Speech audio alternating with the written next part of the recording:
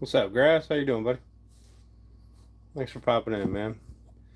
Yeah, I'm aware, Random. I'm aware. I'm gonna send out one last batch and then I'm done. That shit's costing me too much fucking money. It's $35 every time I send out one of these bundles of this last three shit that I haven't been able to get delivered to somebody. Not to mention, we're pushing about $100 in fucking materials. Like I'm at my wits end. I'm about done. Like I just my give a fucks are broken and I just don't care anymore.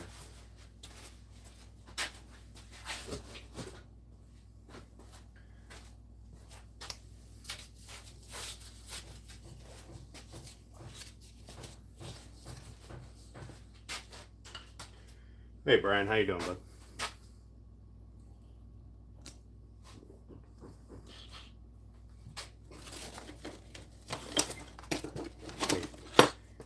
I am so beyond tired of excuses from the post office. The next batch I'm sending out is going to be sent FedEx. And then that's it. If that one doesn't get anywhere, then I'll just never fucking mail anything ever again. Because honestly, I'm fed up with it. What size is what? Those portable chainsaw mills? I don't know. They work just fine, I guess. I don't know what you're asking. Hey Nicole. Hey Amy Jo. How you doing?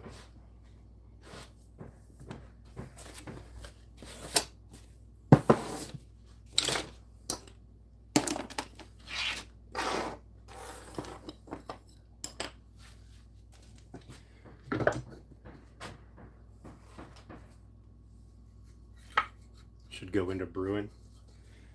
Yeah. I should go into fucking something. Something other than this. Alright, I think I have this set up.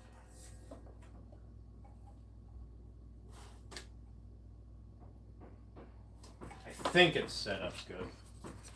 Again, I had to tear all this stuff down. And then before I went live today, I redid all the stuff. I need to make 1, 2, 3, 4, 5, 6, 7, 8. I need to make 12 strips. I don't know what's going on, but it sounds grumpy. The insulation in the shop. What? What? What size is... Oh, what size is the insulation? I don't know. R13? I don't... Hey, Nicole. Good luck on your craft show. Good luck. Yeah, Brian, I'm just generally grumpy. I watched the last set of tracking numbers just disappear. For 3 packages that I've been trying to send for, I don't know, 2 fucking months now. That was the 3rd batch. One batch is still sitting up here in the goddamn blue box, as far as I know.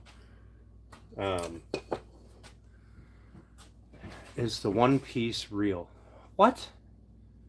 What the fuck is going on? Am I retarded, or are we just saying random things today? Yes, I swear to God, I don't have the fucking patience.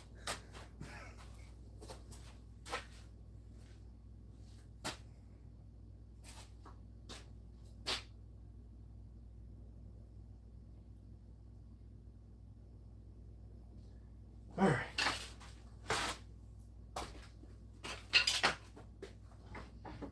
I need 12-inch, at least 12-inch long. I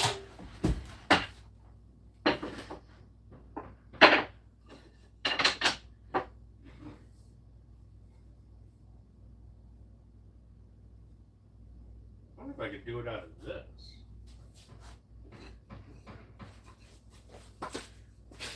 This might work. Oh, that would actually work. Here, let's do it out of this for now. Get as many as we can out of this one.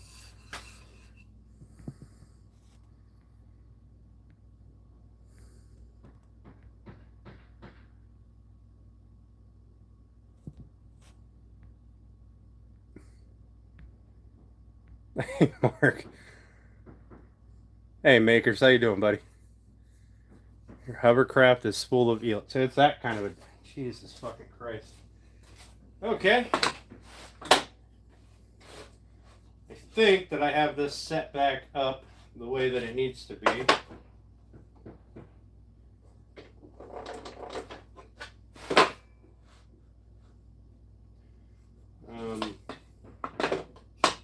We're just going to run a quick straightening pass to kind of smooth that side out.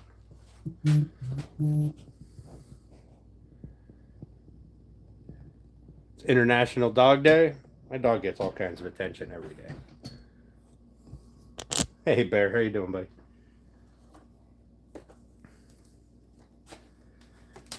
So, on Saturday, I will be sending out via FedEx. It's going to cost me more, but it would have cost me less in the fucking long run than doing it 3 times, well, 4 times. And I will never, ever ship something from this fucking post office ever again. Oh, there's more black walnut over here. Huh. Well, that is plenty long enough. Look at that. I got black walnut to use for this.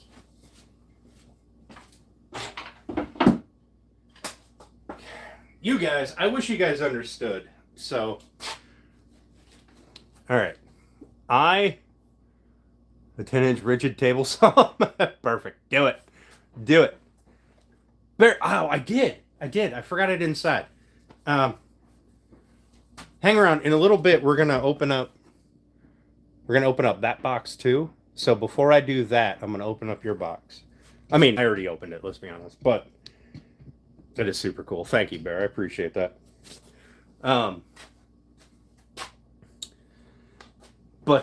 So when I ship something for free, right? Like, I'm sending out just these little koozies, okay? Thought I'd be a nice guy. And 3 people a fucking koozie for nothing, right?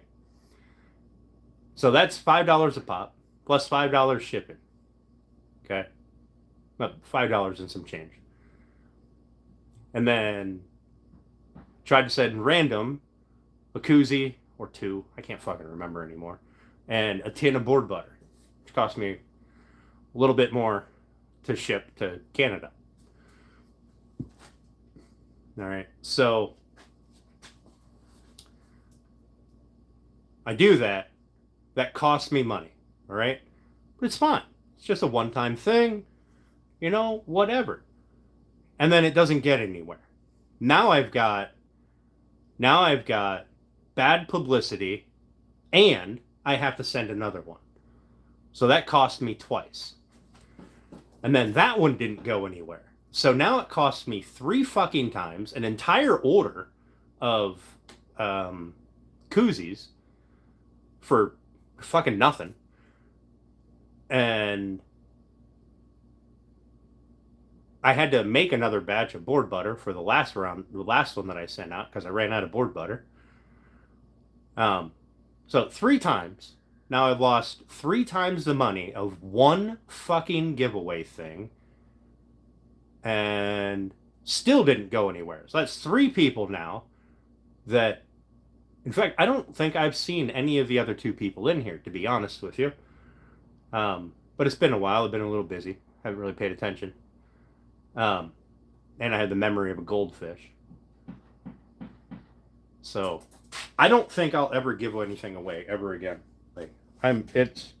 It costs too much fucking money at this point. Like, Jesus Christ. And it just hurts me when it doesn't actually go anywhere. And the excuse I got from the postal people, well, people up here, they went, oh, well, things happen. You know, you said it was magnetic. Maybe it got stuck somewhere. You know, give it a little time. It'll get there.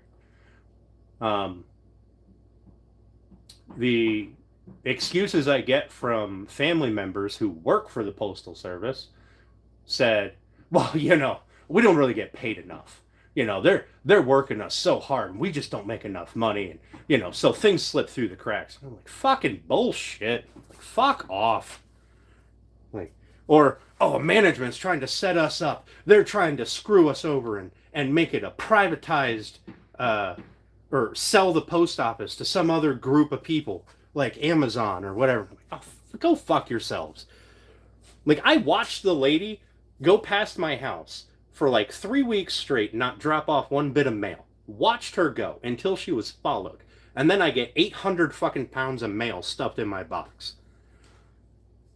And the people that I know that work for the post office have better cars and better fucking houses than I do. So you're clearly making more fucking money than I am. Like, right, Mark? Right? I think it's this post office is fucking me over. And then whatever's happening in Pittsburgh is fucking everything over. Because it's not just these 3 packages that I haven't been able to send. I've lost a couple of bills in the mail. They arrived late. One didn't arrive at all. Payments for bills that I specifically write checks out for. Like, I'm losing my fucking mind here. And this post office up here is just a waste of fucking space. I hope they sell it to Amazon. At least the shit will get delivered. I agree, random. Have you ever been in Forged in Fire? No. I am not. I have not. There's also not any forge in here. There's a whole lot of flammable shit and no fire. There is a welder back there. Behind that box. There's a little MIG welder. I guess that counts as fire. I don't know. It gets hot. But you know what I've never had? I have never once had a lost package through FedEx. Well, no, hang on, I take that back. I might have had one. I might have had one that got lost. Like, sure, it costs a lot more, but South Carolina's waiting on you. Buddy.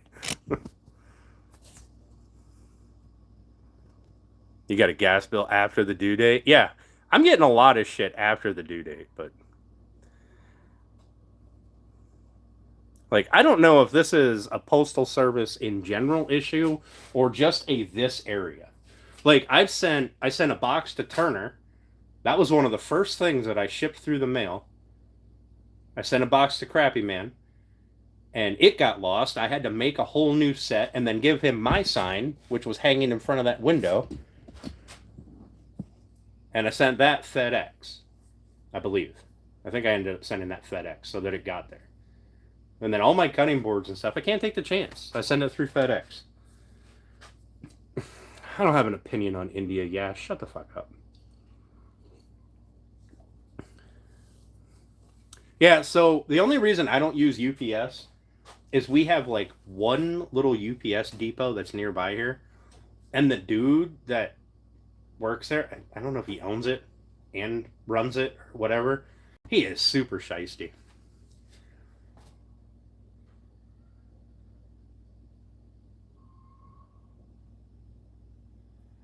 Yeah. I think it's just this postal service here. This post office here and Pittsburgh that's screwing me up. Yeah, I wouldn't complain during the winter.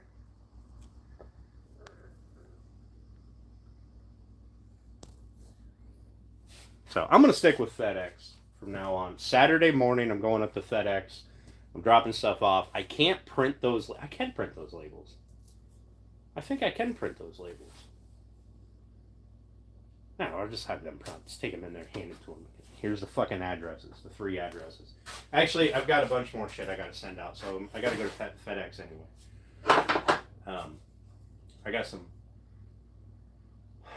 I got, I don't know, 5 cutting boards, 6 cutting boards, on my dining table that need to go. So I got to go in there anyway. I'm not just going to print them out. Why print out part of a label? UPS stuff always gets refused at the border. Right, Random? This seems like you hate. Yash, you know what? Blow me. Okay. I just don't have the patience for fucking stupidity. Thank you, YouTube, for shoving the channel out there. I appreciate it, but Jesus Christ, can you use a little bit more discretion? Oh wow, I gotta move that over a little more. That's not even remotely close. All right, I'm gonna just make my 12 pieces for that. See if I can't get my corners done. Get those glued in on 1, 2, 3, 4 sides, and then we're probably gonna call it a day on the woodworking, and we're gonna open up a couple of boxes.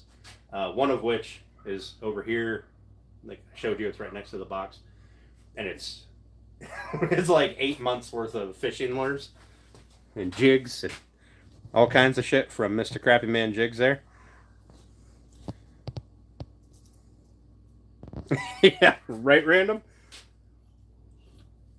So I'm gonna get this cut. I'm gonna cut 12 pieces of it. Whether it be from here or here. I gotta cut one to make sure it fits first, because I did have to tear all this apart and I was using the saw for other stuff. But I think I got it set back up right. We're gonna find out.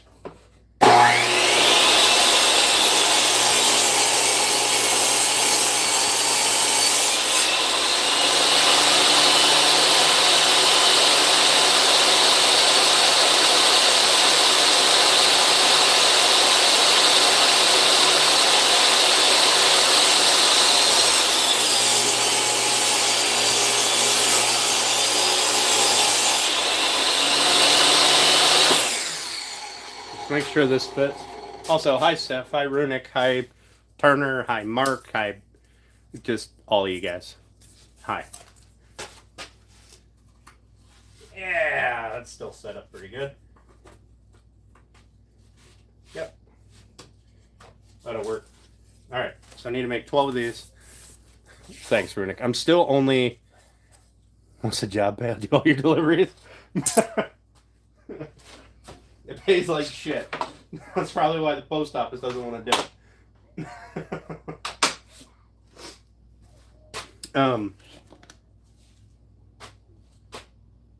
I am still, I mean, we're pushing winter, and I have a lot that I have to get done yet, though.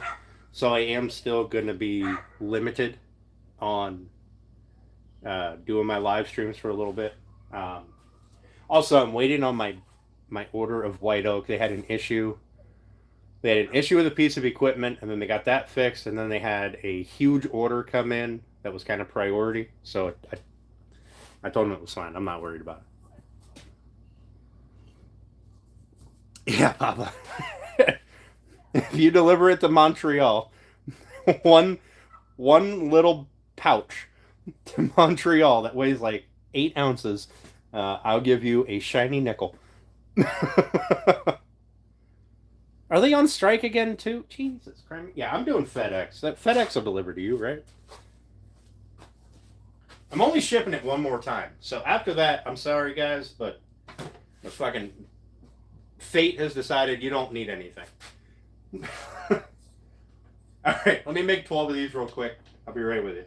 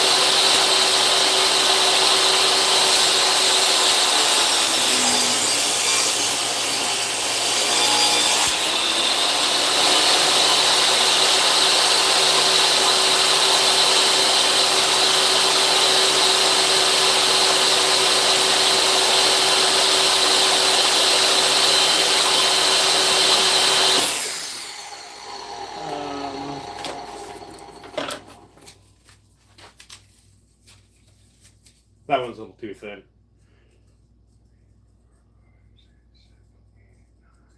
I need 2 more, and this piece is just a little too thin.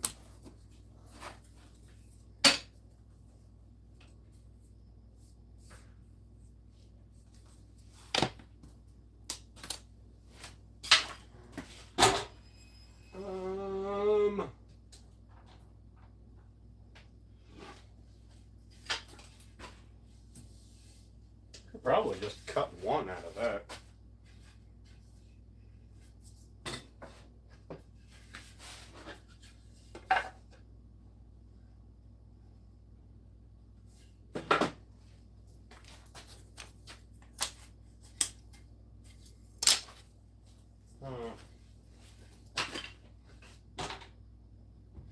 Oh, yes. There we go. I'll cut 2 out of this one.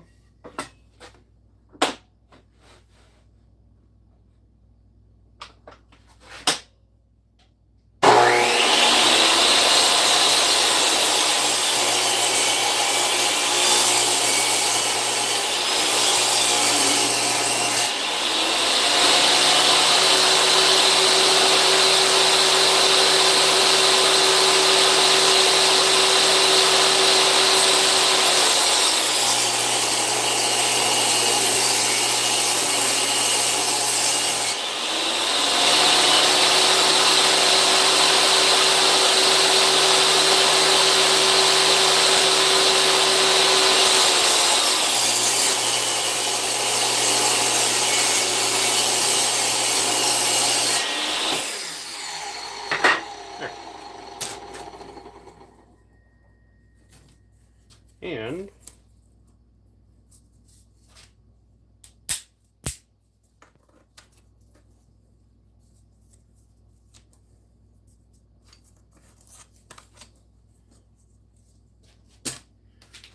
there we go. Alright, so that is all of those.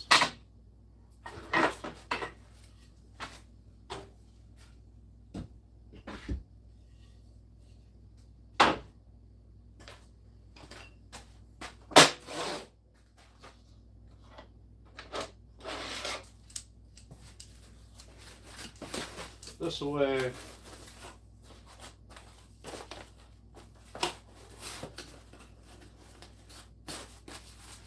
The only real downside to doing that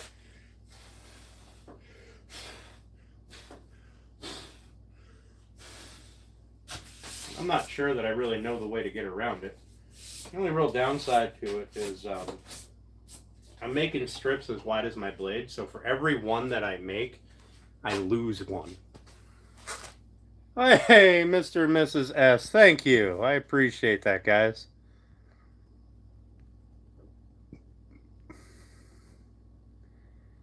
Highly customized. Hey, Heidi, how you doing? Hope our fingers get away with it.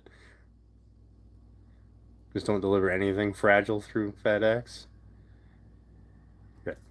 Well, this shouldn't be fragile. I mean, unless a can gets crushed. Hey, hey, William. Suck down some.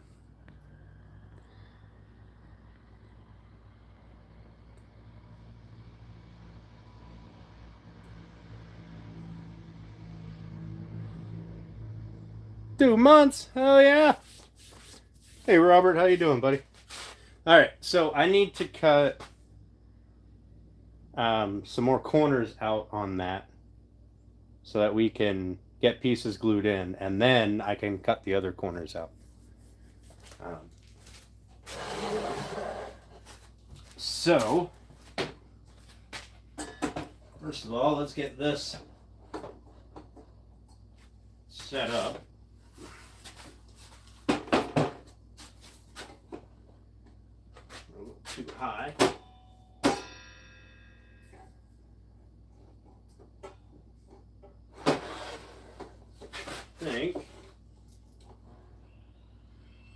I think that'll do just nice.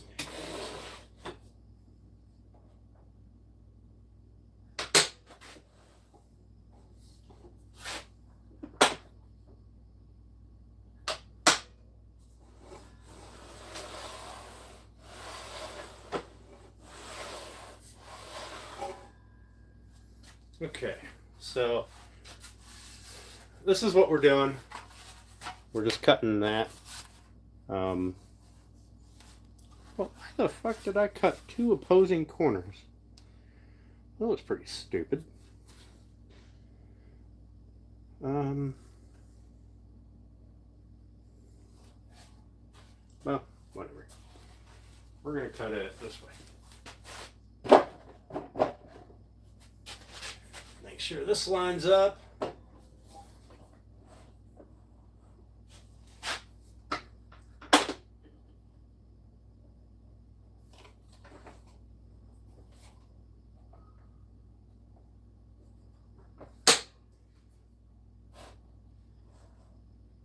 Blade height is good because we had the notches cut in here already. All right, let's see what happens.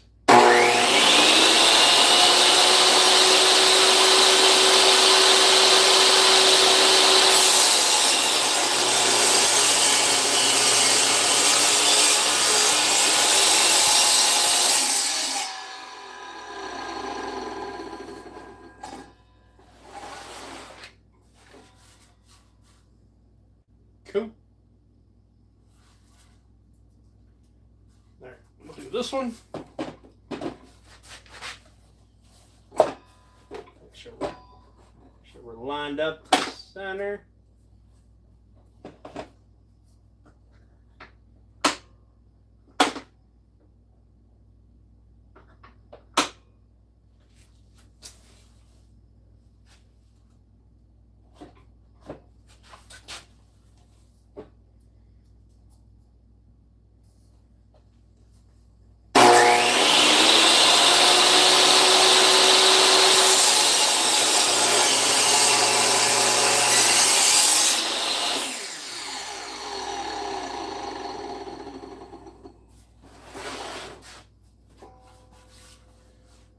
Cuckoo. All right, so that will be an issue later. Thankfully, that one didn't turn out to be too bad. All right, so what we're gonna do is cut it that way, hopefully. It's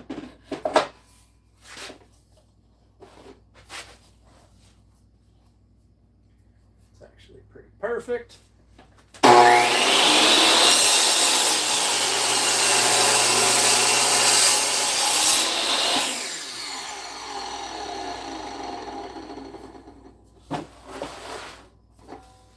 So this is what, now imagine there's going to be another strip coming up through here, so you'll get this little carryover line over here as well. But that'll be what happens on all three corners, minus the tear out. It'll just look like that, but it'll have another one coming this way. We didn't cut this one yet because we don't want to kill all the structural integrity of the box. So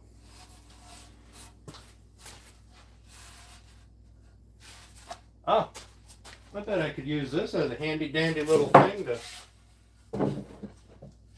beat these corners into submission with.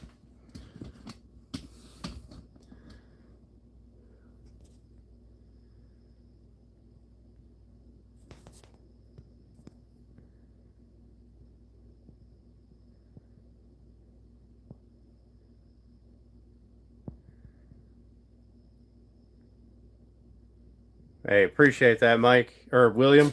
Have a good one, buddy. Thanks for stopping by, man. It means a lot. All right. 1, 2, 3, 4.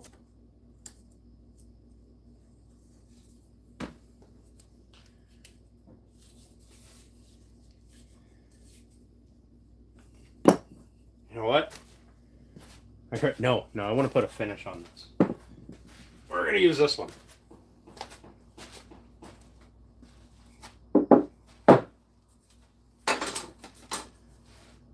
So we're going to slather these up with glue and beat them into position like so. Just fucking whale them.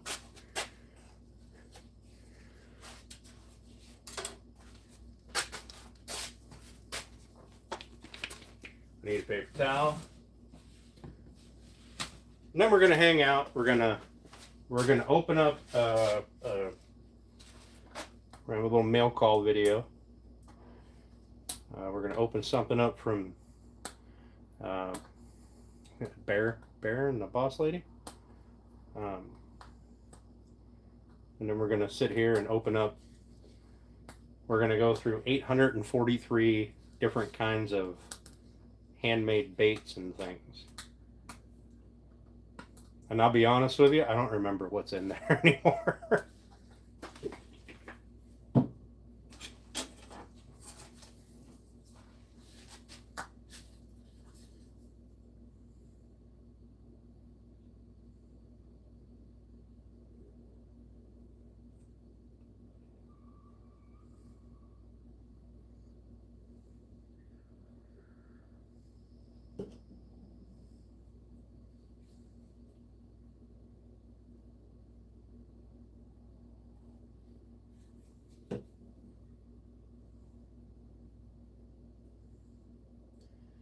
Again, I'm not worried about squeeze out. I just want good glue joints.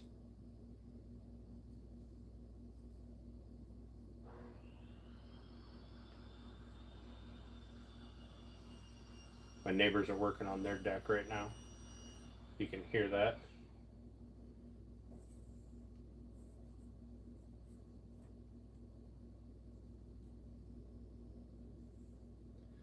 It's that adult peer pressure thing. When one neighbor starts doing something, you're going to have to do something to your house as well. To be fair, they started it. So that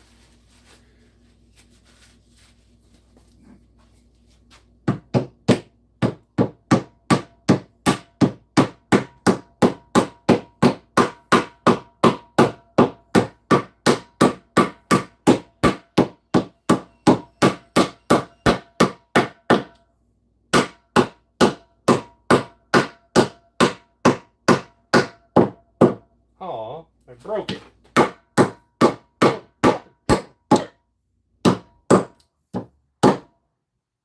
Man. Well, it's in there. We'll see what that looks like later. It's not going to make me happy. I don't know why it decided to be a pain in the dick right there.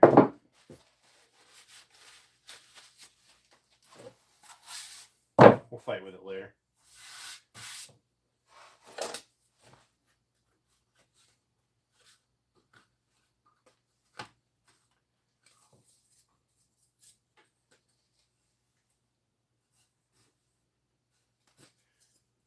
Ooh.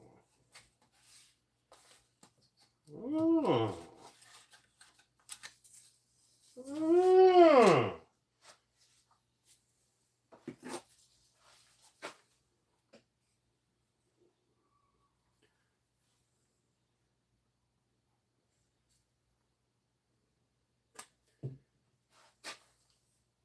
I was not expecting that to come apart like that.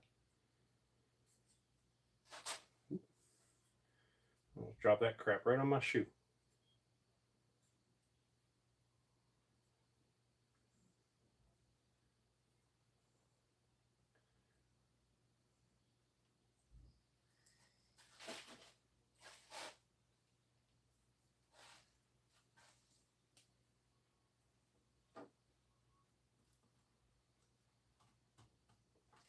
I'm going to switch to my little janky tapper.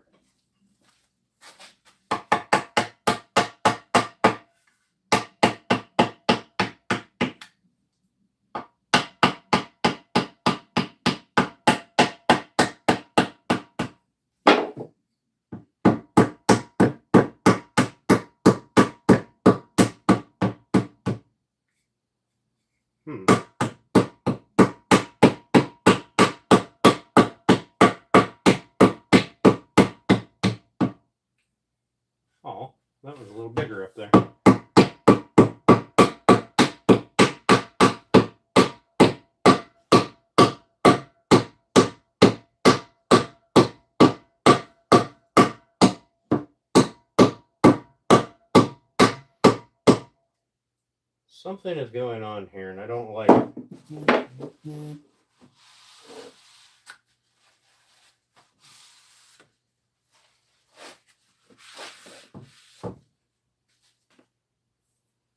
What is happening?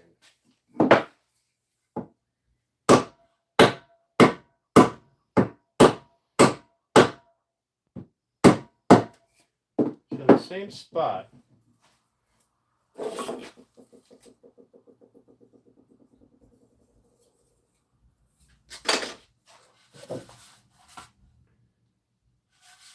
In the same spot.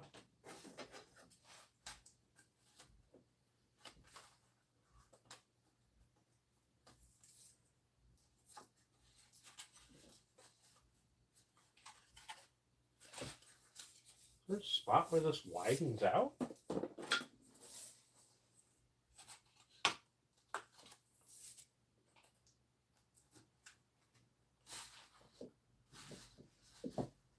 Huh.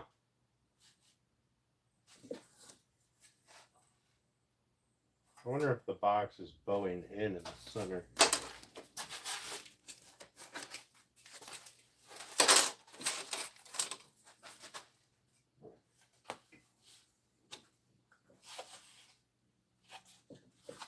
There.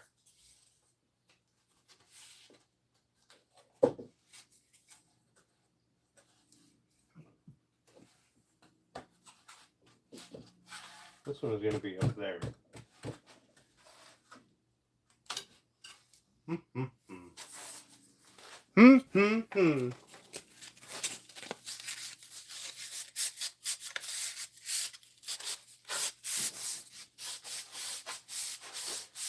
Improvise, adapt, and overcome.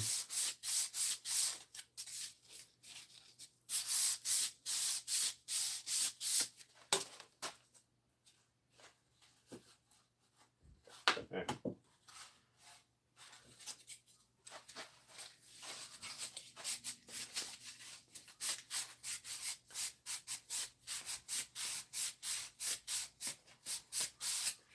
I don't know how this is going to look now that those pieces broke, but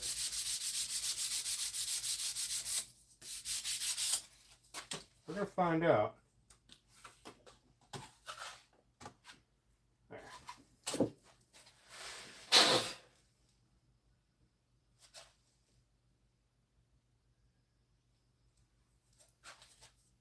Fuck it. Emailed me a copy idea. Awesome. Whoop.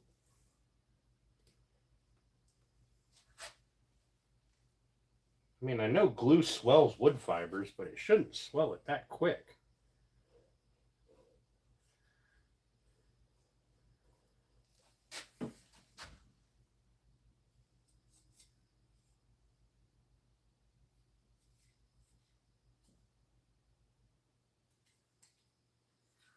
I'm always down for a good copy idea, Mark.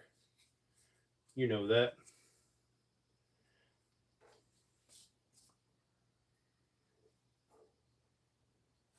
R&D is annoying.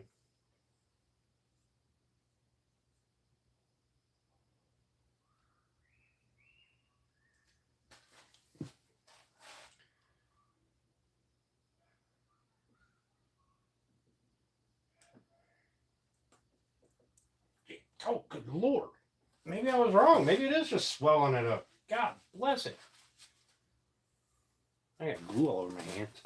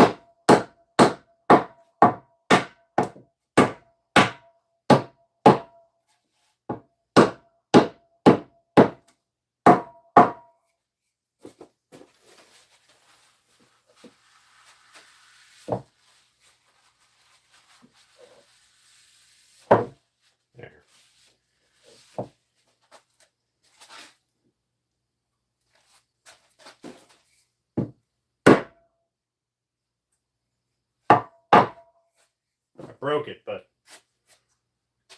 that was after the last hit, so it was already set in good. Fuck it. We're gonna see how that looks, I guess, on, I don't know, whenever the next time I go fucking live is.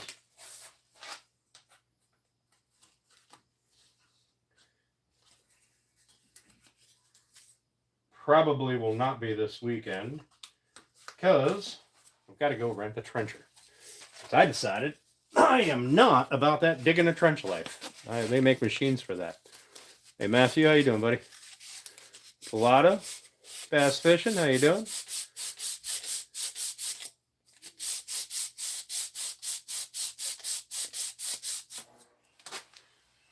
I'm just sanding this down to be a little bit of a taper on one side with, I don't know, 180 grit.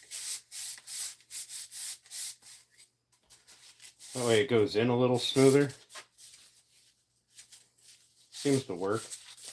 Worked on the last one. Come on.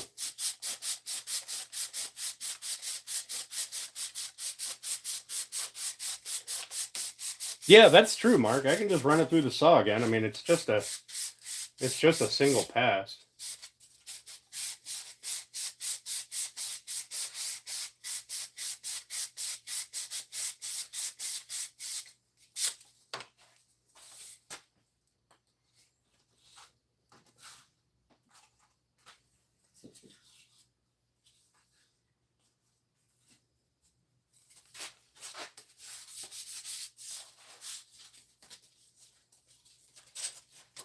What if I do it this way? Nope. Oh, this way. All right, so I need to sand in the middle a little bit.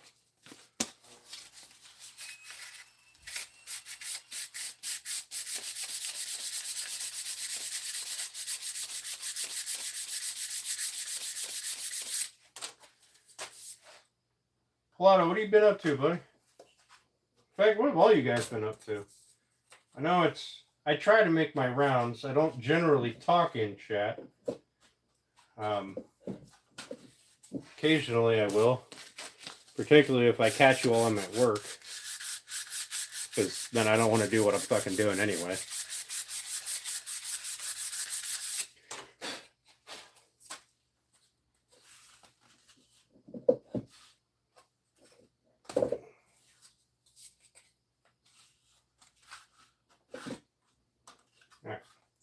We're going to send that and see what happens. She fits really nice until here. I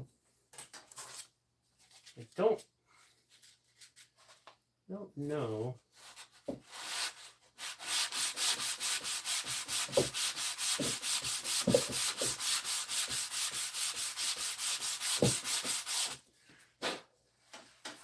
don't know if that was a good idea.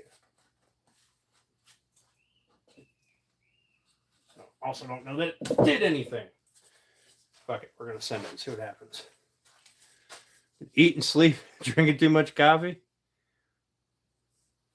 Oh, nice. Pilata, that sounds like a good time. Yeah, I forgot today was back to school day. I left for work, had to stop and get gas and, whatnot. And was promptly stopped by 45 school buses. Just absolute chaos. And I was like, oh yeah, I guess today is that day. Now I have to leave for work before the school buses go, so I don't get caught up in that mess. Whatever happened to school buses having like every couple of blocks they picked you up? When I was a kid, the bus stops were few and far between. Like you had to beat feet to get to the bus stop. Now it seems like they pick you up at your house. They're just like as often as them buses stop. Goodness.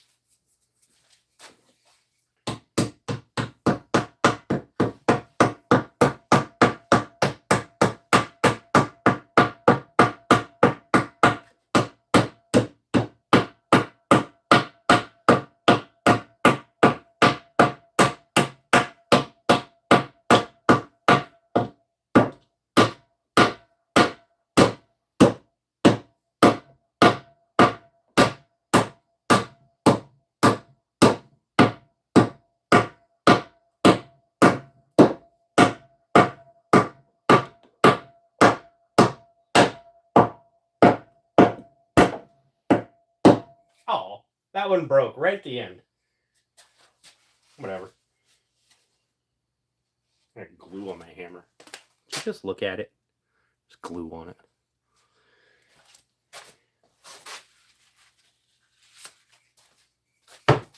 Like, am I just that grumpy old man? Like, wondering when they changed bus stops?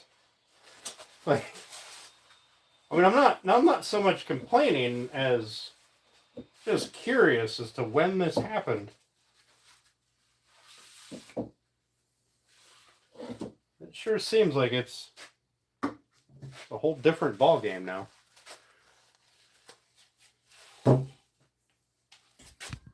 Also,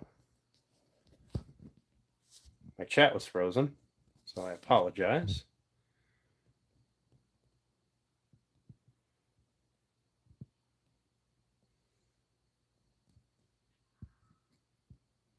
Oh, that makes sense, Mike.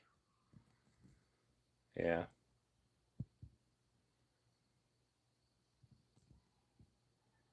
Well, that makes sense, Last Breath. Yeah. Welcome to the Grumpy Club. You know, my grandfather used to tell me that he had to hike to work or to school, and it was something like he had to swim 80 miles in a flooded river, and somewhere in the middle of summer, 8 feet of snow would pop up, and you had to hike uphill through that, traverse the edge of a mountain so you could get to this one-room schoolhouse. So you could get there and they could say, okay, it's time to leave now.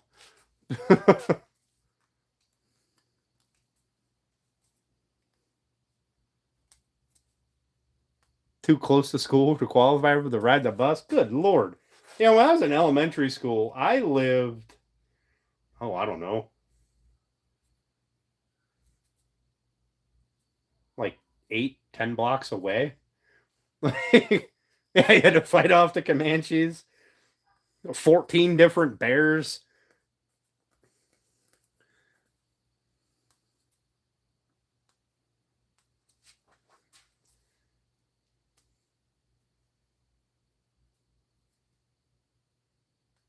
Man, I glue all over my fingers. All right, well, that's all we're going to do today. All right. So we got it in. That was all for Hoodled. And that one's all for Hoodled. Like, blew apart. Those two will probably end up getting cut back out and redone. But we're going to see what they look like after we sand them and go from there. But I can't cut the other corners because I don't want to lose the structural integrity and have the box fall apart.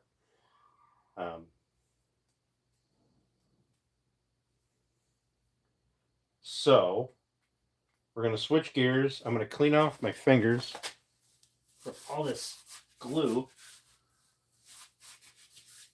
We're going to switch gears. I'm going to run in the house. I'm going to grab my I guess it was a winning.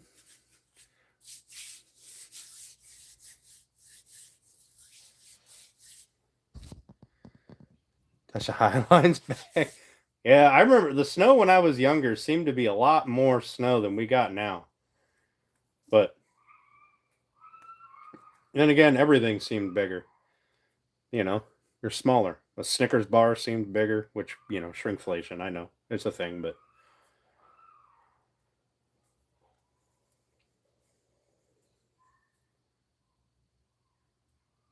the rides at amusement parks seemed bigger, more scary.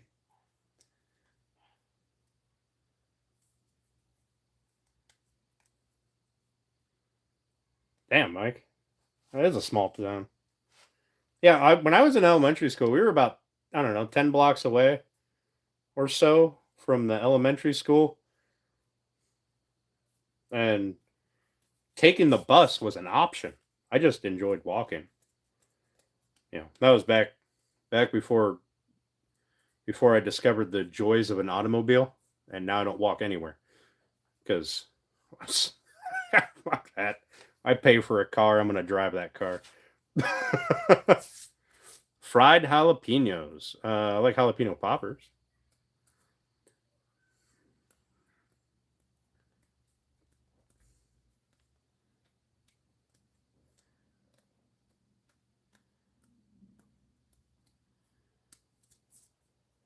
You know what's sad, random? Is at this point, I'm pretty sure I have your address memorized.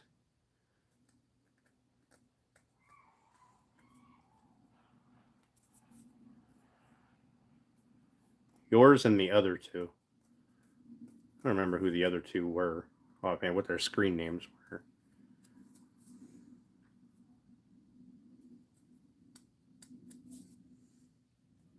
And I don't know if their screen names correlate to their real names, so I don't want to blab it out. Man, so much glue.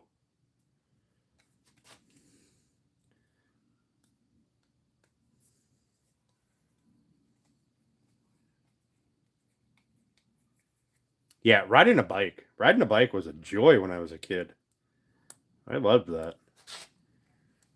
Although that was back in the day when you could, during summer break, you took your bicycle out and that was it.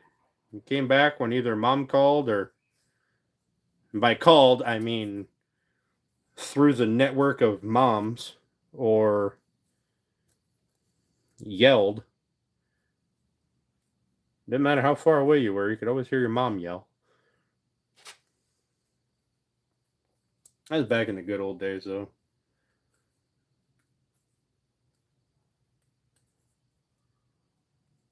Now people give parents shit for telling their kids to go away.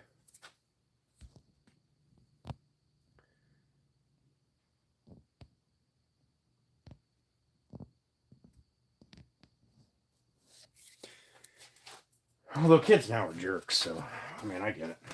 All right. We're going to open a box, and then we're going to play with this box. Not this box, but the box behind this. Right, Turner? That was it. There's a big old gang of kids riding around.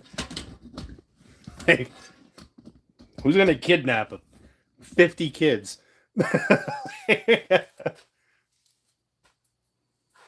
All right, I'll be right back, guys. Let me grab this other box.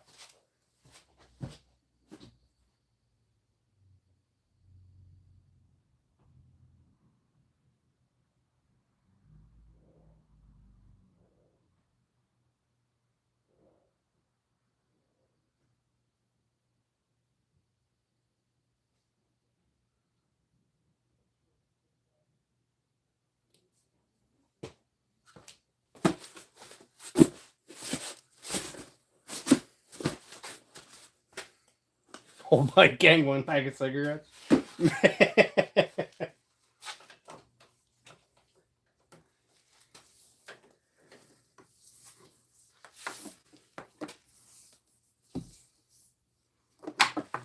All right. Let us. And this is from Bear and the Boss Lady. They had, I think it was I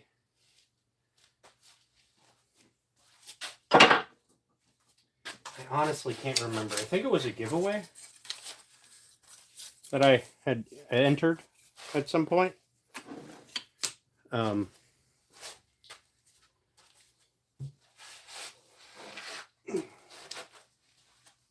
going to put that over here.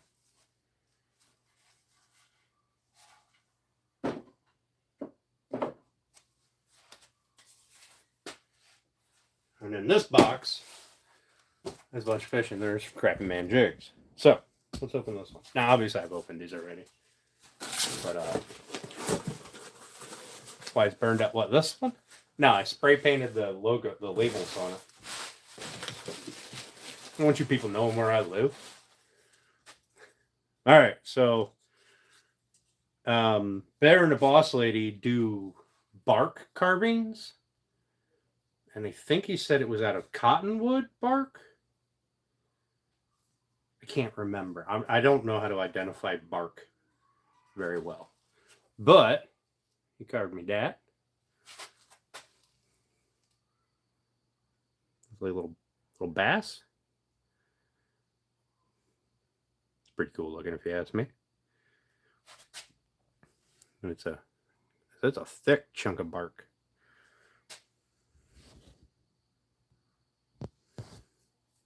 And then there's another one in here. Him and Amy Jo and a bunch of other people do these like old man carvings. I call him old man. Like, it kind of looks like an old man, right? Got the beard.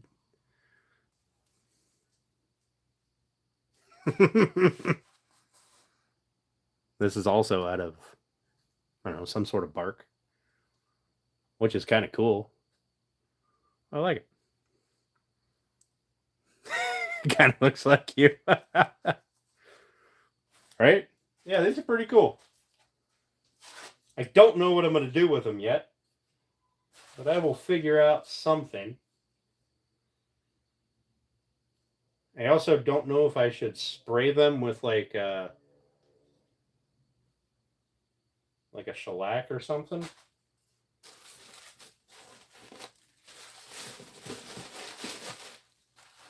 I don't know. So thank you, Bear and the boss lady. Appreciate it. That's super cool. Shop decoration. Yeah, they'll go out here somewhere. They'll probably go here on the wall. I just got to figure out how.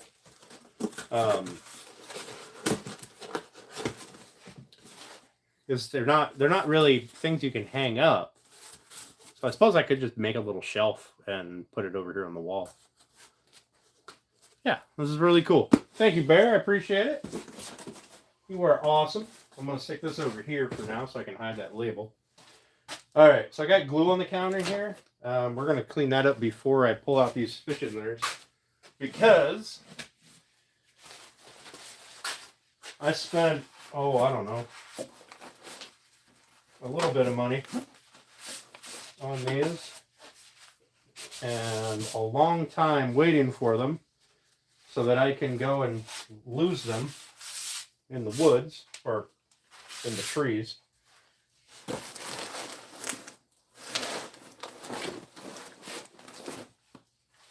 Because that's exactly what's going to happen. Don't worry, guys. I will sell the GPS locations where all these baits are sitting in trees and bushes and snags. All right. So this box is, I painted over the label. What is it, like 25 pounds? 30 pounds?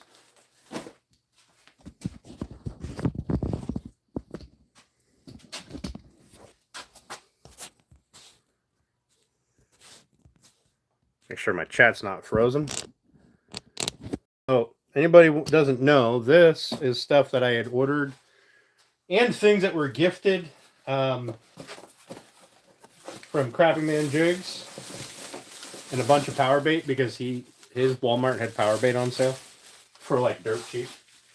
So I cashed out them some money to buy me some. 16 pounds. This was a Christmas present for last Christmas. You guys want to see what I got for Christmas? Oh, I threw it right on the floor. Oh.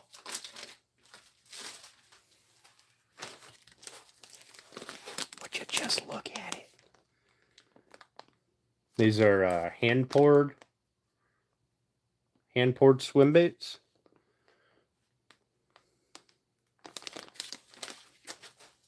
I'm not going to spend a whole lot of time on each individual one, because as you can see, there's a ton in here. They're little hand-tied jigs. This looks like rabbit fur, maybe, on the tails.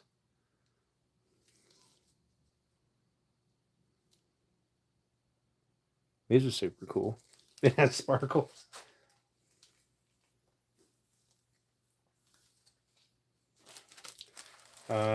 This is just like a grab bag of different molds that he has. And I believe this is a remelt color.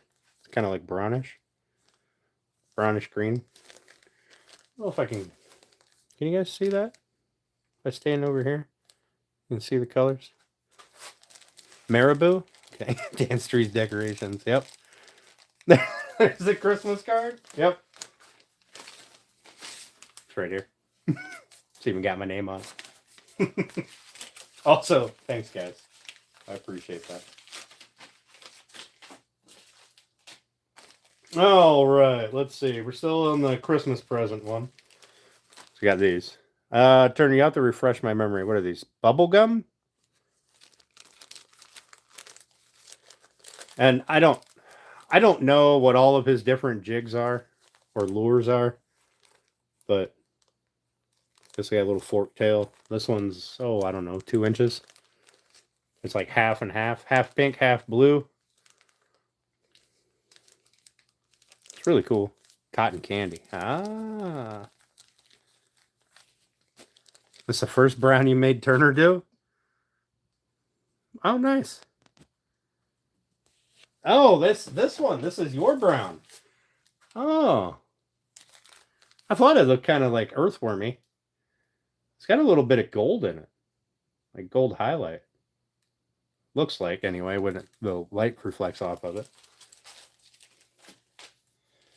All right, and we got these tiny little guys. Like, I don't know, 3/4 of an inch. Orange and white. Kind of like a creamsicle kind of deal. Yeah. Second brown looks like chocolate. Nice. These ones are kind of cool. I like these. I mean, I like all of this, and I'll lose every bit of it, I'm sure. Well, what I don't end up giving away to some of the kids around here. But this one just has like a spike tail, but it is, I wonder if I can pull one out and give you guys a better view of it. I'll pull a couple of them out, I guess. It's kind of like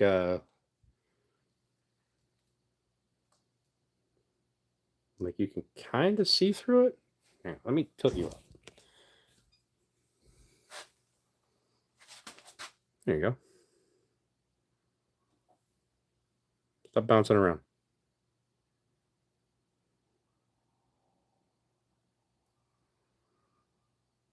You can almost see through the black. It's kind of like a smoky black. But if I can get that to focus.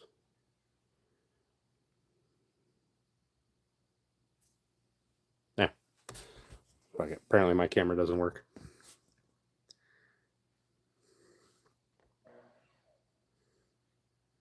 Not like your fingers. No.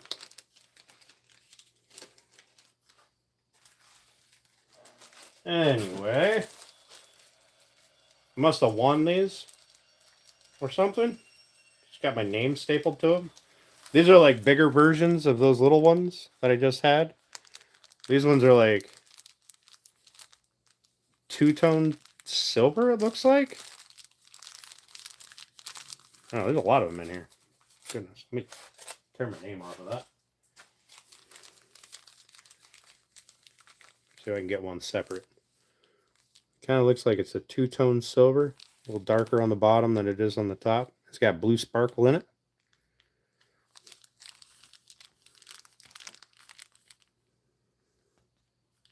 Oh, this was Urgel's baits.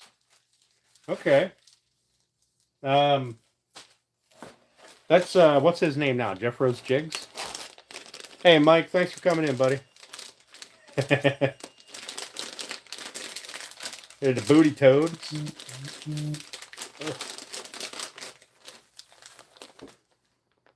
Booty toads. You got this little like line down the middle. Kind of looks like a booty. Got some silver, got some lime green on the top with some like sparkly bit on the bottom. These ones will probably last a little while, if I'm being honest. Oh goodness, so much. Got some jigs. Turner makes these, by the way. Well, he makes all of this stuff. Got some more jigs, just some little painted ones, orange and black. Platinum. Is that what these are? Platinum? Nice. Oh, that's what these ones are. This one is too, right? This bottom one, that's platinum too, right? Looks like it. Pretty close anyway.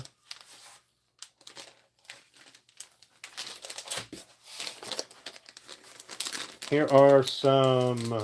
Oh, I want to say these were the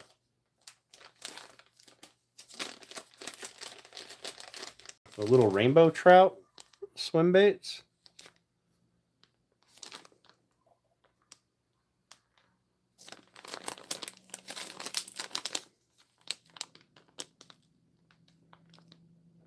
These ones were hand poured, and I believe he painted the blue dots and some of the black on the jig.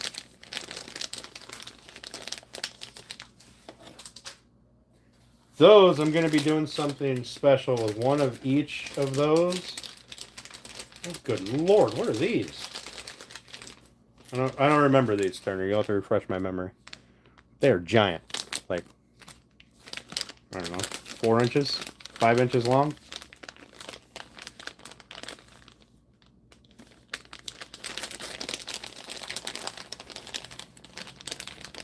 It's got one albino one in it.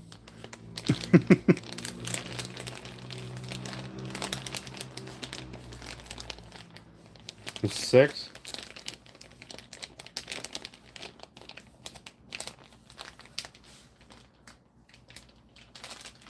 Yeah, these things are huge. Alright. Let's see. We got these. I don't know what color this is, Turner. I don't remember you making these. These are... They're like... Hang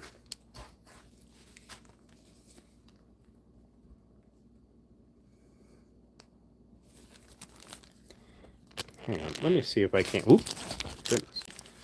We need to get it to reflect the light so the way... There. See how it's got like iridescent in it?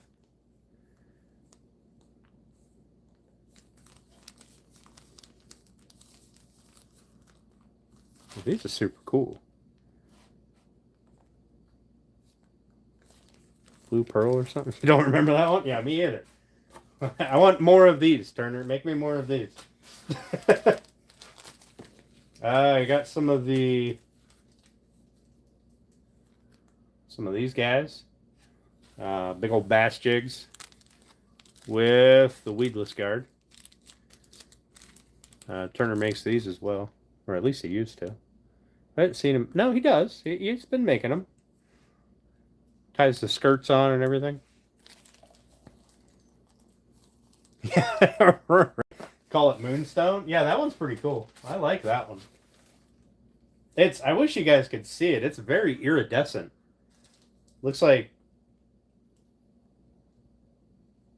the top is iridescent red and the bottom is kind of a bluish. Or maybe it's just the line where the two mixed, but there's black speckle in the bottom. The bottom's clear. I don't know. That's really cool. I like that one. There's some pink and silvery.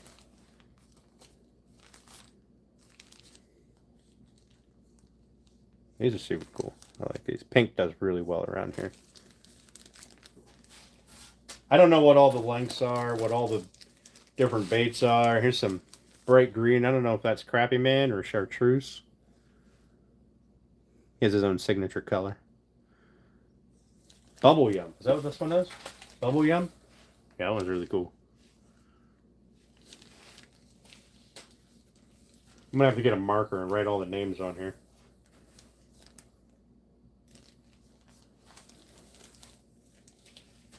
Crab Man Green. So that one is. Look at this. This is we're gonna open this one. This is a little wood lure that I believe Turner made and then painted. Look at it. Kind of like it's got a front hook there.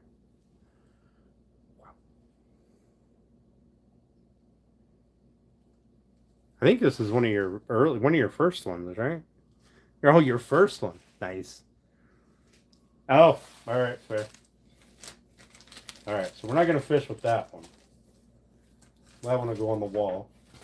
Let's see. We got more of these little guys. I don't know what these are. An inch and a half, an inch and a quarter. Look at tape measure.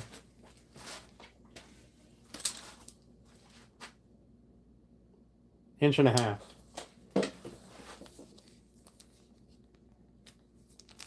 Blue and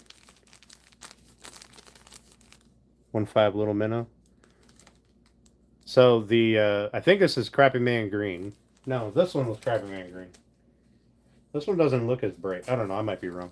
And then the top is clear with blue speckle in it. Bluegrass. Nice. See, Turner knows all these colors. Then we got some more 1.5s. These are half bright blue, and then half. You know what? Hang on. Let me get my light. Maybe my light shining over here can help out a little bit.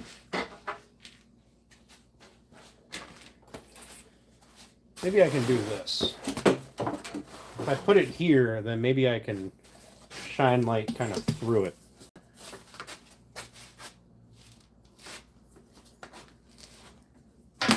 Good Lord. All right, let me move you guys so that's not blinding you. All right. All right. Is that better? You see the colors better now?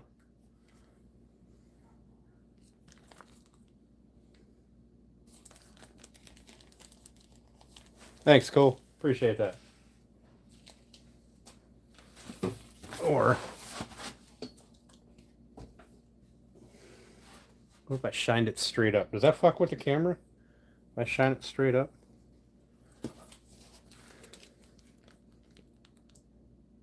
There. How's that work out? Can you see it better that way? So these are half bright blue and half clear with gold flecks in the bottom. Or the top. I don't remember which side's which.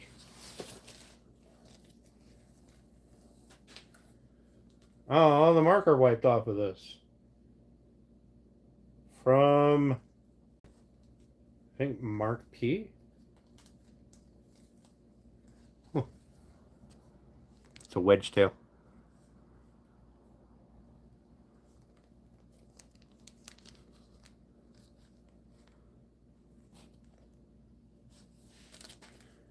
About the same. Thanks, Mark. Appreciate that, buddy. There's some more pink. I had him do a lot of two-tone. I mean, I like two-tone. I don't know. Let's see. Where can I put this thing? Just shine you guys right at it. Oh god, it washes everything out.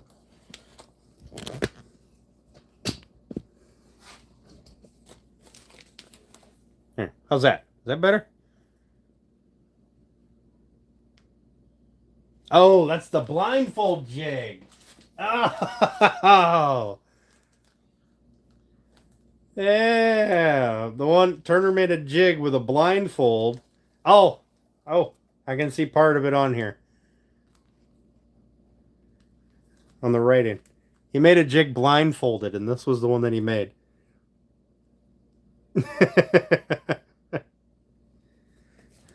That's right. Oh, I forgot about that. Oh, that was a fun time. These are not booty toads. These must have been the other toads. They're kind of yellow. Yellow with looks like red flakes in it. This must have been before the booty toads.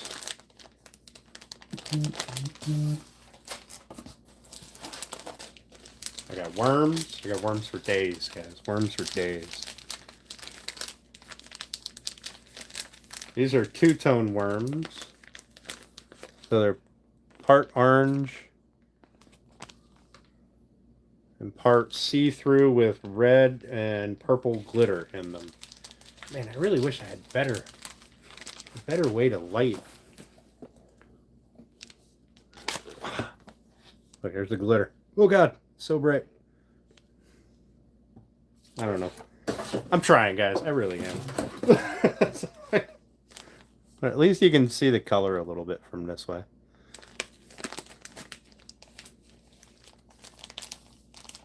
You make flies? I don't. Nope. This is all Turner. Unless you're talking to him. I got, oh, more wedge tails. They look kind of like a cow. Black and white tails. Black and silver body with a silver and black speckled head.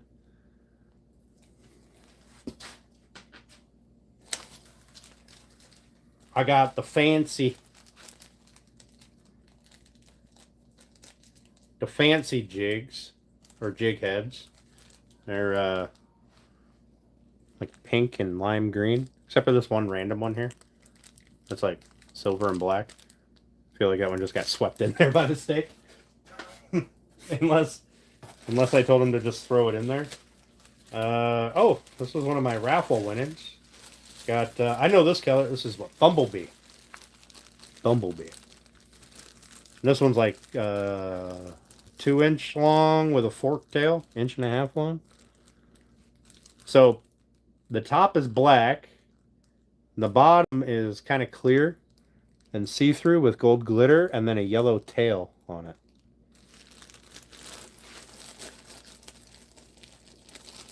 The moo. Oh, that was these ones. Where'd they go? Right here. The moo jig. All right, that makes sense because it did look like a cow. Let's see. I got more of the bubble gum. There you can see there how they look. Not individually, in a different size of the bubble gum. And then we've got these ones, which they have a lot of clear, red in the tail, blue in the body, blue and green in the body, and they're yellow and kind of milky. Is that monkey milk? Milky or pearl white? I don't remember these. You didn't do a whole lot of ones where you had to do different tails. So, ancient relic. Yeah. And then there's some more. I don't know what these, I don't even know what color these are. Some sort of a yellowish green. These are more of the little guys, the 1.5s. Here's some purple. I'm trying to get it so the light shines through it so you can at least see how they look. They're purple with, oh, I don't know, it looks like purple glitter. Purple or blue or black. One of them. That was one of the raffle winnings because it's stapled to a ticket. If you guys don't know, crappymanjigs.com, or I think it's crappymanjigs.com. Turner, post your website. You still do the raffles, right? I haven't been on there in a little while. I'm sorry. Got a couple bags of these, which are orange. They're orange, and then there's like a smoky black with red flake in it. Trying to get it so it shines through. Oh, it doesn't shine very well on this one. Wow, it was a hassle shipping. Oh. You like that purple one? Like this one? That is pretty cool, isn't it? And It does have glitter in it. I can't see the color. It's either black, purple, or blue, or some combination of. And it looks like there's pearlescent. You do put pearlescent powders in yours, don't you? Because some of these look pearlescent. Like this purple looks, it's got a shimmer to it.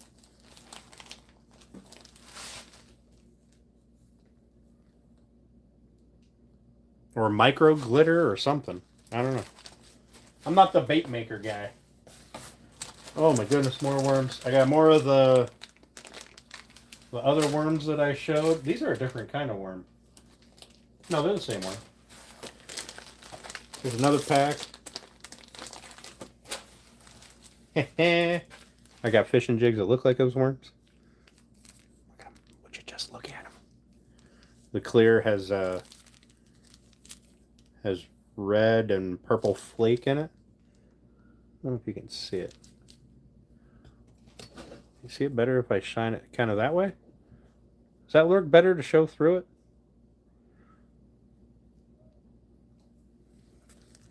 Then I can hold it down here when they're really shiny. Grape ape, purple with monkey milk. Oh.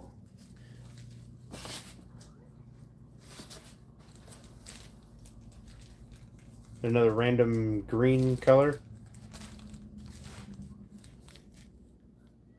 Huh. I don't know what these were. This might have been... I don't know. I don't know what they were. There'd be times where Turner would mess up on some, and I'd be like, oh no, instead of throwing them in your bin, just chuck them in the box. Here's more of that bright orange with the white bottom. I'm gonna call that creamsicle. That's what I'm calling it now.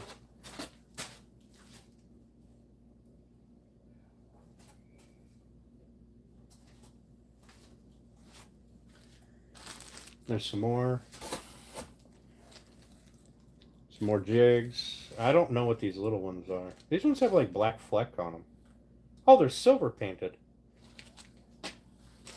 Thanks, Turner. I appreciate these, buddy. Then we've got some of these. These are just kind of smoky black on the top with platinum bottoms, I think. Clear platinum. Oh, the first motor oil. Oh, these ones.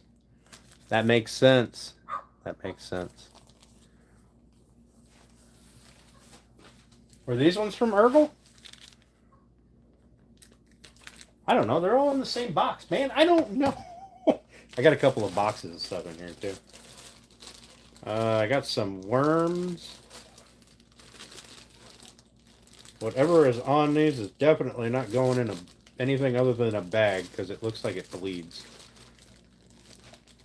I don't know what these...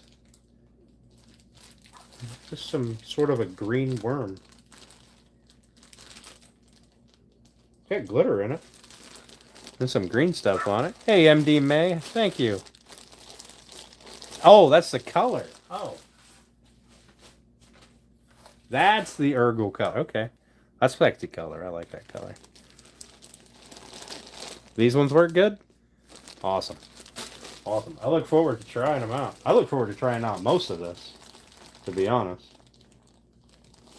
Is this just some of the dye leached into the mineral oil, or is there something else on these? It's got like this green going on. Yeah, I have no idea what I bought. Hey, Random, thank you, buddy. MD May, how you doing? Long time no see. Here's some more Urgel. These are, wait, I know what these are. These are, they're like 2 inches long, and they have a forked tail. And they're the ribbed ones.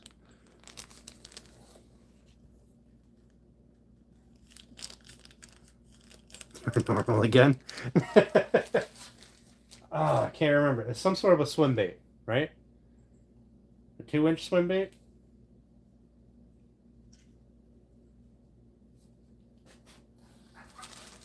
Ooh, these ones are cool. Look at the sparkly. So sparkly. Purple and gold. So much sparkle. A 2.5 fluke. Okay. All right. These ones are. See if I can get one to work up. So these ones are colored. Oh, I think I remember you doing these. These ones are clear plastic. They're colored with the glitter.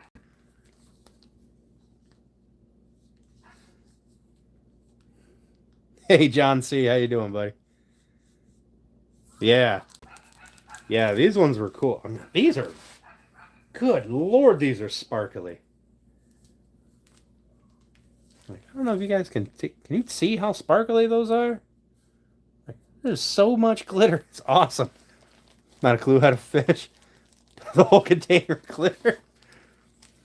No clue how to fish, but you won't. I'll take you fishing instead. Those are really cool. I like those. We got some super bright orange. We got some super bright pink. Because just basic pink and orange. They do really well here. That's got to be a remelt. I don't know what the hell's going on in there. This must be just a grab bag of different molds again. You got some super tiny little guy. Got these ones that have like 2 little nubs and a tail. Some flukes, some little minnows. It's got to be a remelt because there's a ton of different kind of glitter in there.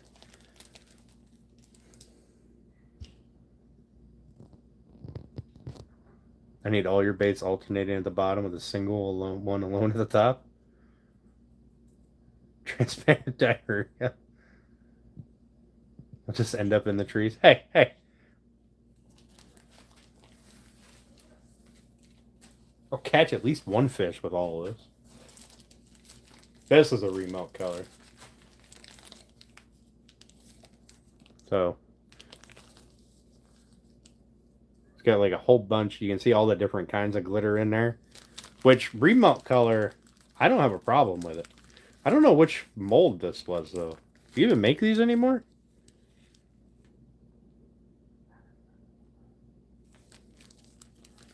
No, I'm not modding you.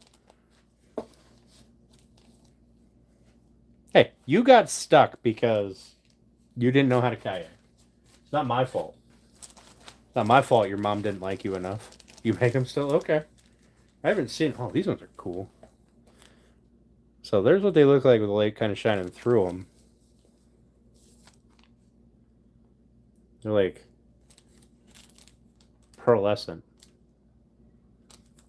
Pearlescent on the top or bottom, whatever this side is, and then the bubbled side is clear. That's super cool. I like those.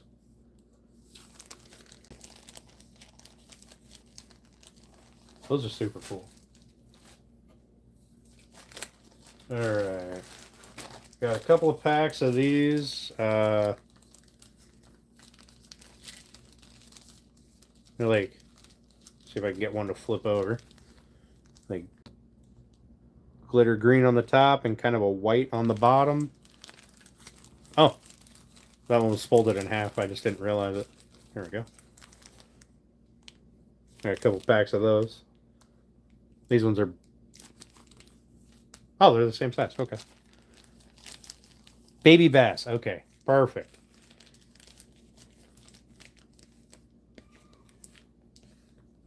Perfect. I remember you making them now that you said something. We got like half clear with blue glitter and then the other half Crappy Man Green. I'm assuming that's Crappy Man Green. Very bright green.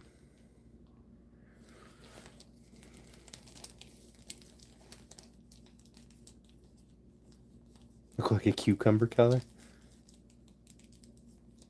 Yeah, the closer you get to the bottom. Yeah.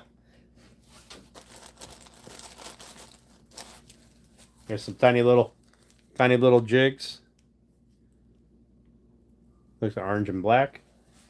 I don't know what the different sizes are offhand. I got 2 packs of those. Let's see. There's some black crawfish with looks like red and green glitter. Oh, they're black and silver? Black and gold?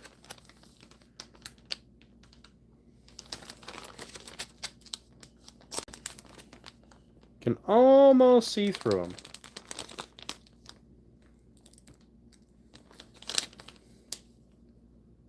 There's one side is kind of goldish, and then the other side is more of just a black color, which is super cool. Oh, you can see through the top. Then we get you one where it's sideways. Yeah, and you can see it's two distinct layers. And J Maniac's color, nice.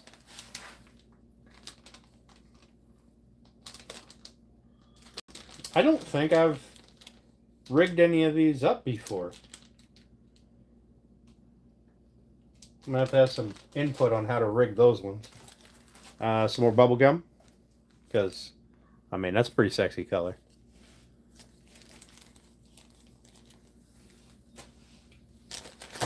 I do still have a couple of Jeffro Jiggs' packs inside. I haven't given them all away yet. There's some more craws, orange and black. The black seems to have, black or brown, seems to have some dye or some glitter in it of some sort. I can't really see. You can't really see through it either.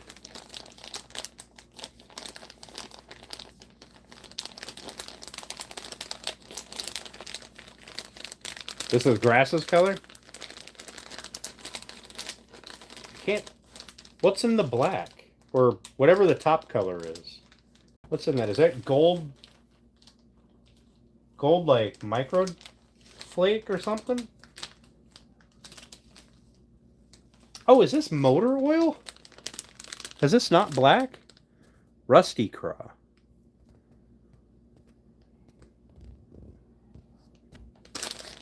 Brown copper. Okay. Okay. Yeah, I bet those are going to do real nice for bass up here. Let's see. We got some more worms. These ones are green and white. Green have a fleck in them. See, you can't see through it, but yeah, long ass worms. What are these? 6 inches? 8 inches?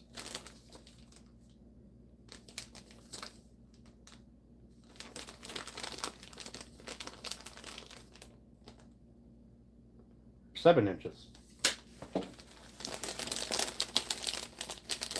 Stinkos. Yeah, these are cool worms. I think I remember you making these, to be honest. Alright, I got another bag of, looks like worms and craws in the same color pattern, which is blue with red and green flake with black with red and blue and green flake. So there's worms. There's a kind of perfect one side. There's the other side. And then there's craws down here on the bottom. Same color pattern. One side's blue, one side's that black with the sparkle. Yeah. I'm not used to going all the way to the 7-inch mark. Alright. There's a reason my tape measures are worn out from you know, about here. It's all brand new after that. How much is a box like this? A lot. There's another one of those. This was a remount night. I believe it. Oh, there's lizards in here. Look at the lizard. Lizard.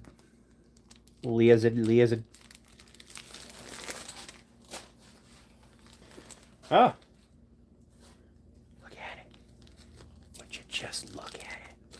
Let me pull this one out. I gotta strap this to the truck antenna. Turner, did you already break this one in? No. This is a different one. Never mind. Never mind. This isn't the fan style. I thought when I had it in there, I thought it was the fan, the propeller blade. Look at it.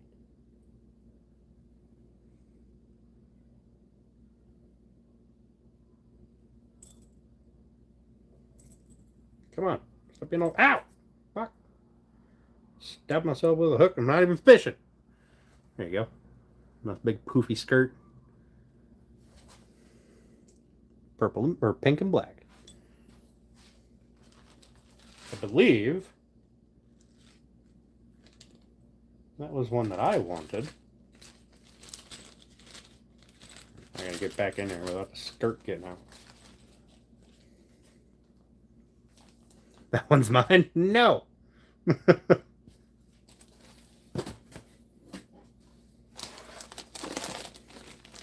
say blizzards? Oh, here's are these more hand pours?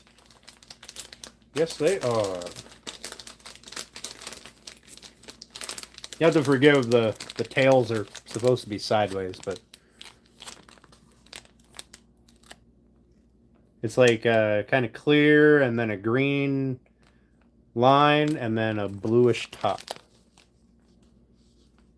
with a dot and eyeballs.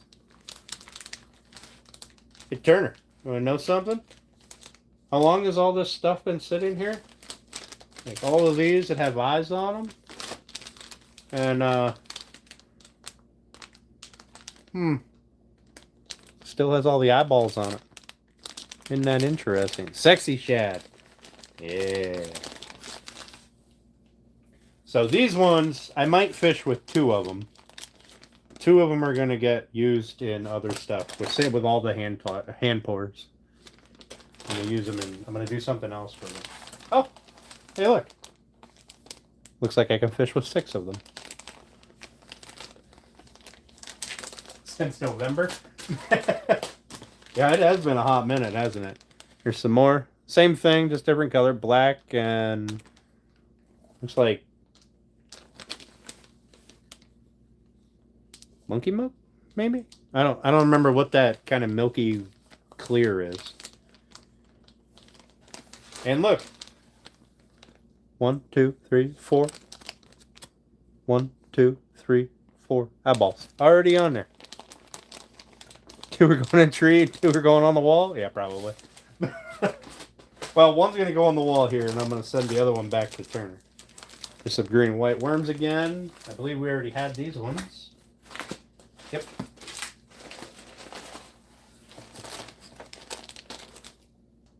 A bunch of toads from the old stone molds. Like I got some platinum ones. Look how sparkly. Sparkly, sparkly. And then green and white to match the worms. Sparkly, sparkly.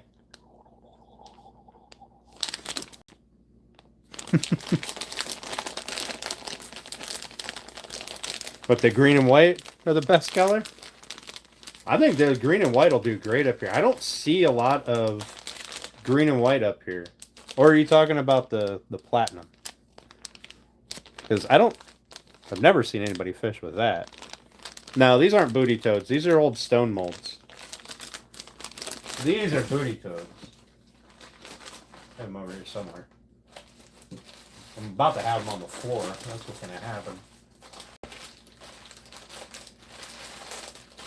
These ones are booty toads.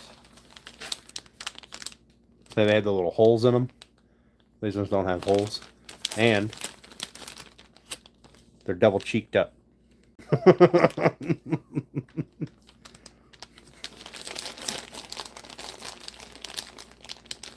Oh, he's talking about the Urkel color is the best color? Alright, that's fair. Hey, I remember this color. Firecracker. Clear. With like red, purple, gold glitter in it. I believe you said this. I believe this was Firecracker. Urkel. Oh, Urkel is that kind of milky color. Okay. There's some more gizzards. Brown and black, like grasses. The rusty crawl. Here's some super cool worms. This blue is awesome. I like this blue. I don't know if the fish will like this blue, but I like this blue. Ain't never once seen a bug that or a worm that color, but that's a pretty sexy color. It's got some sort of a glitter in it.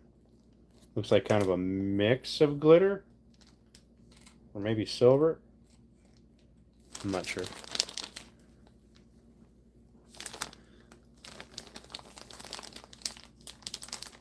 They remind you of a spa liner? Yeah. That's a very cool blue. I like that blue. And then we've got, let's see, black and clear worms with a forked tail. We got some worms that are a little bit different than that color. And some lizards in here. It's kind of a mixed bag. There's some craws, there's some lizards. And these colors here. And then the blue. Blue craw. Oh, that makes me... Wait, that one was blue craw or this one's blue craw?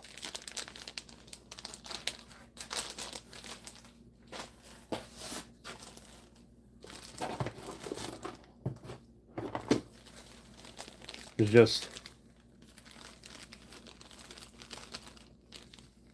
just a mess of different hand ties.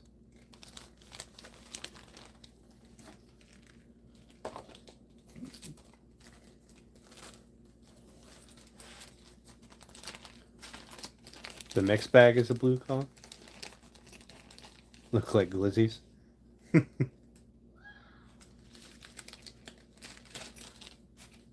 The neighbor wants to come over with Pluto, but because I have the door open, she can hear me talking. Pluto is the neighbor's dog. There's that.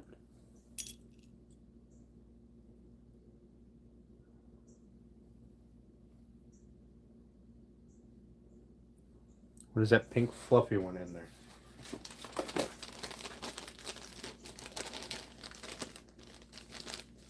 Oh, wait a minute. I know what these ones are. These were the Dirty Dozen bag. Look, this one's mine. Wait, is mine in here? Do I have one in here? Or are these just ones that I had ordered? Oh, I can't remember which color was mine.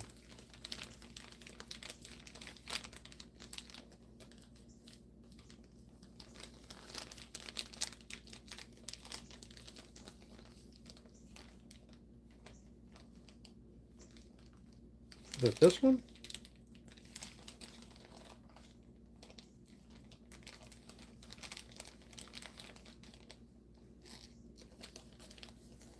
Yeah, if it's pink, it's a Cleveland jig. 9 times out of 10. Oh, goodness. What was that one?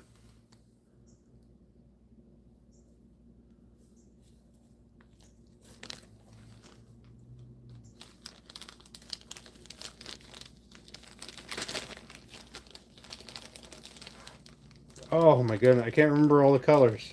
Shit. I'm going to have to put these in a little box.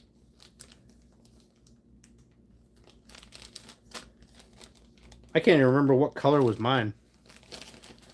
Hey, Rumple. The two left that you found?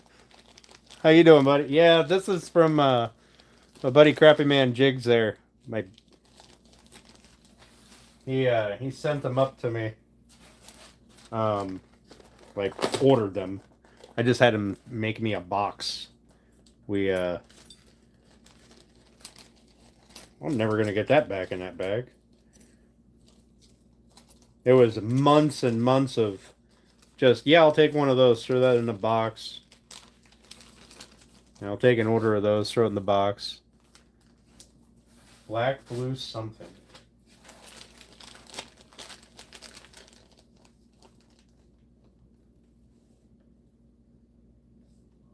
I don't remember anymore.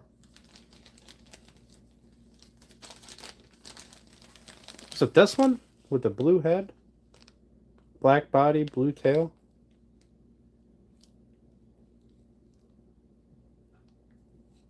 I can't remember.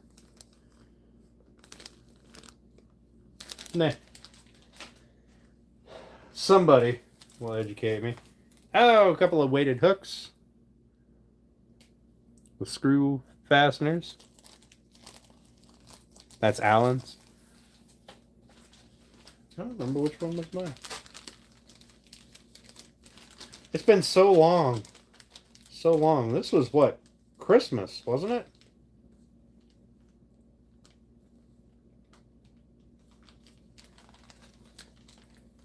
What was that one?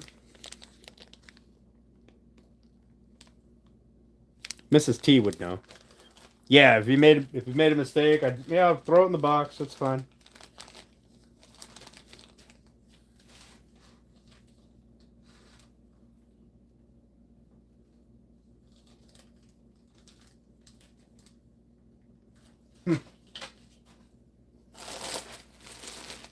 It's just a mess of different worms. We're not going to go through it all. Just a ton of worms. Just a straight mess of them. Toenail clip-ins. This is a giant bag of mixed stuff. Oh, my super big hooks and weighted hooks and my my various weights.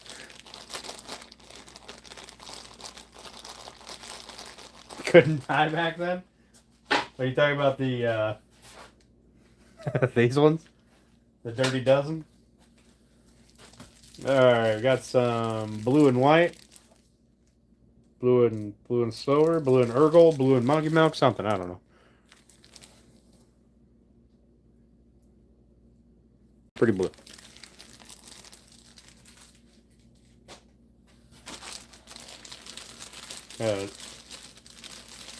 This is the same color before the blue and black. Oh, there's some more. I don't know what these are.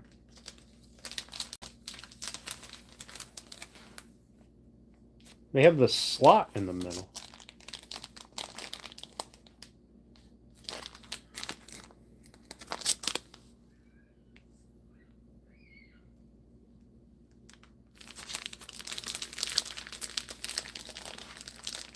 I don't know what these are. They've got a slot in the middle.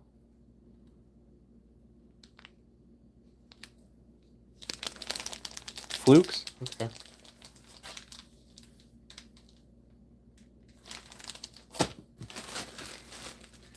A giant bag of just... I don't even know what's in here. Goodness. Oh.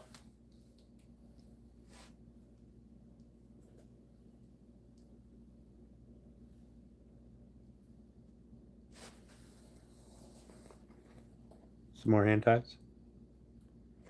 Oh, fuck. Probably open it up, huh? With eyeballs.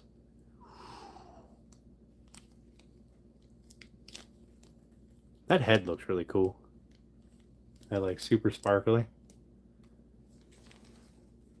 Alex's kit. So this was from somebody else.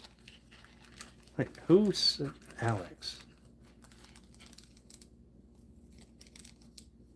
Two color blue.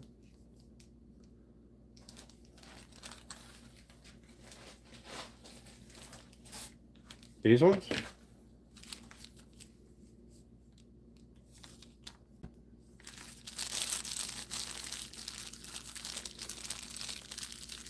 Oh.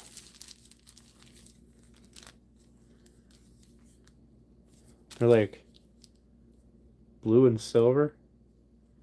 Yeah, these are a really cool color. Looks like I've only got one pack of these. Unless I got ones earlier. So, Alex. Well, these are super cool.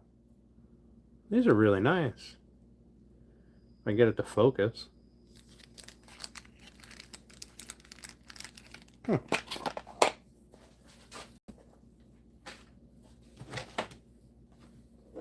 The signature came off. I had the Crappy Man Jig signature.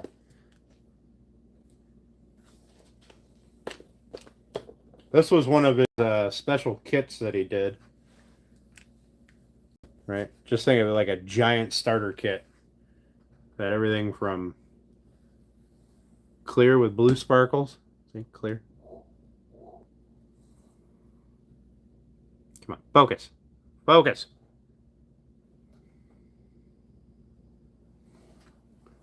Got some bubble gum. That's a weird lure. Well, what the one is that, Turner?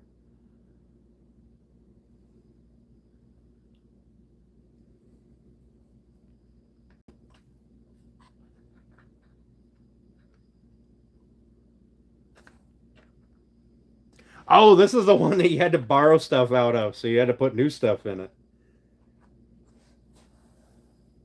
Got this. This is pretty cool. Oh, focus. Stop looking at my trash can or my vacuum cleaner.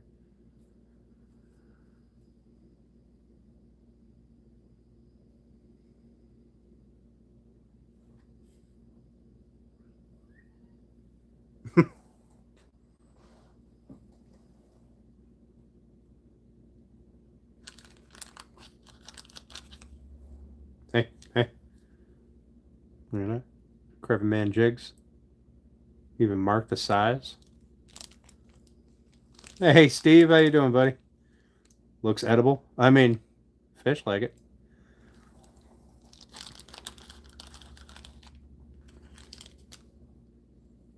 Oh, these ones look cool. Come on, focus. That's literally the only thing in view. And you're focused on the box. You stupid phone. There you go.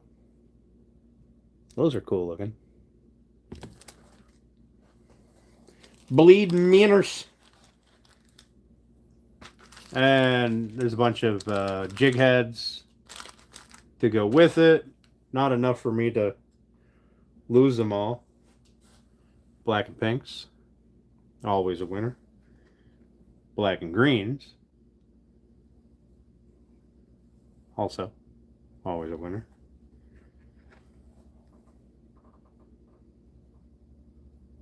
Then we got sparkly top. There's another one with a sparkly top. In I don't remember what it is. These clear with the blue. I feel like those are gonna do me good. All right, let's make sure I don't cut any tails off.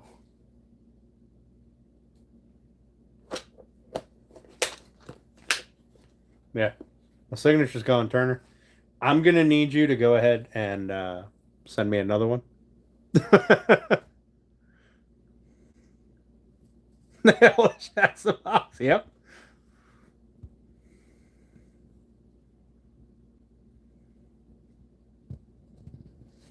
Like those that look like dragon. Which ones?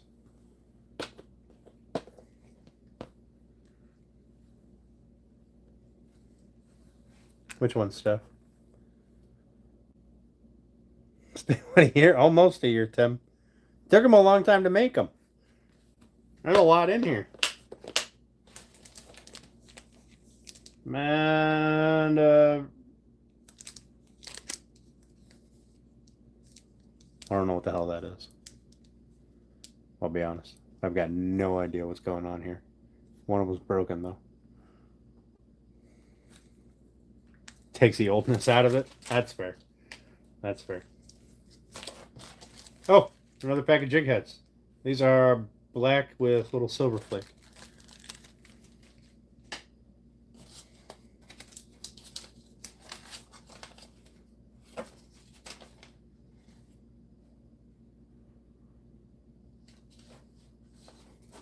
Oh!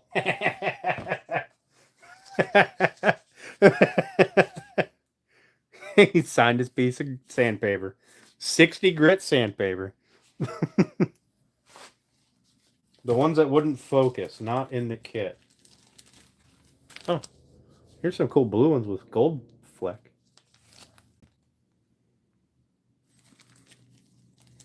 No, I did not get any BBC. Unless there's some in this bag. I don't know what this bag is from. There's jig heads.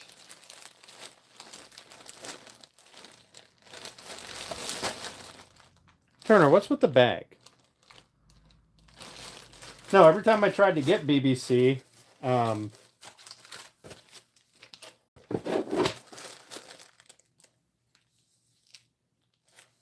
somebody bought them all. Probably Cleveland. Oh, this was the original order? I don't even remember what the original order was. Hang on, let me put all these in here and we'll open that bag up, I guess.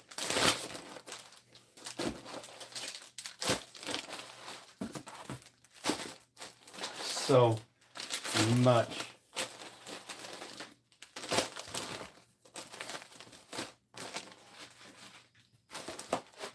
There's a ton of money in this boat. Oh, it's broken. Oh God. Yeah, shake the pokey things. That's probably intelligent.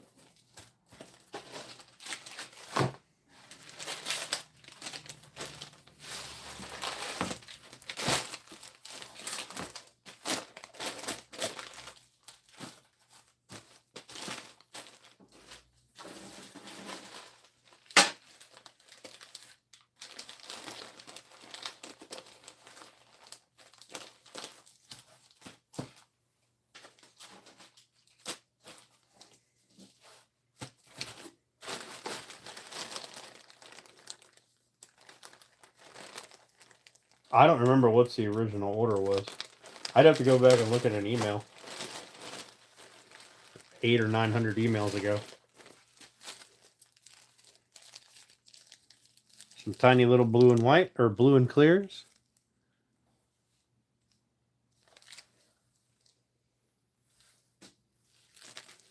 Pink worms. Clear pink. Aren't some of these worms ones that you had to hand pour? Or did I not do those? Is that when we got you the worm mold? Straight white? Just white.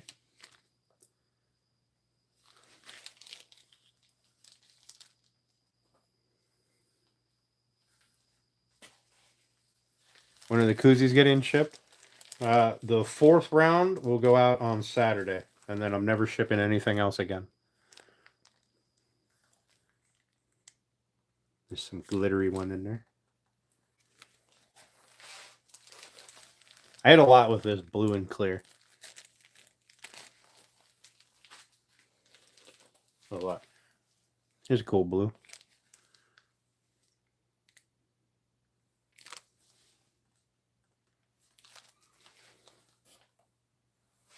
Yeah, I am gonna need a few more jig heads. So I'm gonna have to set up an order of jig heads. More blue and clear. These look like probably Crappy Man greens.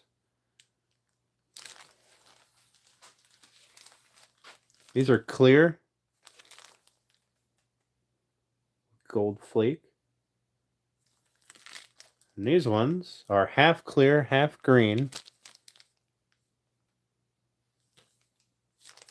Are these platinum? These might be platinum and green.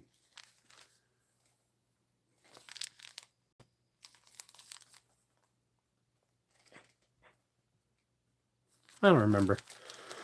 Francois! How you doing, buddy? There's also a bunch of jig heads in here. Like a bunch. A bunch. Like a lot. Some brown little minnows with some fleck.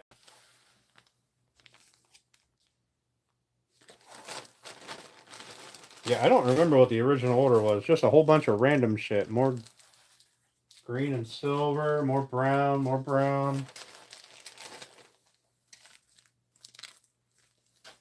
Some of my pink.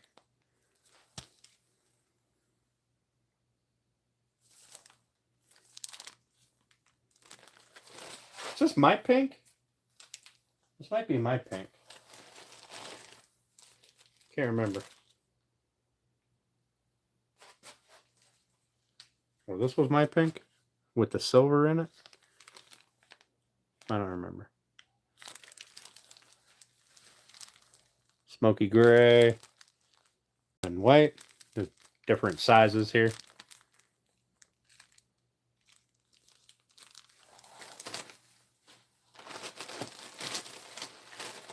So these are the oldest ones then. The orange.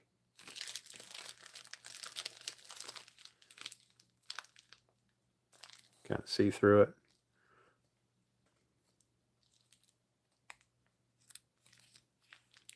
No.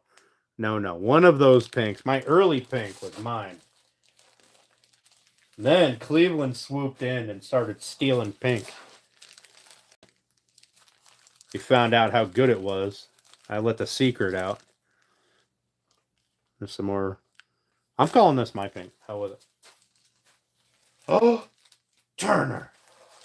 Look. There's this random guy in there.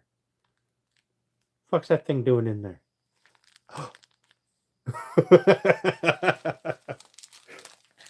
I like it. It's just this one random in there.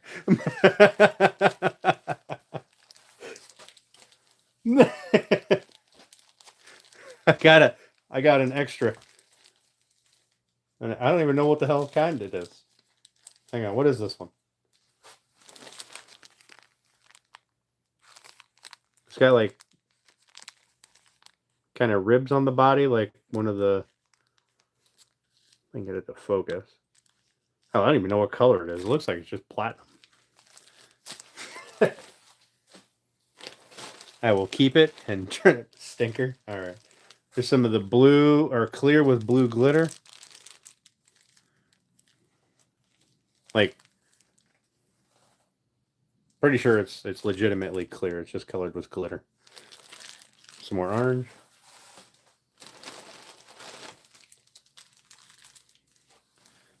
More of these blues.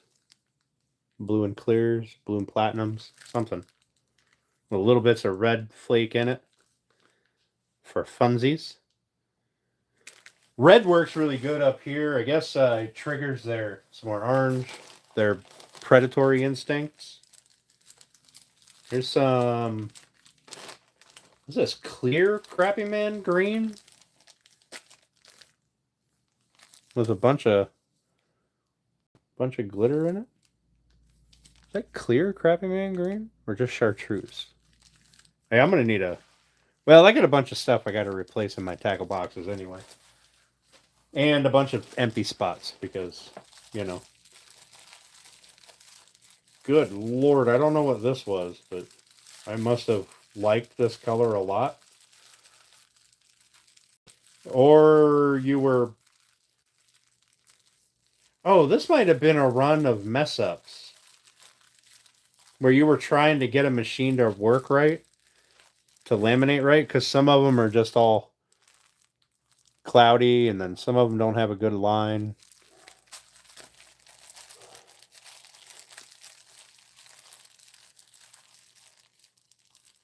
Yeah, this might be a bag of mess ups.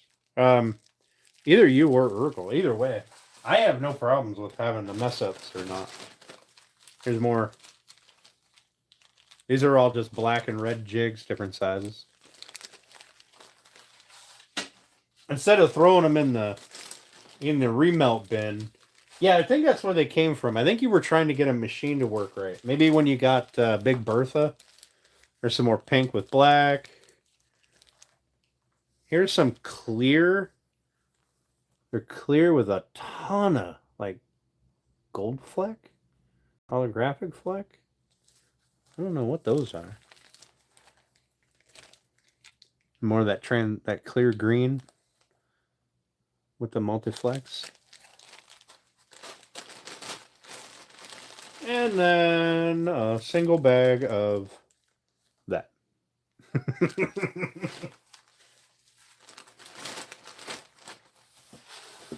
Right, I'm going to put all of this back in here. I'm going to keep out my... Keep out my jigs. Those are all going to go into a couple of different bins. I got steelhead season coming up shortly, and I will be going this year. In fact, I'll probably stream it on my other channel. If I have good service up there, I don't know. Maybe that'll be what I stream on the other channel. When am I taking you fishing? Hey, W, how you doing, buddy? I got plenty of bait. We should be able to get through a day. I don't know, though. I don't know. We might run out of hooks.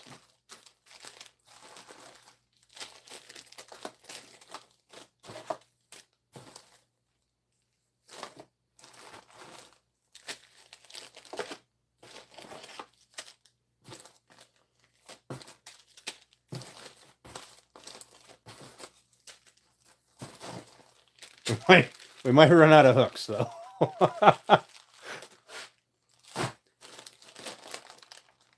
Blame the mess on Urkel.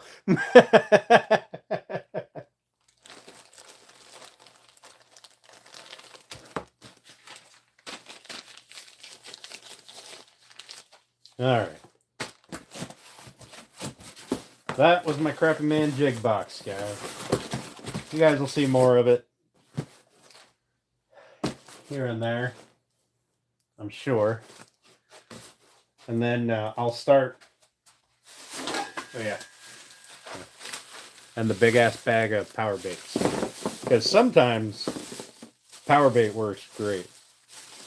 You got the rainbow, you got the regular corn, you got the orange, you got the green. The only colors that matter. And if they stock, that's the only color that matters. Let's be honest. They go after that because it looks like the food that they get at the fish yard. How'd you get such a large box? So, excuse me. Crappy Man Jigs in the chat here. He is a bait maker. And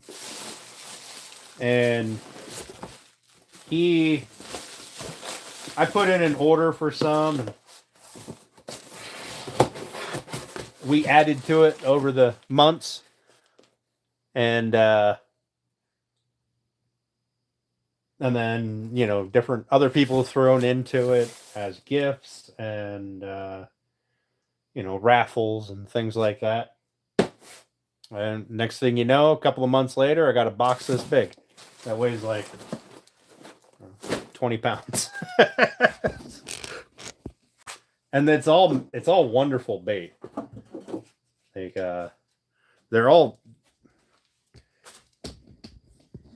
I should have been pulling them out and showing them more to you, but I felt like that was probably going to take too long. But you guys will see them, you know, as I make different videos and stuff about it. I don't know if I'll do it on this channel, because while opening a box is one thing, fishing on a woodworking channel is a different thing. But on my Dan K account, my You have to try first account. Dirty Dan, that's the name of it now. Dirty Dan. That's where I'll do any of the fishing stuff that I do, if I decide to do it. A lot of times when I fish, and I just like the peace and quiet. I just want to be out away from people. Most of the time I don't even take my phone. So that's quite a collection. Yes, sir. Orange and earthworms, all you need. Yeah. I bet they'll do really nice. I bet I could go out onto the pier and hit some of that deeper water and get some of them smallmouth going. Yep. Made by Crappy Man Jigs. I left something in the house. Give me 1 sec. Be right back.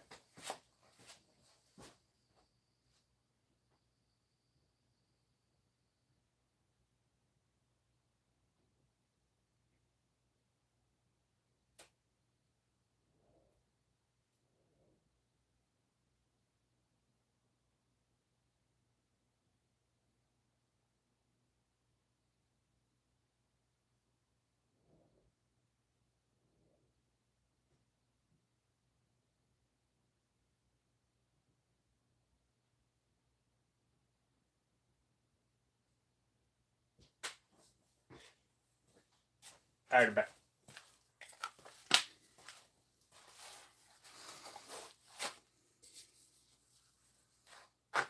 Thanks, EW. Appreciate that, buddy. Everyone, that's the OG EW. I didn't even know he existed before I made this account.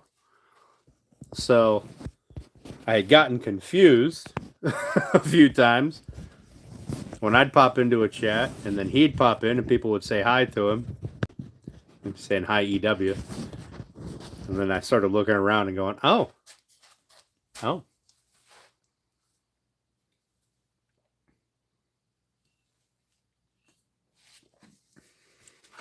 Yeah, his Crappy Man's YouTube is at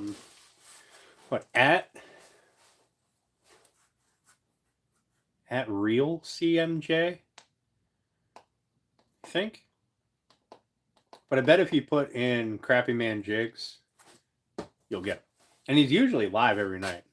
I think I delayed him tonight because at real CMJ. There you go. I think I delayed him tonight because he was here checking this out, but he'll probably go live here shortly if he hasn't already.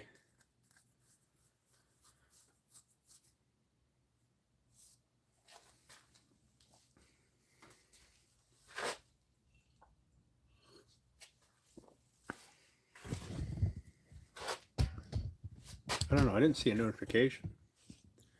Nope, no notification. Yeah, Turner's a good guy. The crew over there is good people. You know that. A lot of you guys are over there too. It's pretty chill hangout.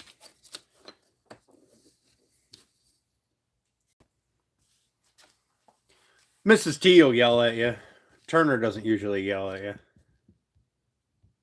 The mods will yell at you.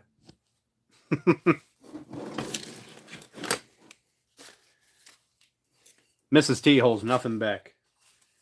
She's great.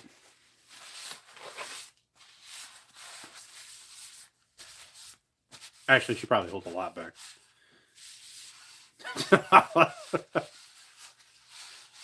Yeah, that Eskimo guy, he's a bit of a tool. Damn snow Mexicans.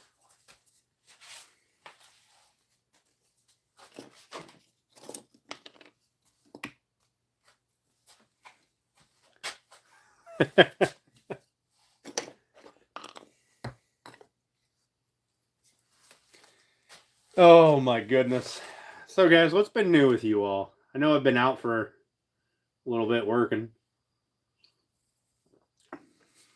Summer flew by so fast.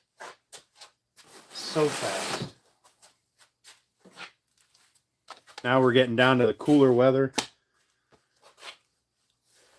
Like, it's nuts. I got a lot that I need to get done before snow hits. And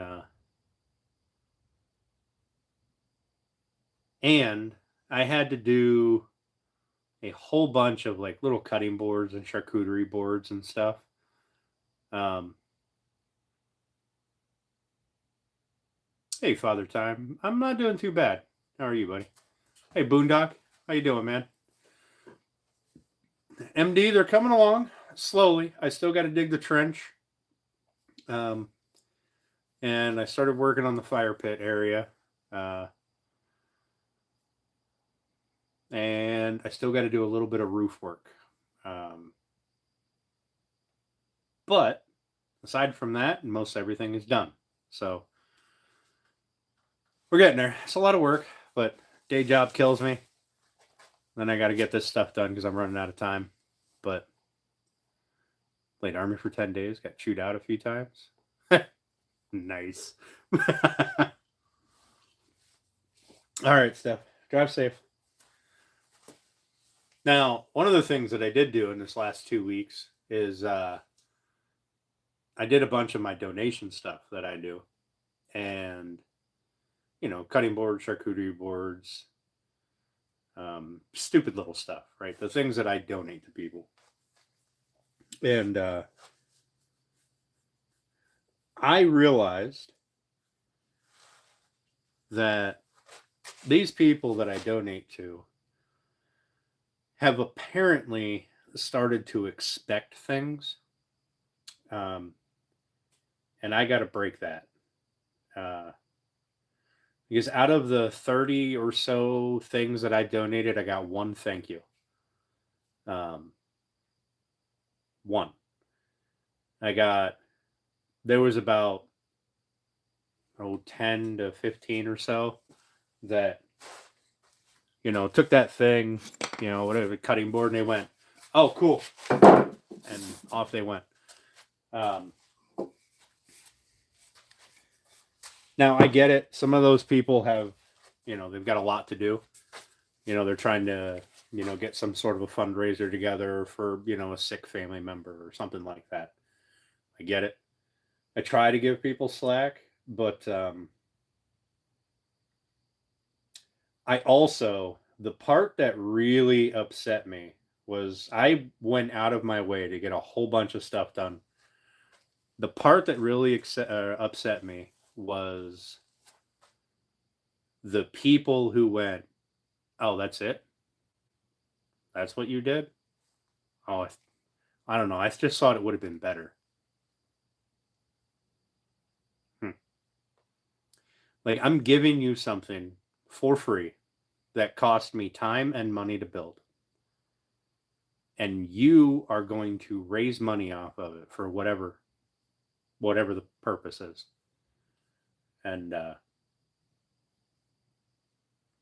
you say, that's it? I thought it would have been better.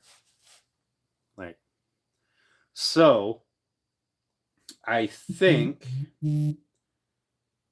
that I am going to severely restrict my donations for a little while. Just because it seems like people have become expectant of it. And, well, then it's no longer helping people out. And, it feels like,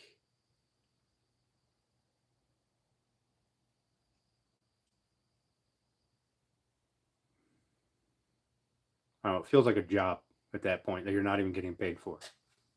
And you're not getting credit for.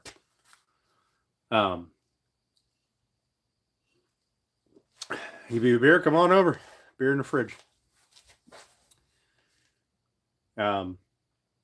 So I got to be honest, when I handed all that stuff out, and that, that was, I gave all that stuff out in a very short amount of time.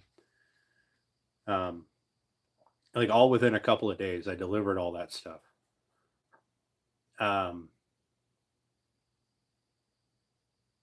That kind of bummed me out, put me in a bit of a funk for a couple of days.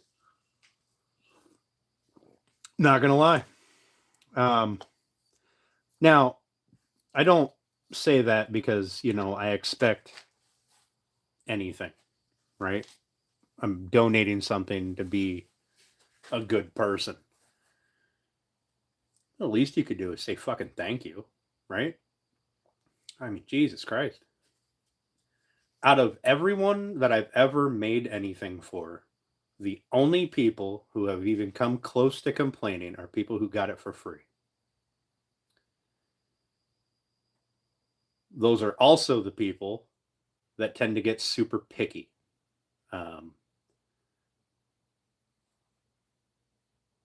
Like, I'm gonna make a, you know, I'll make you a cutting board. You know, not a big deal. Yeah, I can make you one. I'm making a bunch anyway. I'll make one for you. You know, you need a cutting board, or you know, you'd like one for fucking Christmas or some bullshit. What, right? Whatever. Um, and then they start, you know, well, I really like this wood. Okay, whatever. Well, I need it this way, or this way. I want to add this. I want to add this. I want to add this. I want to add this. Like, that's what I mean by they get to be the most picky or particular, right? Thanks, Jeffro. I appreciate that. I mean, that's, you know, to be honest, maybe that's why the businesses around here don't give away as much. Um, maybe they found this out the hard way. What's up, West Coast?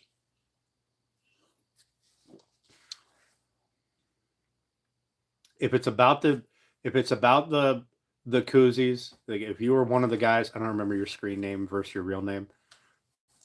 If you were if you were one of those people, I swear to God, I'm sending some out Friday or Saturday morning via FedEx because I'm tired of the postal service.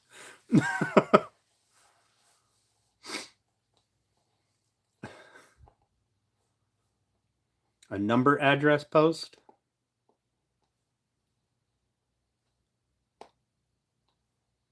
for your cabin. You're turning this beast of a house into an Airbnb. Hell yeah. Yeah, shoot me an email. I don't even know my damn email. ElegantWoodcraft024 at Gmail. And let me know what you want. We'll get you squared away. I'll let you know what I can do. Or you let me know what you want. I'll let you know how close I can get to it. Perfect. Perfect. Don't come back around for you? Yeah. Yeah. Just I don't know. It's a little depressing that we're at that point in, you know, we've got people that are at that point where, well, they're ungrateful, I guess. I mean, I don't think there's really any other word for it. Now, some of them, sure, they could have been busy. They could have been overwhelmed with, you know, doing everything they were doing. But every one of them knows my email, my phone number, my Facebook page, right? You ever notice that some people are like cactuses? They're just fucking pricks.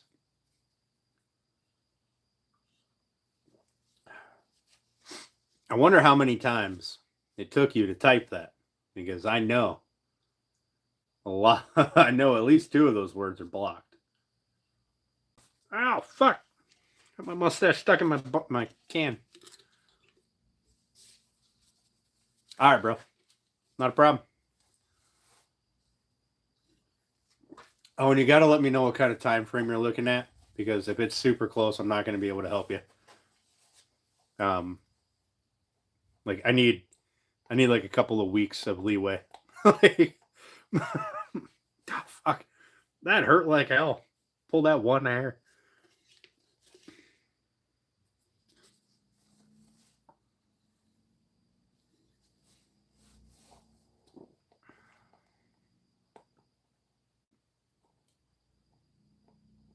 Hey, Alan, how you doing, buddy? Alan, you missed the You missed going through the box, buddy. Don't make excuses for them. Yeah, well, I know some people are, some people are overwhelmed. They got a lot going on. Most people aren't throwing a fundraiser for fun, you know. Um, they usually have something going on at home. So I can get a little bit of it, but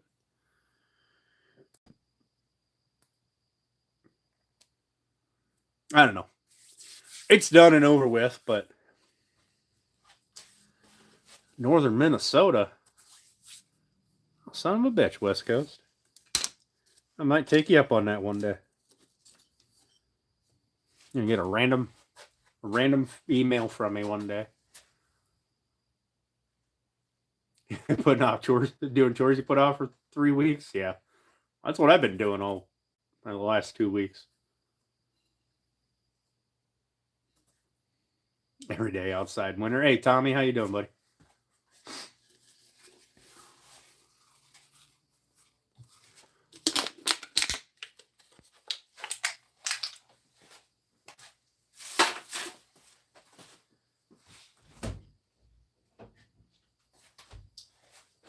Aside from the railings and the second level that I want to build on the deck is done, so that's good. Where have I been? I've been taking some R&R time doing chores and work. Work has been brutal, right? It's just exhausting.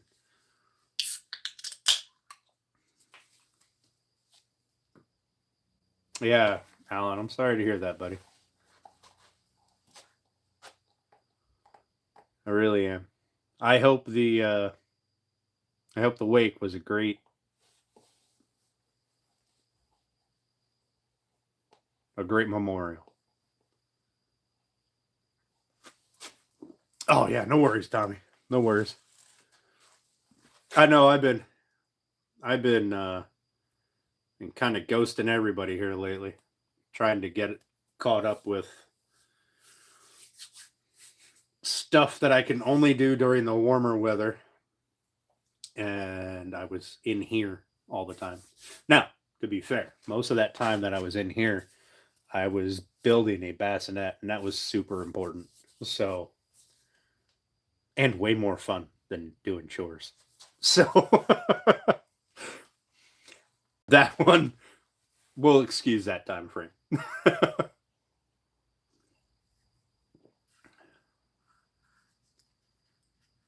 Yeah, I don't even do the craft shows. So I don't know how you guys do it. So here's the thing. I don't know how this is anywhere else. I only know my kind of local area here. I'll go to different fairs and different shows and stuff like that. But I've started to notice a trend in the last few years where every video that you see on YouTube, like that guy who makes everything out of fence pickets. For fuck's sake, I can't remember his name. I just watched a video of his. Excuse me. Anyway, like videos that guy puts out, the fence picket guy, videos like that are titled something crazy, like turn this 1x4 into $600 easy, fast and easy, something like that. It those kinds of videos, those like quick build, fast money kinds of videos. Who's the boss? No, the other guy. Damn it, I can't remember his name. He's got a great big shop. I swear he makes almost everything out of fence pickets. Just because they're cheap and easy to get a hold of. But Matthew? Not Viking. I mean, Viking's good. I like his videos too, but I haven't been in one of his lives lately. That's kind of bumming me out. No, Matthew Peach. That was the fence picket guy I was thinking of. Like, he does a lot of those quick, easy builds. Yeah, Matthew. And they're all super good builds. But I've noticed that more and more of the local shows and fairs and stuff have people with, tents or booths set up. That's what they have in those booths, is all of just a collection of all of those types of things, right? And some of them, in fact, a good portion of them are directly like 100% the same thing that I just watched a video on, right? And I've noticed like it started off with like this guy would have a couple of pieces up there and then some other stuff. And then the next year there's 2 of them. And then the next year there's 4 of them, and they all are just 100% all in on this stuff, and they're all selling the same thing. I don't know how it is anywhere else though, because I'm only kind of relatively local. I don't really travel for fairs and stuff. So is that something that you guys have noticed at your local stuff, your fairs and craft shows and things? Has there been a huge influx of that kind of stuff? Also, thank you, country. I appreciate that. Alan, thank you, as always. I love Alan will send me pictures now and then of the little baby in Charlotte in the bassinet, and I love it. Makes my whole day. I will then share them with Steph. I'll show Steph when I see her and be like, hey, here's a picture of a baby in a bassinet.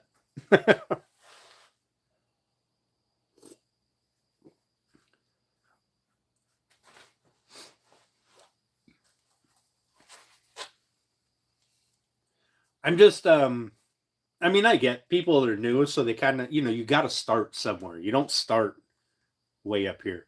So in my area, we have like 3 types of booths. And Bex, yeah, we do show Bex. We have 3 types of booths that you'll see in my area. There's a delivery video on my page. It's a very short live. It's only like 15 minutes or so, 20 minutes, where we set it up in a Walmart parking lot. You get to see AA. We're all just kind of bullshitting in the middle of a Walmart parking lot in Indianapolis. We'll have 3 types of booths. We'll have the people who do like those laser maps, like the lake maps or the city maps. You'll have those people and the scroll saw people, right? You'll have so those, those are, and that's usually all they have. Or, they'll throw in some like laser work and stuff. And then you'll have the people that are like strictly cutting boards. That's all. That's it. That's all they've got. They've got a bajillion cutting boards or similar things, little like pot stand things. There's a big ass moth in here. Good Lord. That's like a whole ass bird. And then the other type is the ones that have like a lot of the new, not the new stuff, but a lot of the kind of entry level stuff. I'm sorry, there's 4 types. There's also the guy that has just giant chunks of stuff there that are like massive and expensive. And I don't know if they actually sell anything, but fucking good for him. Or her, the case may be. But I've noticed that the kind of entry level people have begun to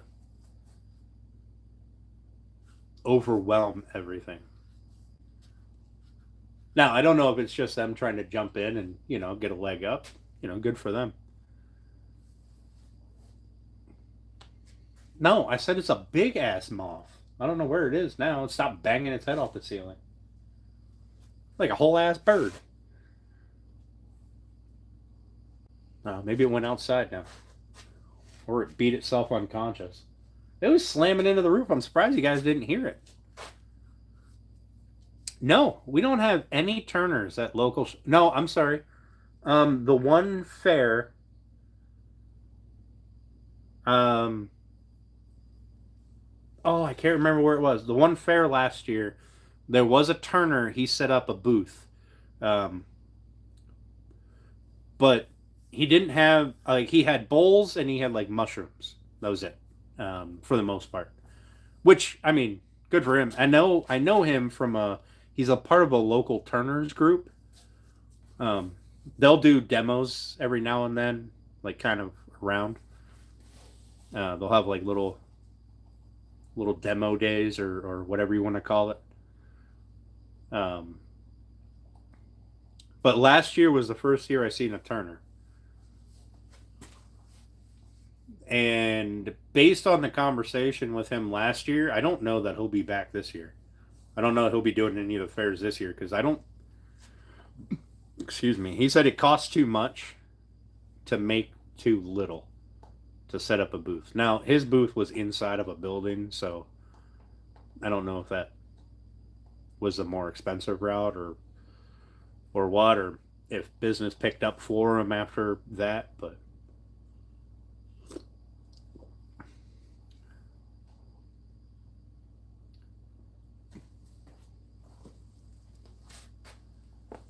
yeah, I can imagine. I mean, I can imagine it's hard to make money as an entry level woodworker. Um, I fought my way through the beginning stages, but that was before I started the business. Um, and there wasn't that many uh, woodworkers out and about, right? Um, but now, I mean, you can't open up Facebook Marketplace without seeing half a dozen, cutting boards or charcuterie boards or planter boxes, which are all entry level products. So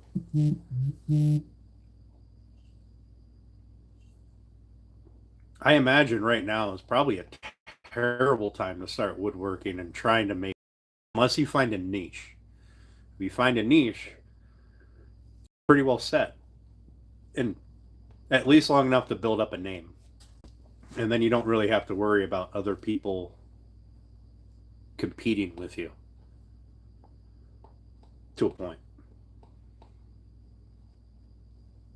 What's up, Zyro? How you doing, buddy? Like my niche right now, I don't really have one. I just kind of do everything.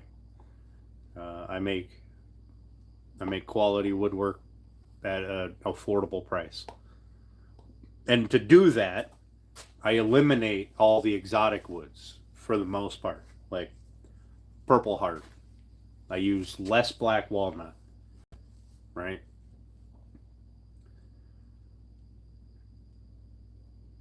I don't, however, agree with some people that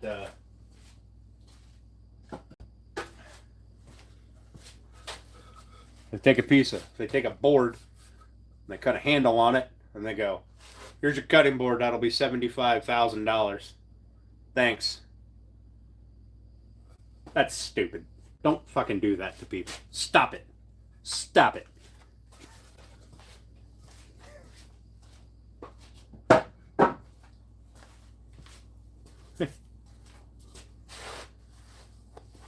I do. I am trying to break into the furniture niche. So, yeah, that is what they do. And it drives me nuts. Oh my goodness. Oh, it drives me nuts. Like, listen, some of them boards can be really nice. They can look really cool, but not every piece of wood you find is a charcuterie board. Like, not every piece of wood you find, you cut and you add a handle to it, makes it worth a fortune, right? It's lazy. Yeah, right. That's the other thing. The people that do stuff and Yeah, now, yeah, some pieces of wood you can get really nice, really pretty pieces of wood, and then I would buy a charcuterie board where all you did was cut a handle on it and round over edges. But that piece of wood's got to be memorable, right? It's got to look amazing.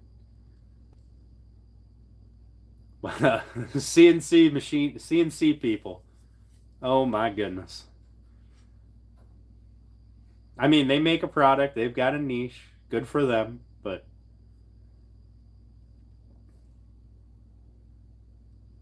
that's it's not woodworking.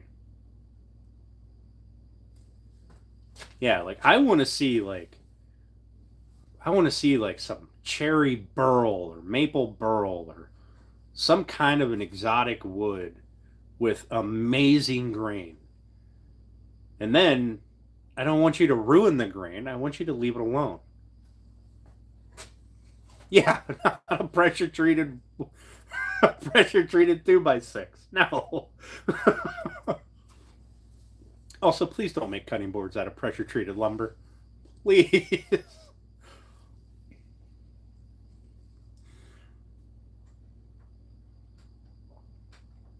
Right? Like if I found see the thing with, around me is people like to get that burl and then usually a turner will buy it because they can make a pretty bowl out of it, right? Or a couple of bowls. Um, and I look at it going, "Holy shit! If you just slabbed that up into inch and a half thick boards, I I could have made so many pretty platters out of that, and they would have been gorgeous. But instead, you took that and you made three bowls out of it and wasted the rest of it. It hurts my soul."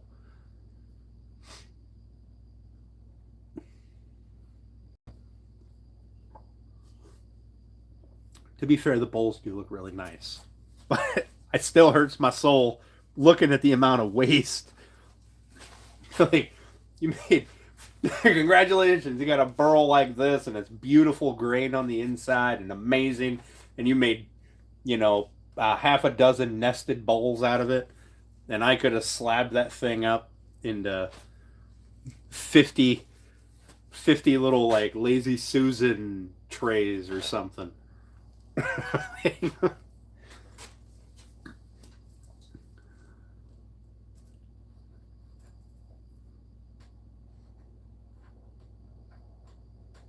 don't know. It is what it is, though. Everybody deserves equal access to, well, I mean, if you can afford it, equal access to lumber. There's no gatekeeping going on, really. Project of the day. Well, we opened up the box from Turner. We went through that. That was about 2.5 hours. And we put our corner pieces in here on four sides and fucked some up. So we're going to see how that looks later.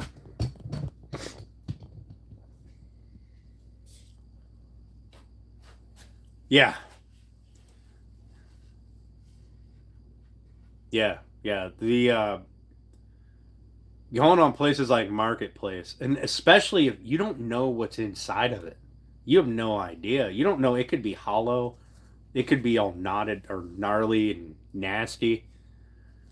But yeah, yeah, when you start competing, a lot of the, and I don't have anything against veneers. Um, I mean, it's a way to make gorgeous wood last a whole lot longer, right? You can get quarter-inch, eighth inch thick veneers out of it instead of 50 slabs. You can get 10 times as much in veneer, and then now you can make something bigger and better.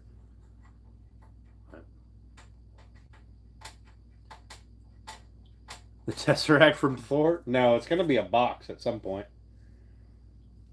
I'm I'm going to cut the top off of it after I get all the corners done.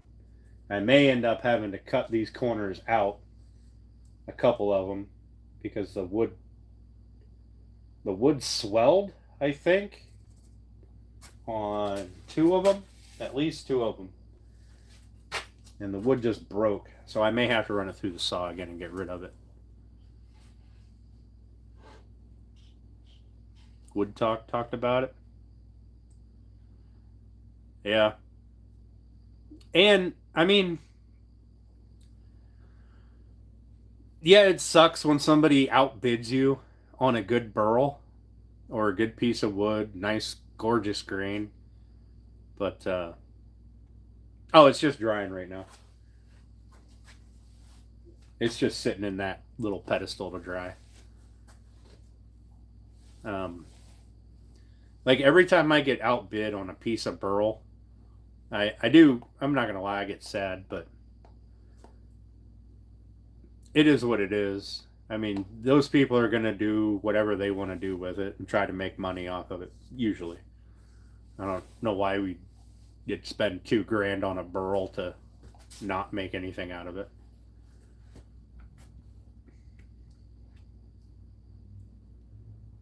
But they're also taking the risk that it's worthless, you know?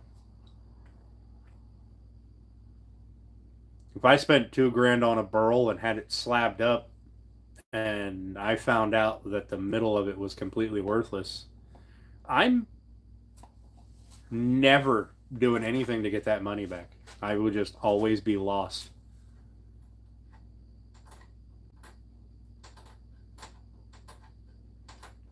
Just subscribe. Nice stuff. Cool beans, Light Street. That's awesome, man.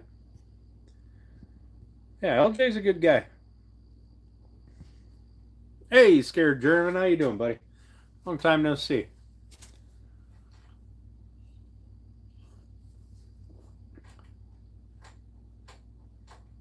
Yeah, there's a lot of good channels in here.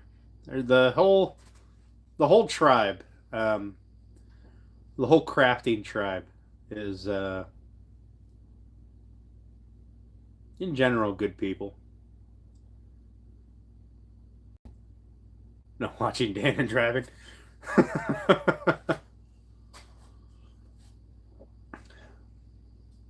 She was just talking to the shoulder. Yeah, it's a very good community. Also, I know it's been a long time since I showed this off, so I'm gonna do it. There's my flag from Amy Jo.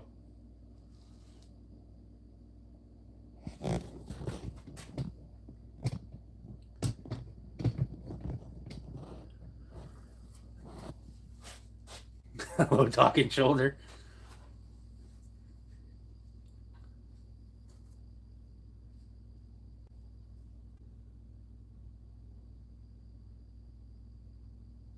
America. Hell yeah. Oh, there's no America flag on this. Flag right there. And a flag up there. Or at least a representation of a flag. Representation of the 2A flag. You got the OG flag. And then Alan hooked me up with a proper flag. I just got to put it up. After I get done with the fire pit, I don't know if that was thunder or not. After I get done with crotchwood is always gorgeous lumber. I have a piece of white oak back here we're going to make a coffee table out of.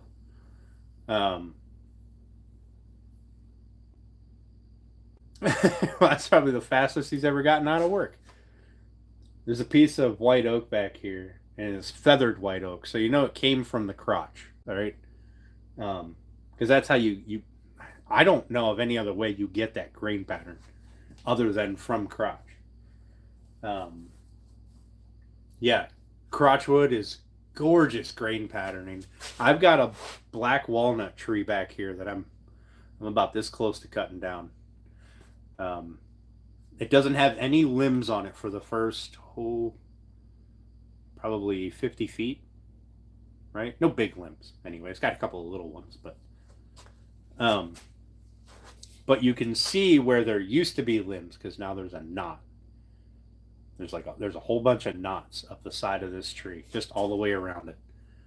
And I really want to know what the inside of that tree looks like.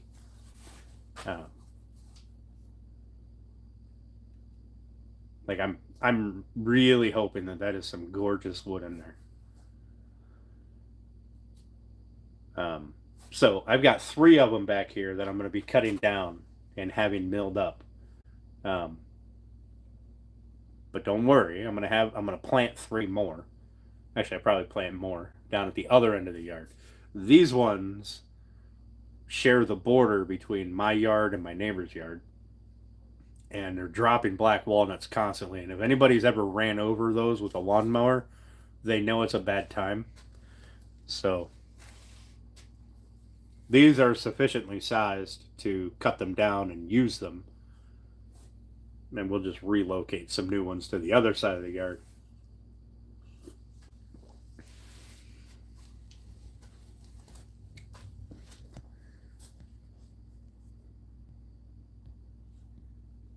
But I really want to know what the inside of that tree looks like. Just because of the knots. I think it's going to look gorgeous. In my mind, there's going to be a whole bunch of swirled grain on every one of those little nubs on the side of it. I'll take a picture of it sometime during the day and show you guys, so you know what I mean when I say it's got little nubs all over it. When the other 2 trees next to it are nice smooth trunk, whatever you want to call them. And they're good. They're good size. They're probably 24 inches across.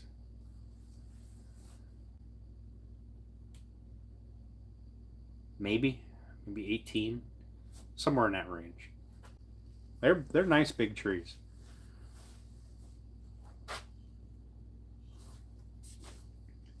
But I'm not going to keep you guys for terrible much longer. I'm going to finish my drink, and we'll probably call her a night. But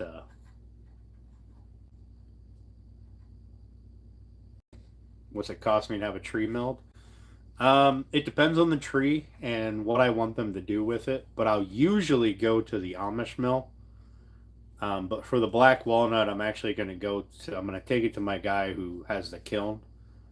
Have him cut them and kiln dry it right away. He is more expensive, but the last time I had the Amish mill a tree for me, I had them mill a cherry tree, and it was, I don't know, $300 to have it milled. Yep, we already opened it, bud. Or what? This? I'll have another one. I'll drink one more, and then we'll call it a night.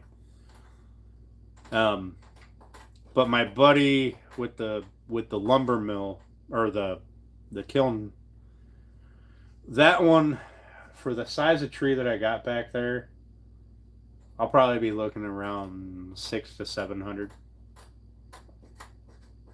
plus another $300 or $400 to dry it, because it won't be sitting around. It'll go right from milled and go soaking wet right into the kiln. So it'll have to have a really long dry cycle. Oh, I just want to say the 30-pound box? Sure. Yeah, still profitable. Yep.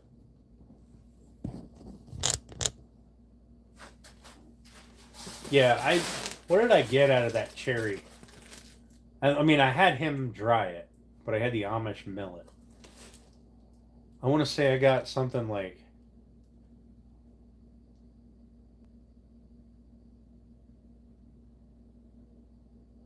It was a big cherry, a big black cherry.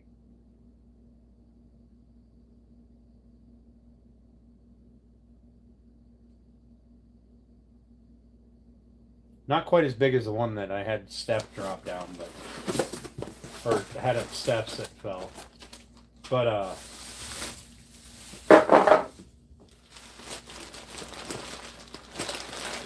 want to say I got something like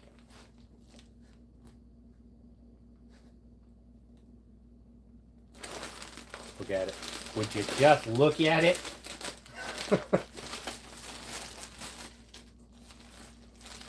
There's a good selection.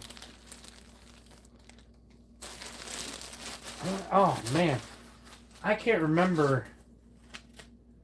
Oh, it was so long ago. It's in the other shop, and most of it's in the other shop in storage. Um,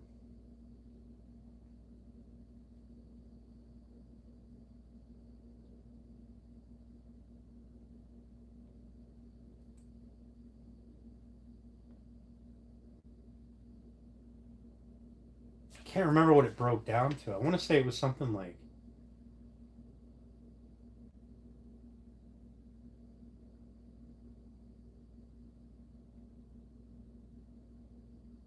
a. It was something stupid. 50 cents a linear foot or something like that. I want to say it was several hundred board feet. Um,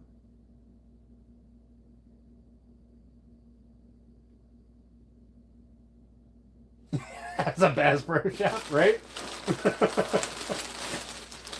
So much. And the booty toads. Booty toads. Where's that blue? Where's that blue I like? Where's that blue? Look at that. That's pretty. I don't have my light over here anymore, so you can't see.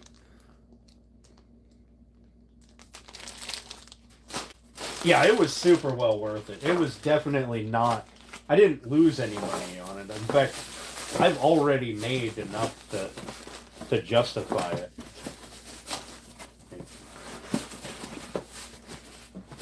Now, that hasn't. Most of it hasn't been kiln dried or anything. It's sitting there air dried, but some of it did get kiln dried.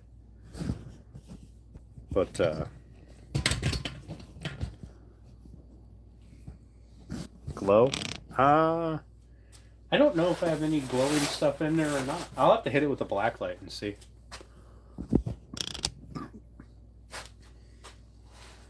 Now I had them mill a little cherry tree for me, with my bar top. Um, I had them mill that as well, and then I had my buddy dry it. Um, that one That one cost me like $200 to have that one milled, but it had a big crotch in it, and I wanted them to leave the crotch, so they had to, and I wanted them to take it down the crotch, right? So that every board had the fork on it. And I got very specific with that tree, so that tree cost more. They had to do a lot more work to do it. And I understood that. That makes sense. One of those big crotches? No, you don't. So you watch your mouth, or I'm telling your mom on you. Let me get you guys pushed back over here. Here, we can open this. And just let random baits hang out there in the background.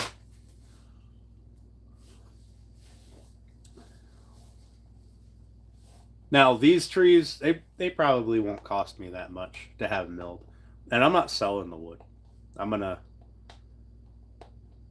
You already got yelled at to go to bed.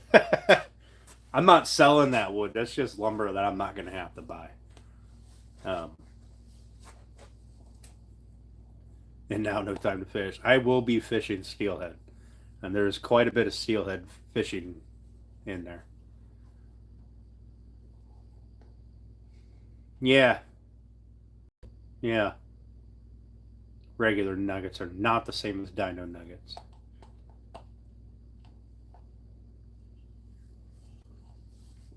And if your mother tells you they are, you politely and respectfully tell her that she doesn't know what she's talking about. And if your mother's like my mother, you'll get beat. Probably with a frying pan or something.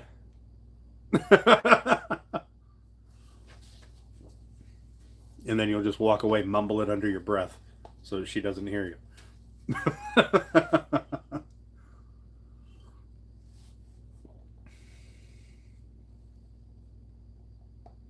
Yep. That's my emotional support pickle. You know what? Maybe that's why I was so bummed out earlier when I did those donation things and those people were ungrateful. I didn't have my emotional support pickle. I had a regular black hat on.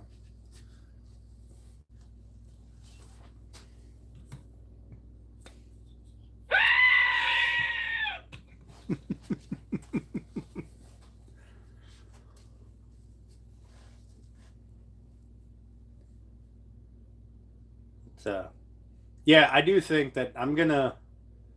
While I really do enjoy doing donations for local stuff, I'm gonna drastically cut it back. At least for a little while. Start picking and choosing um, a lot more.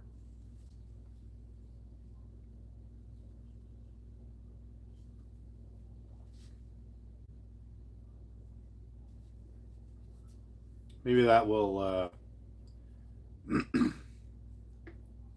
tone down the entitlement, I guess. Is a good word for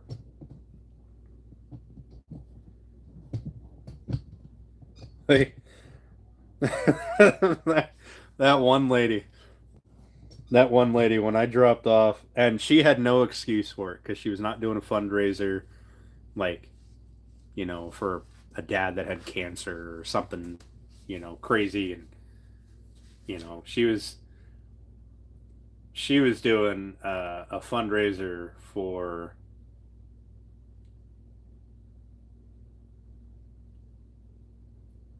what was her basketball team? I think she was a local basketball team, and I gave her a cutting board and a matching charcuterie board, and 2 tins of board butter, so she could keep it together or she could split it up, whatever. Um, and when she said, "Oh, that's it," I about lost my fucking mind. Yeah, but oh well. I'll make adjustments and I'll move on.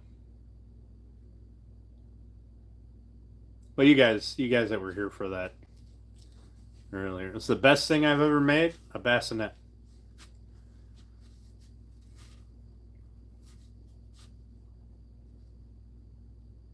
If you look back at my last 742 lives, you can watch me build that bassinet.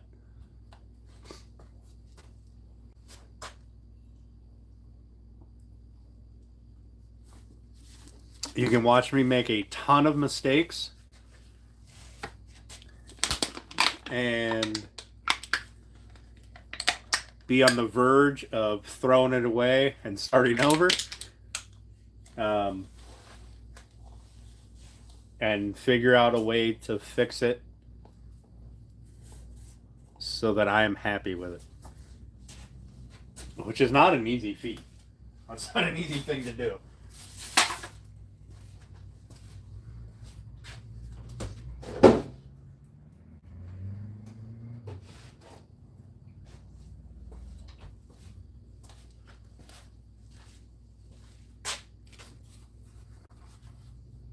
Or if you just look at the delivery video, you can see the last time it was in my possession, where it changed hands from mine to AA.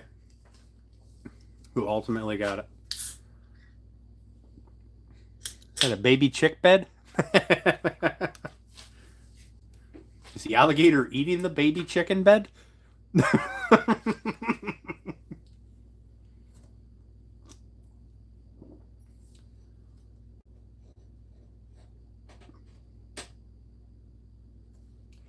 Now the rocking chair, that's going to be the next big project,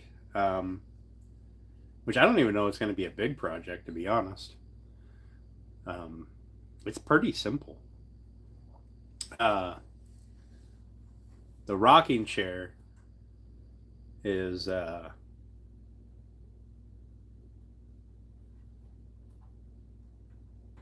that's going to be kind of fun. I don't know how to make it comparable to the bassinet, right? Like I feel like you've got to notch it up a little bit every time, and I don't know how. I don't know if there's any way that I can beat it at this point. Maybe in the future. What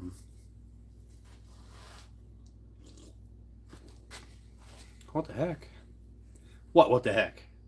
The alligator eating the baby bed?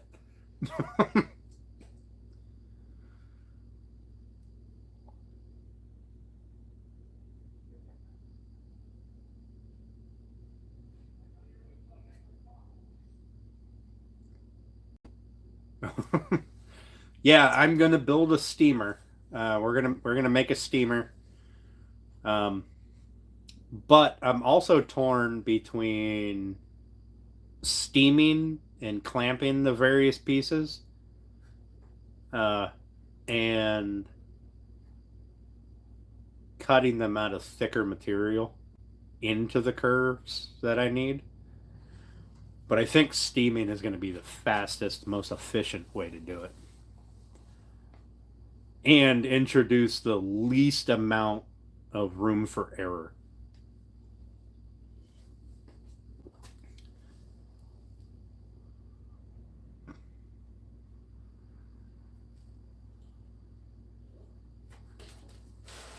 But humidity in a wood shop is a thing. So we're going to have to figure something out with that. I don't know how it's going to get vented yet. If I do it before winter sets in, I can vent it right outside. But I'll be right back. Just 1 second.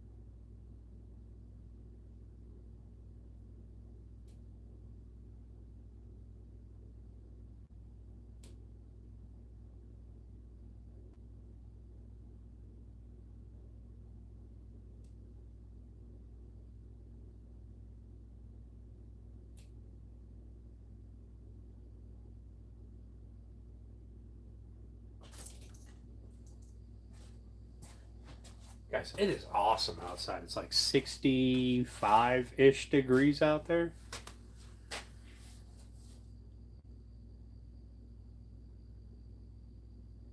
Within cup holders, compartments. Rocker stoppers. Oh, apparently it's 57 degrees outside. All I know is it's gorgeous and I don't have to have my air conditioning on. And I'm not sweating. I'm not sweating my ass off in here. Adjustable back. That's going to be a whole level of difficult that I don't think I want to get into on my first rocking chair. Well, I mean, I did build a rocking chair once, but it was very, very basic, very plain. um, and I don't think it held up very well. I had this idea one time to turn those outdoor chairs where you're kind of sitting way down and you're like laid back. What do they call it? Adirondack chairs. I had this idea one time to turn one of those into a rocking chair, and it was all kinds of terrible. Don't do that. Or at least don't just put rocking chair runners on the bottom of on the bottom of a regular. Oh, there's that damn moth. What the fuck you doing in here? Get out of here. I got cedar on the walls. Why are you in here?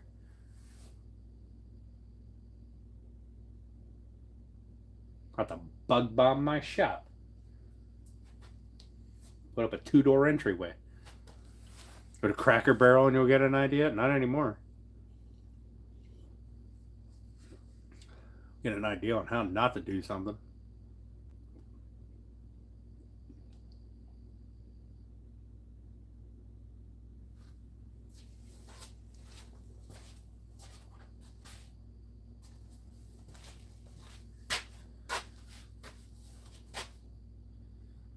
Is it landing on something? It was hanging off one of my impact guns over here on the rack. I don't know where it went now. And it's not white, it's like gray and black. It's a regular generic moth.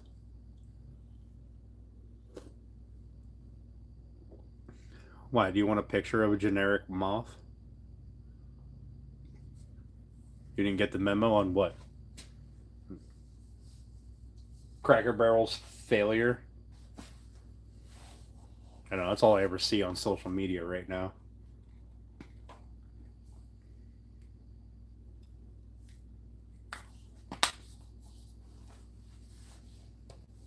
Is that a pickle in your hat? Yes, sir, Mr.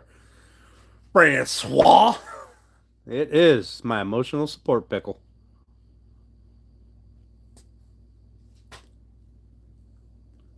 When I'm feeling sad, I just reach up here and rub my pickle.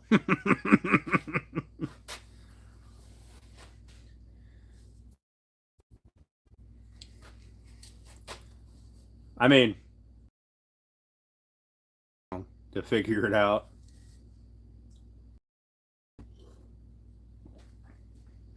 Cracker Barrel went through some changes,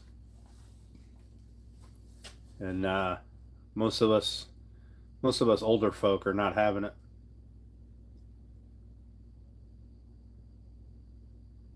Elk or walnut for steelhead? Elk. Walnut gets too crowded. Crowded.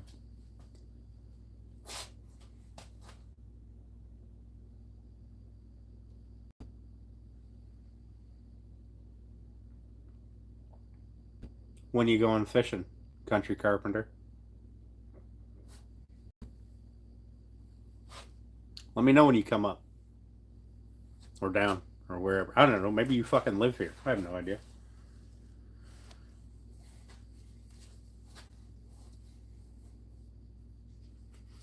Walnut you'll get walnut you'll get 10 people crowded around a hole this big with one fish in it, and they'll all be sticking their fucking rod in there, yelling at each other because they're in their way. And ain't none of them catching it. Elk is a little further away. Some of the mile creeks, I guess, are less traveled. The mile creeks are up on the other side of town, up towards northeast and the New York border. There's a whole bunch of different mile creeks: 4 mile, 7 mile, 25 mile, whatever. There's just a bunch of them up there.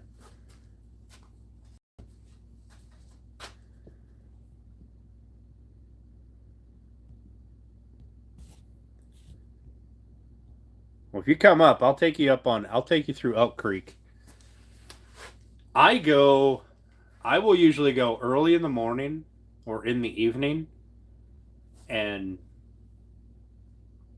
so I'll go Walnut if I want to walk upstream, if they've gone upstream a long ways. Um, yep, that's pretty much it, Zyro. If they've had enough time to get upstream, I'll go Walnut and I'll walk all the way up to the falls. Um, Sometimes you got to fight with property owners, but they'll get over it. Uh, hey, Mainly, how you doing, buddy? Yeah, I'm busy between work and the day job and getting stuff with the house done. And I had a bunch of projects I had to get done. Um, the only way I could do it efficiently was be off camera. Um, but for the rest, until I get some stuff done, I'll probably just be doing 1 day a week streams like this. Um, I'm gonna try to do every Thursday, so that way we can have a later stream. Um, Whether we build anything or not all depends on how much I've been beaten up at work. Oh, did they roll it back? I know their stock dropped like a lot, a lot. Yeah, the day job does get in the way a lot, and they've been beating me to death lately. But it happens. Pays the bills.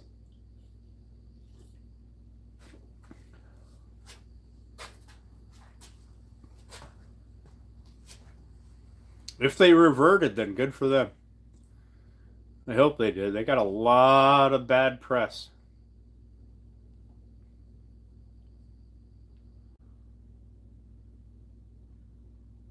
Um, so Walnut Creek, if they've got had time to get upstream, I'll go up to the first falls and I'll fish there.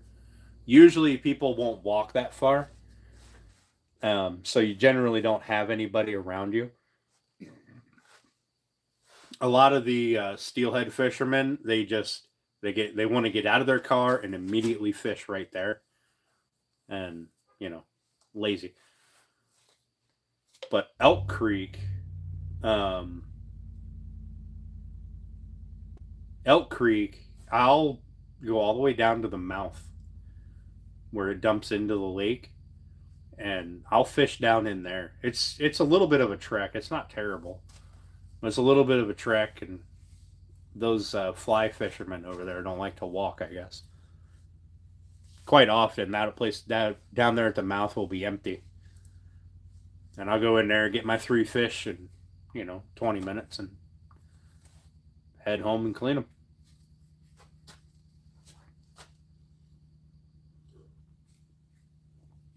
No, all publicity is not good publicity, but bad publicity is still publicity. Gets people talking about you.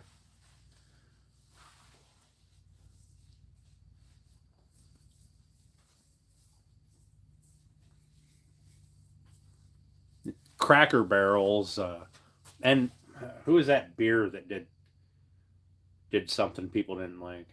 Bud Light, I think. Budweiser, Anheuser Busch, one of them. I don't know. Costs a lot of people a lot of money for that little bit of publicity. I don't know. This is why publicly traded companies are a terrible idea. Publicly traded, now you got to pay stock nonsense. All right, Country Carpenter, have a good one, buddy. Let me know if you ever come up here and do some steelhead fishing. I'll take you around. Let me know if you want limit out fast or enjoy the scenery kind of fishing. That was Bud Light. Were they the ones? Yeah. I know. I don't have any Bud Light in that fridge over there. Mainly because all the local light beers taste the same to me. Bud Light, Busch Light, Coors Light, they all taste the fucking same.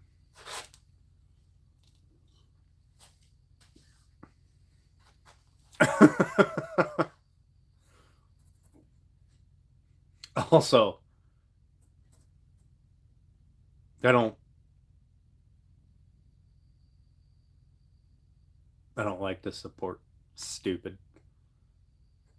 Although you get a case of Bud Light for like $10. You get a 30 pack of cans. That was like the cheapest beer around. They were cheaper than what the hell is it? Genesee. That stuff they make up in New York costs like $15 a case. They were dirt cheap beer.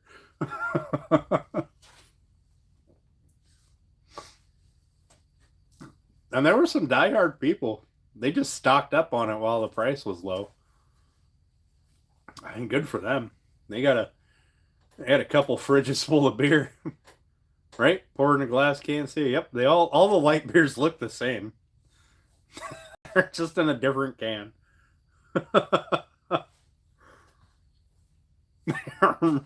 Right?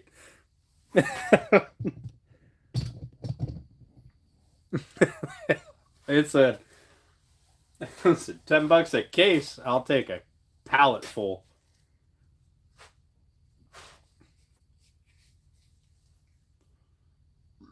I know a guy. He's the next town over that way. He bought.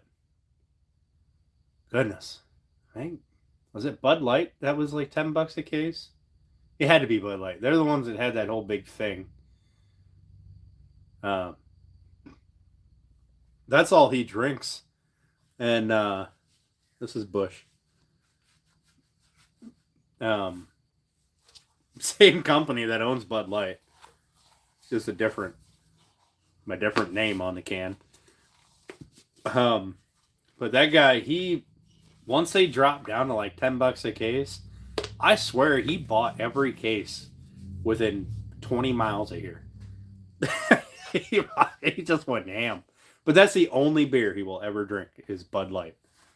I mean, he's just diehard that way, I guess. What's up, Coffee? Hey, Dots, how you doing, buddy? We went through that box today. And I went through a box over here from Bear and the Boss Lady. They made me 2 carvings, which is super cool. I'm going to build a little shelf and put them up here on the wall.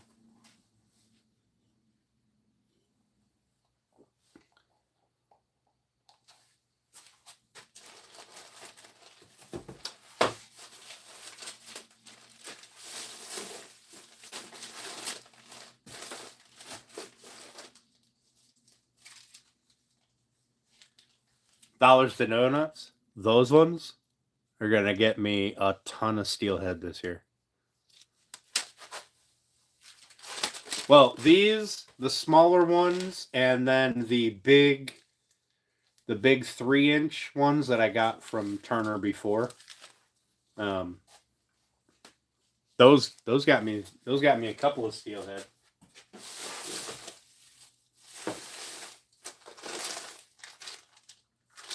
But these worms here, I think those are my favorite. We'll see. I got this big ass bag of worms in here that I didn't open. Like, there's so many. Just a ton of worms in there. I'll be bass fishing all summer. It's really hard to lose bass worms.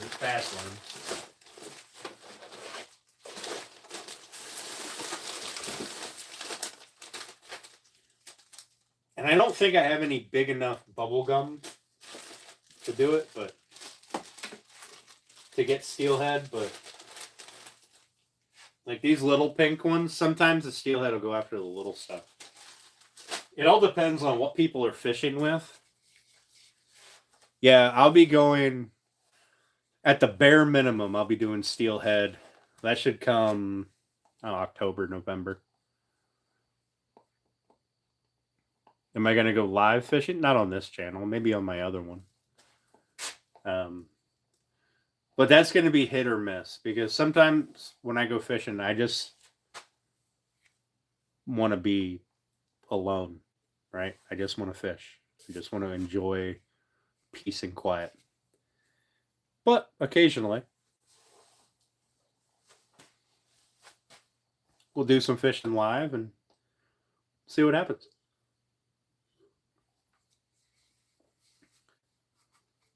Walleye out of Erie a few weeks ago. Nice coffee. Also, why the fuck didn't you tell me you were coming up here? Hmm?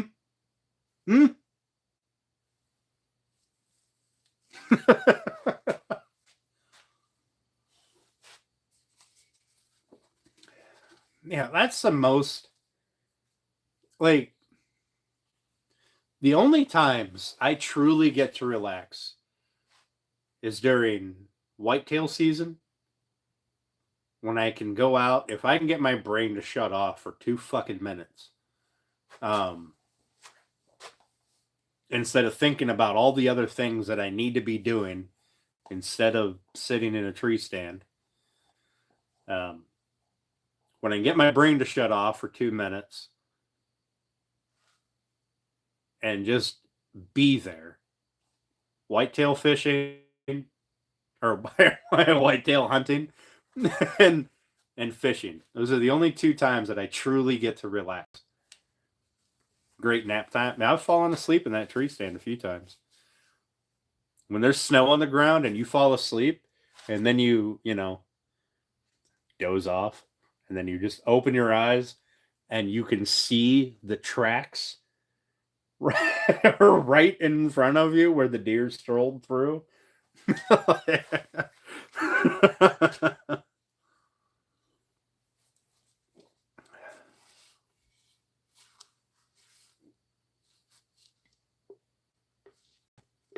There was one time I got out of a tree stand and it was super cold, brutal cold.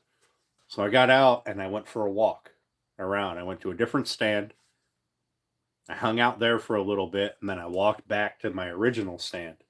And when I came back, I seen a giant print in my boot print. I was so fucking mad. So mad.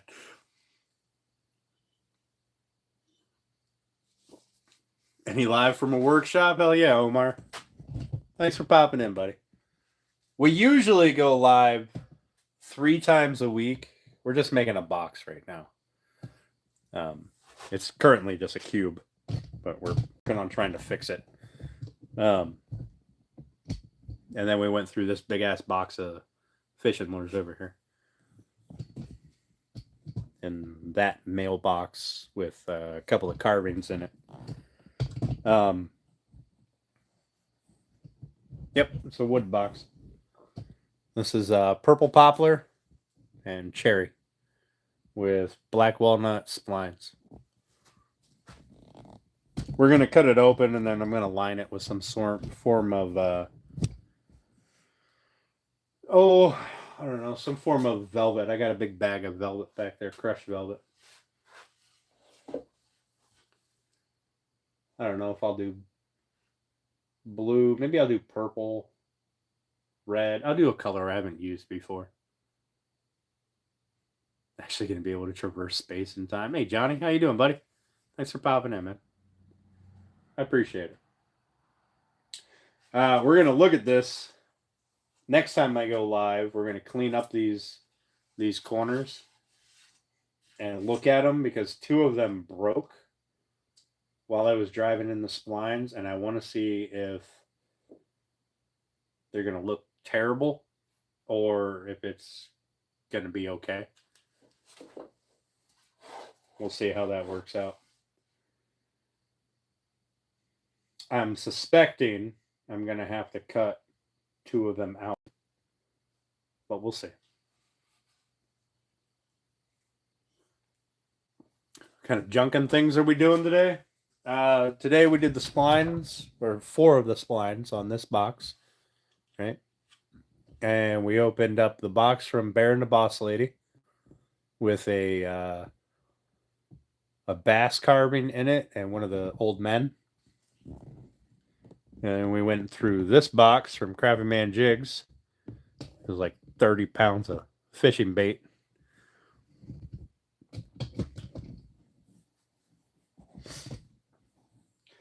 And then we just hung out, shot the breeze. Told everyone how I did like 30-ish donations the last 2 weeks and decided that I'm cutting back on my donations because people are getting too expectant. And yeah, it's kind of shot the breeze. Talked about some fishing, a little bit of hunting.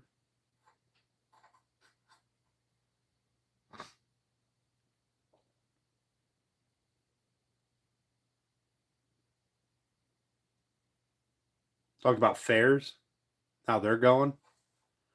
Hey, Bar Run. Hey, Steve. How you guys doing? Thanks for popping in, guys. I just needs AA meetings now. It's basically water. It's fine.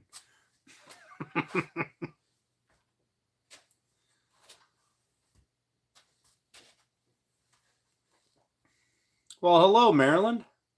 How you doing, Kimberly? Thanks for popping in. I appreciate it. Bar Run, what kind of great projects you got going on here? Hey, Woodshed. How you doing, buddy? Dan. Yeah, there was some crotch talk. Yep. We did talk about burls and crotches.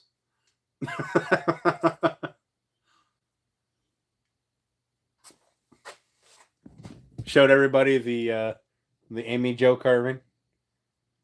You know, because it's been a while since y'all have seen that.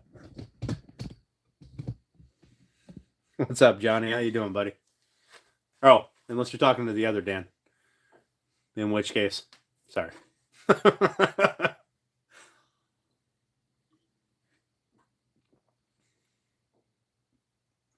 Campaign desk for a gallery, hand forged hardware.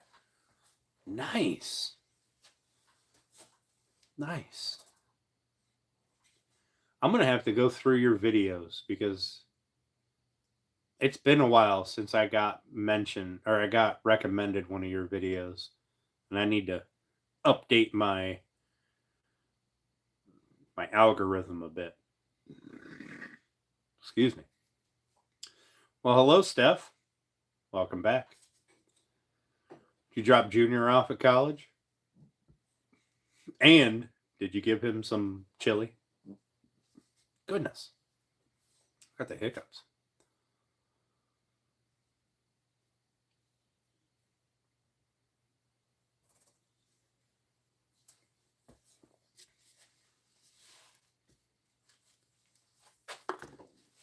Also, I finally...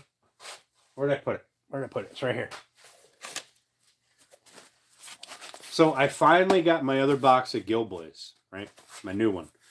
So if you guys want to see what comes in a box of Gilboys, right? It's just a hard wax oil. So you get a little thank you note, right? Happy Beer 30, hell yeah. You get a pack of plantable sunflower seeds for you and the bees, I guess. So you can plant them. They're not like salted or anything like that. You get the book.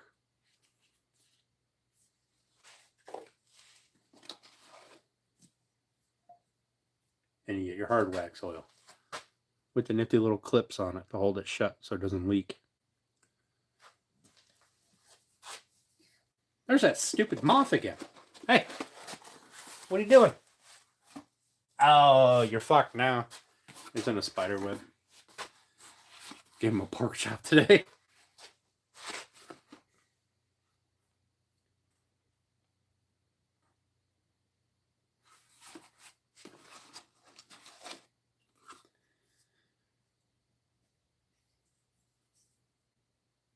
It's just half a liter. I don't.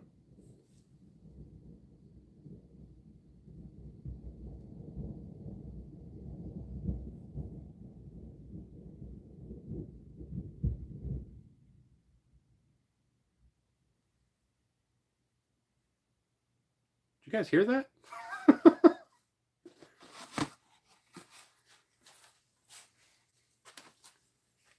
Don't drink it. Oh, don't drink this. I mean, you could. It. I spent a long time looking for something that a baby could chew on and not hurt themselves. Food safe, toy safe. I mean, in theory, it's raw beeswax, linseed oil, carnauba wax, and orange oil. Or was that your lousy roof work? It could have been.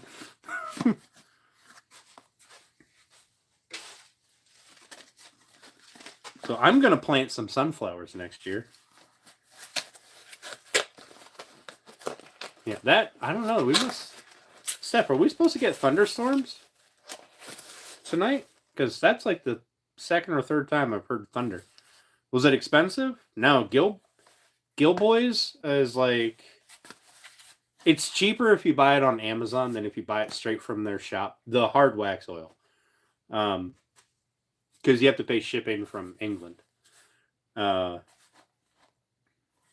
Amazon, you can, if you're Prime, you can save that shipping cost. This was like $32 for half a liter, whatever a half a liter is. And I used, when I did the 2 coats on the bassinet, I used half of this can. But I did 2 coats on it, and I had a whole bunch of like wasted, oversaturated a rag, etc. And I did heavy coats. So sunflowers by your shed. Really cool behind some clouds. Nice. Well, I mean, we could do with some rain. We got an Englishman in here? Where? Where'd he at? So that hard wax oil is the only hard wax oil I intend to use for a long time.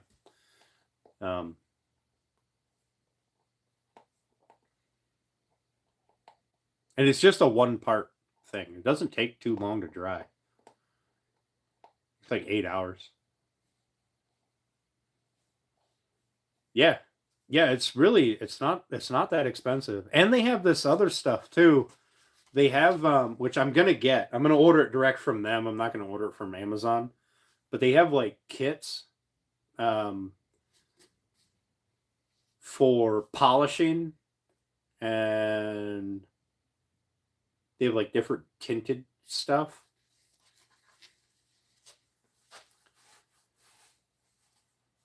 Oh, asking if anyone knows about leaders. Yeah, I don't know. They're definitely an English company, because I don't know what a leader is. Because America. But I do freedom units. Did not answer the question. Yes, Steph. I now have 3 packs of seeds from Gilboys. We'll plant a pack at yours.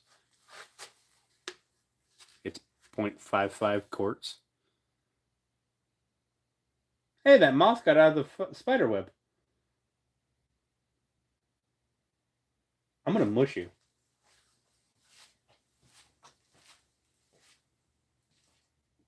Oh, I lost it. Oh, it's in another spider web. What?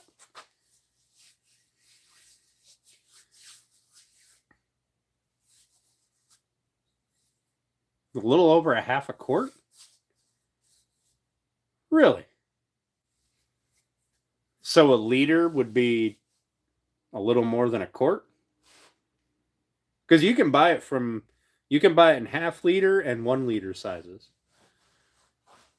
I only bought it in a half liter. But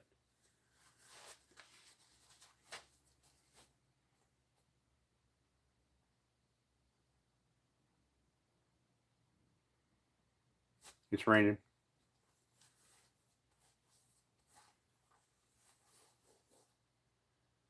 It's not a white butterfly. It's a gray moth.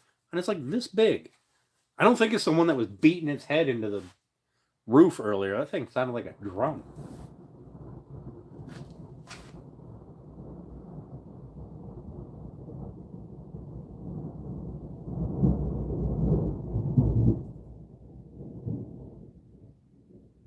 You guys want to stand over by the door and just look at the sky, see if we can see any lightning? While I have another drink. What's my phone at? Oh, I'm at 100%. Close enough.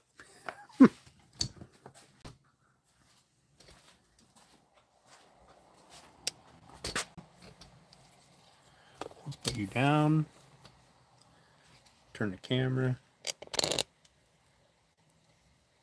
I'll turn off some of these lights.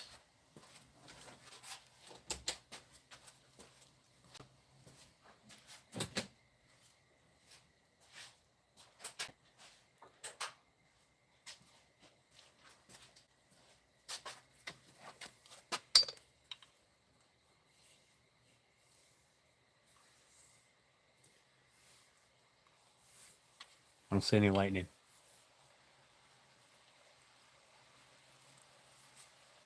I hear the rain.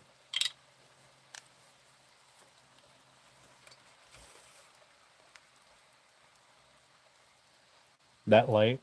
Oh, shit.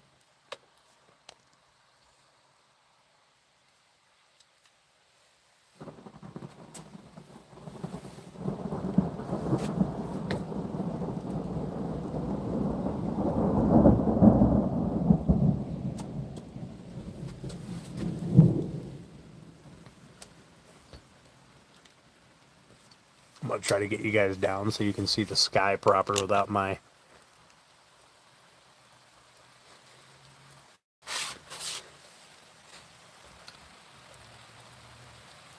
Oh.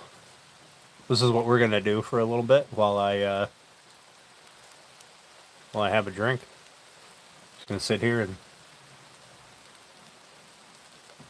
see if we can't see some lightning. I can probably turn you a little bit that way. So there's the top of my door frame right there. Oh, shit.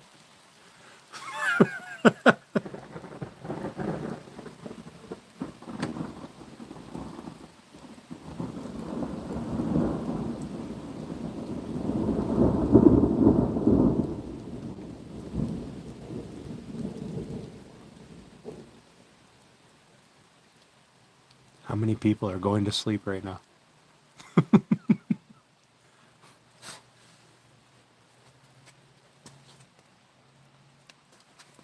But it's not like raining. It's like a kind of a drizzle. Do we live in a simulator? 100%, Leroy. 100%.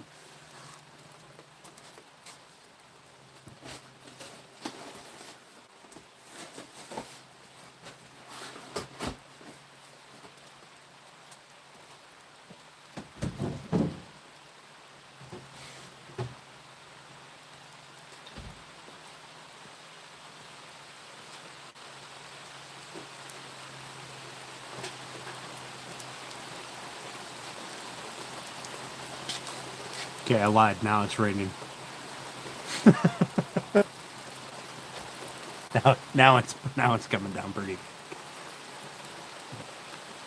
You can see these lights right here by my hand. That is neighbors way off.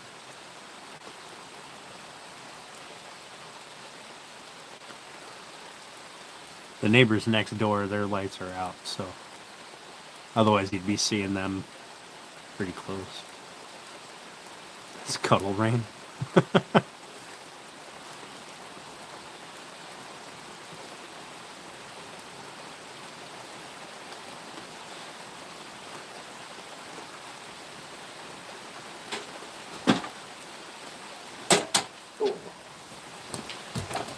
I'm just gonna grab a seat. I have a drink.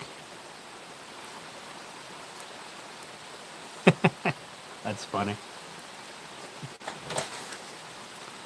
I hope it thunders, or I hope it lightens some more. I like a good thunderstorm. We haven't had a proper thunderstorm in a long time. Also, you guys are looking like right here is a tree. So there's like a tree here. And this is open sky. So hopefully we get something going on there. If not, I can probably readjust you guys and point you like that way. You left a 2x4 in your pocket?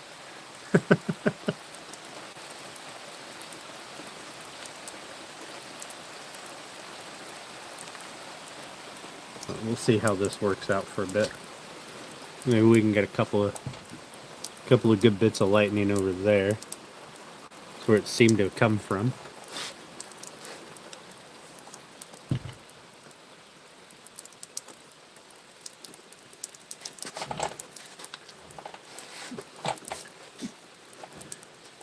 People are going to tune in here and be like, oh, look, a black screen. Yay.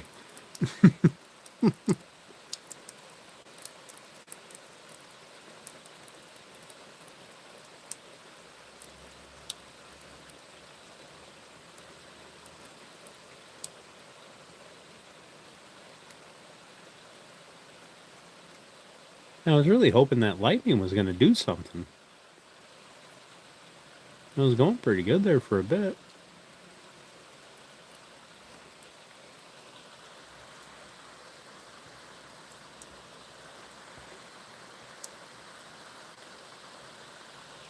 It's kind of a bummer. We did get that one good streak of lightning over here.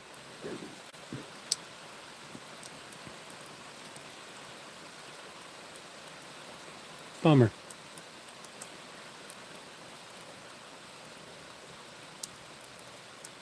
Steph chased all the lightning away. I blame her.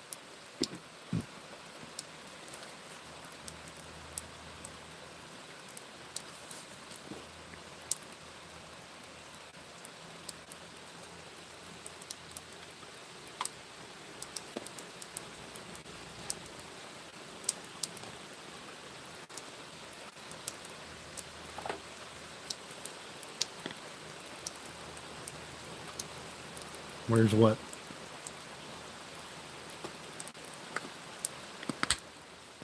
Sounds like the rain is picking up a little bit.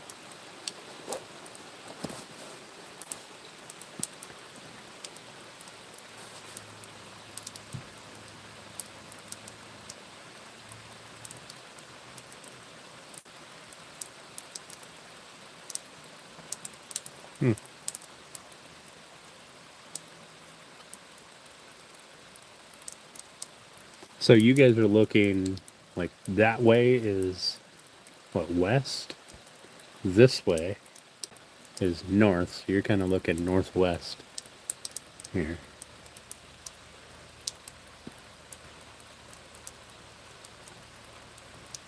But I'm kind of thinking that the lightning is all but done over here.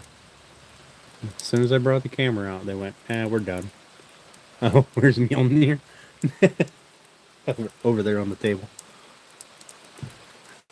Listen, I'd run around in the yard with it, but I don't know if my insurance will pay for me to get a new arm if I get hit by lightning. It would make a great video, though.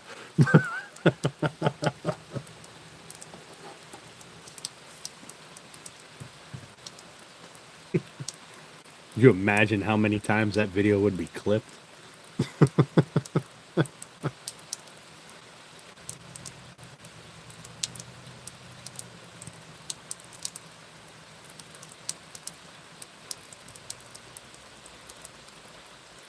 And this is disappointing.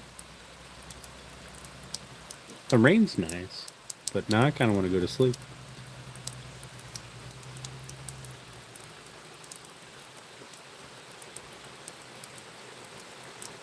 Bah! Scare you. Not?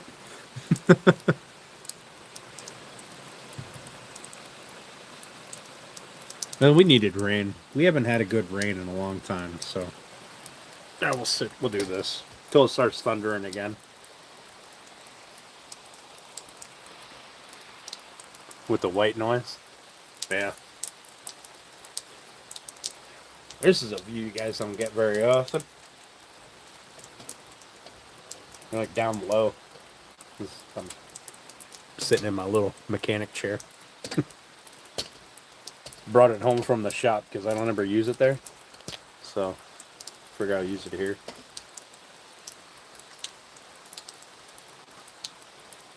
Listening to the rain is nice.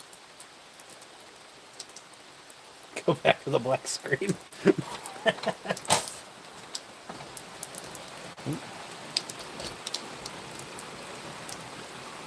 I'm live. Oh no. Your size chair? Yes, it is. Try to get you guys out here. Looking up that way. There you go.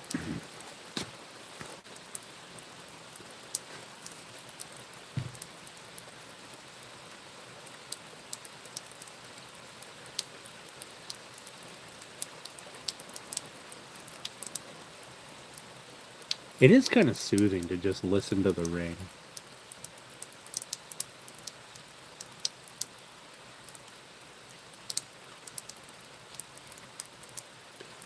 And I swear I'm not out here taking a leak. It's literally dripping right there next to that little light. Which I have to weed whack around that little light. Although I wish it was lightning.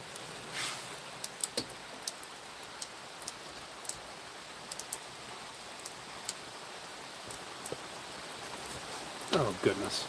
I'm gonna hang out with you guys here for a few minutes while I finish this one that I have. And then we're gonna call it a day.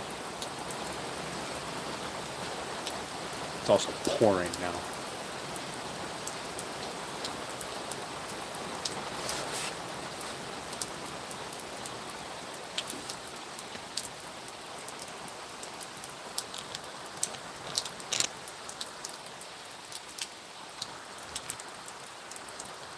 Oh, I don't know what's going on with my power go out, Grandpa? Nah, power didn't go out here yet. You don't see the light?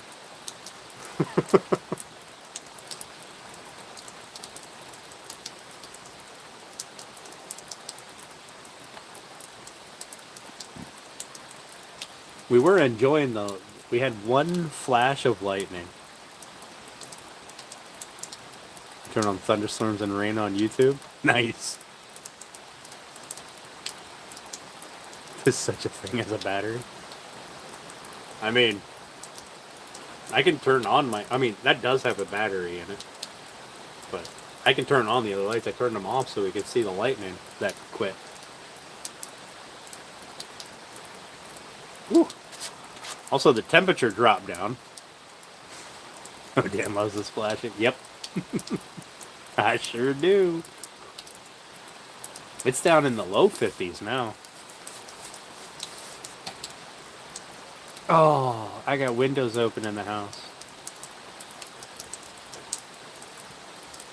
Oh, but I'm a wet floor. Wait, that's your bedtime.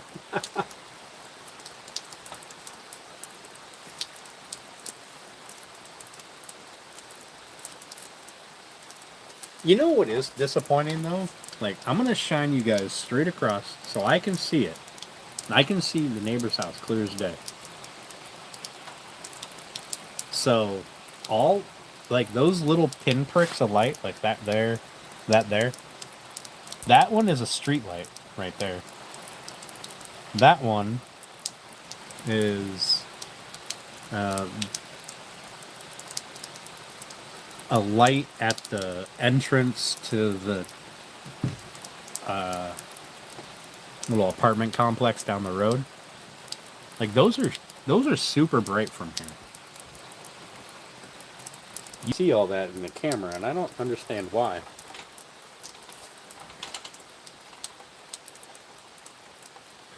69? I'm sure you are.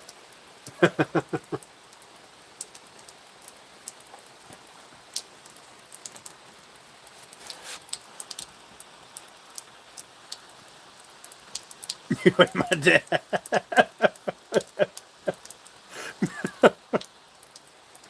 Yeah, my thing up here says 54 right now.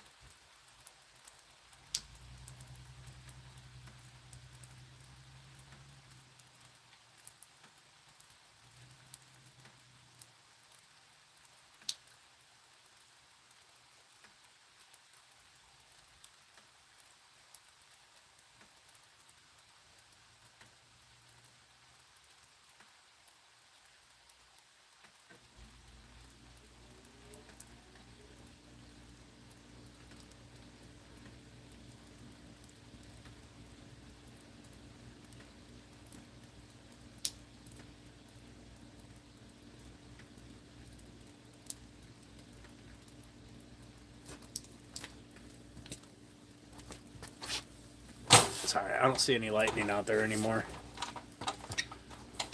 Hey, Bex. How you doing?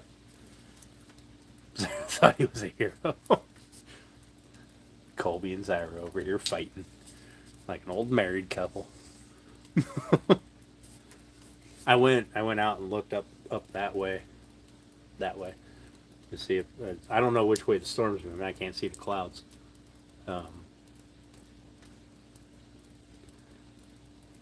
But I presume it's heading from west to east. That's where most of our storms come, or they go northwest to southeast. Hopefully I put you to sleep soon. I'll be getting off here shortly. But we got this rain going and it's pretty soothing. I like it.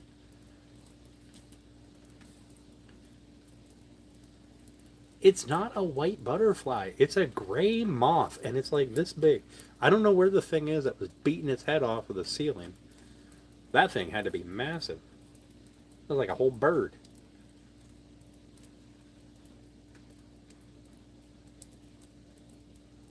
Let's look at this badonkadonk.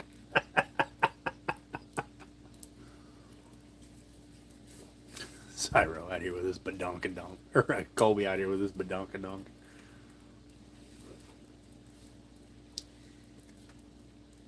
Who was trying to escape. Hey, it came in through this wide open door. It could have escaped out this wide open door.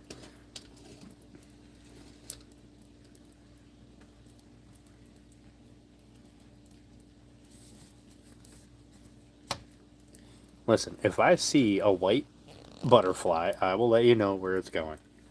It's probably heading south.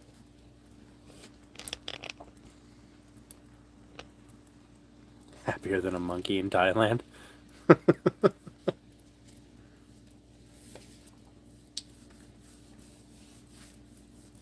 So I got weld burn on my arm.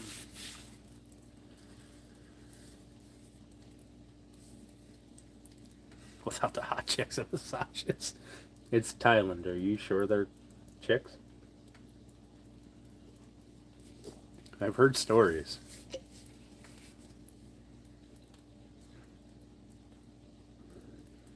Well, that's it. I think the storm's over. We never get any good thunderstorms anymore. I want a real good thunderstorm. Like back when I was a kid. Like it would thunder so loud it would rattle the windows.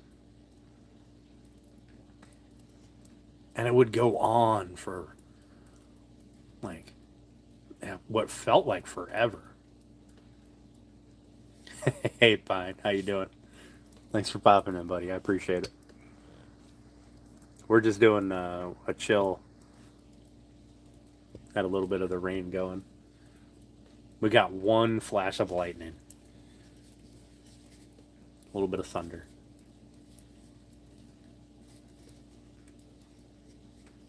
He still thinks they're hot.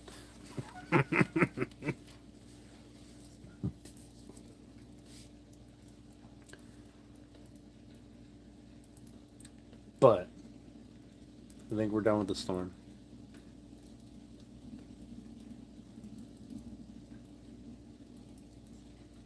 It's disappointing. Do you guys remember that? Like, years and years ago, 30 years ago, or more, thunderstorms were like, they were thunderstorms. I remember going up on top of, I used to live by Fort Indiantown Gap, which is a National Guard base. And we used to go up. There was this place called Hawk Mountain, and it was a mountain behind a valley, right? So you overlook the valley to the next mountain in front of you, and it was this mountain came down, and this mountain came down, and you were looking straight through there. You could see for miles, and you used to be able to sit up there. The fuck was that? I got birds back. Jesus. That's a brown moth.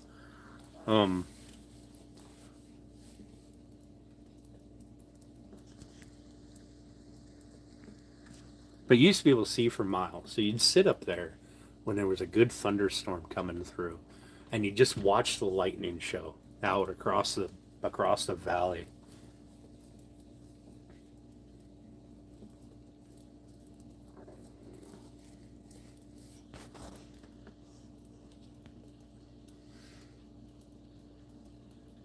Started 2 new fires? Get Jesus. Well, that's not a good part of it. Yeah, they definitely don't hit like they did back in the day.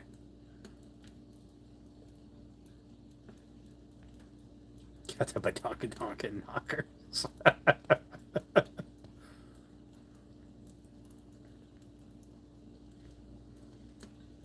Yeah, I miss those. I kind of miss those old storms. Just one good. Now, I don't want a big good storm to come through while I'm at work. I want it to come through while I'm home. Right? Roll through, rattle the windows, put on a good show. That'd be nice. It'd be kind of reminiscent of the old days. But you're right. Button. We could enjoy them when back in the day. Now we don't get that chance so much. Always something to do.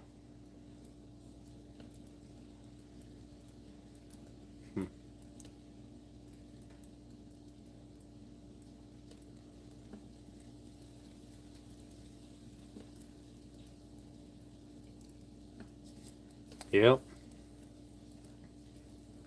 Under 20% humidity. Goodness.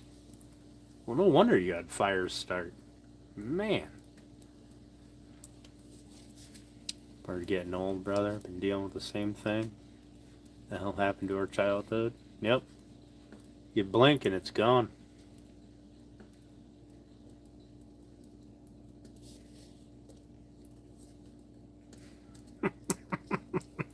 Across your left cheek.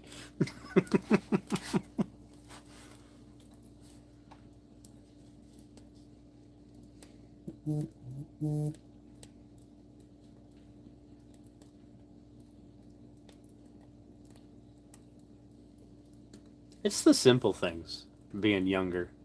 It was the simple things that I miss. You know, being able to you go out, play in the snow, go out, enjoy a thunderstorm.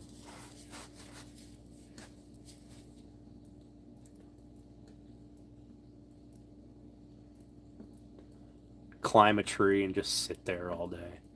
Enjoy just being there. Being an adult doesn't let you do these kinds of things very often.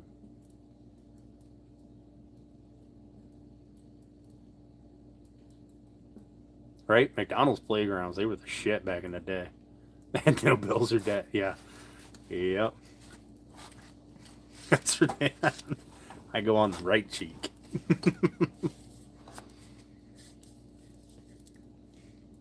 I think that Bills bills and not being able to enjoy just being out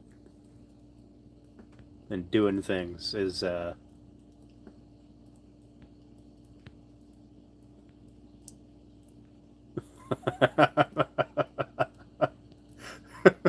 Colby. He's old enough to remember that they were there, and then they changed them.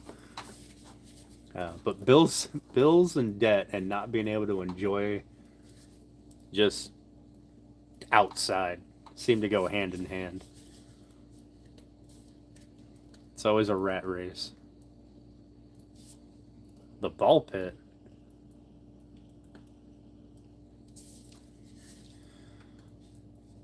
That ball pit. That ball pit had to be the most unsanitary part of any McDonald's.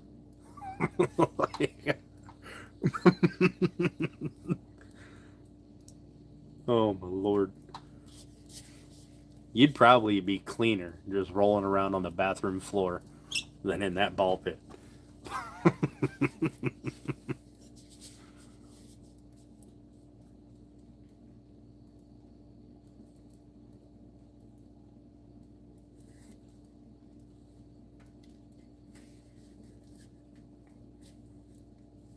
Like now we got what are they like? They're like foam cubes or whatever. The fill pits in like the trampoline parks and stuff. They got to be even more unsanitary because how the hell are you gonna wash that off? At least with a ball pit, you can hose it all down. Wet feet. You know what, buddy? I am going to come to your house, make your mom fall in love, ruin your dad's life, and then I'm going to eat all of your fruit snacks and drink all of your Capri Suns.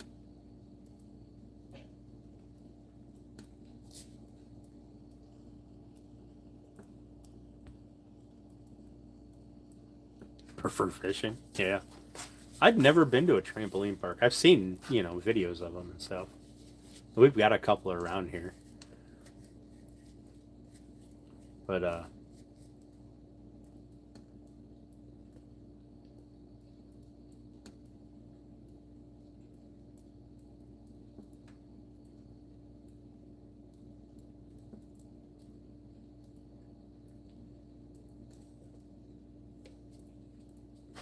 oh, Pine, that is awesome. That is awesome. I remember Blockbuster. Isn't there still one Blockbuster open?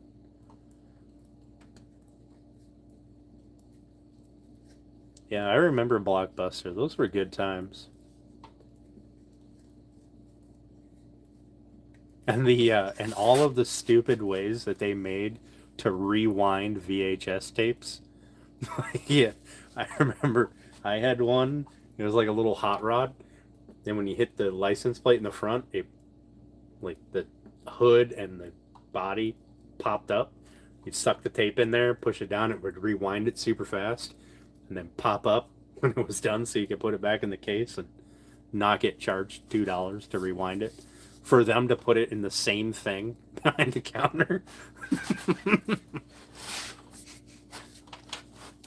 Bend, Oregon. Is that where the one black Blockbuster is? I wonder if they still have VHS tapes. You remember the the back room of the video rental places? Always just this random little hallway off to the side in the corner. Never allowed to go in there. Super secret.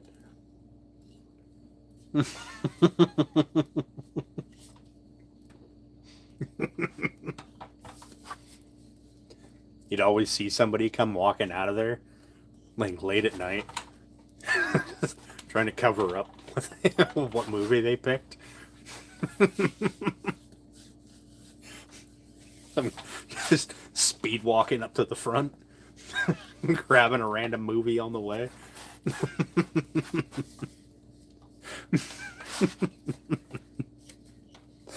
Oh, Lord. That was the early internet right there.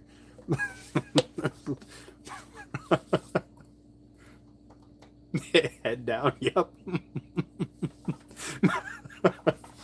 Must be like then I had no idea what was going on, right? Up to a point. But now thinking back on it, yeah. That was a whole bunch of embarrassed people. Speed walking for that door. It's hoping nobody's seen them. And probably a whole lot of movies like in that path between that hallway and the counter, that whole pathway there probably had a ton of movies that were just randomly rented out for no reason because you know they didn't watch it. They spent 15 seconds watching the other one.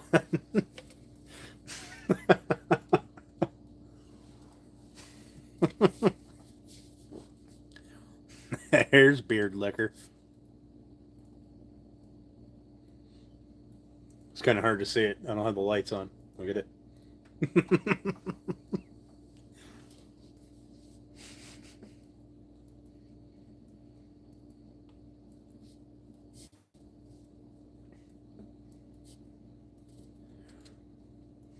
Although it still happens. Of the nug crumbs. It still happens. Like the number of people who want to go to like an adult store, like off the side of a highway, and they just they try to pick the times where there's going to be the least amount of people nearby, or they go to one way far away so that nobody they know can see them.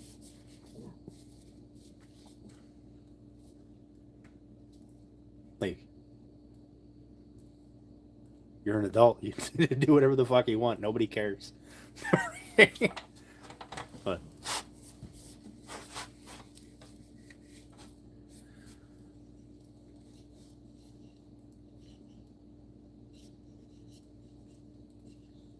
I don't know that I've ever been in that back room of a Blockbuster. I think they were gone before I hit the age that I could go back there.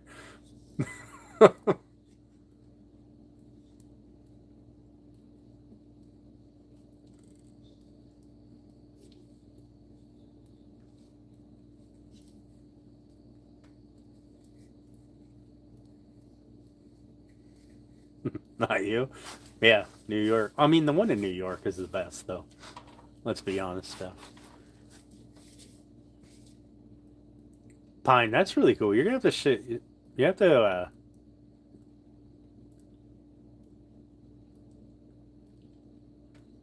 You have to post pictures of that or something. Email me pictures, something. That sounds really cool.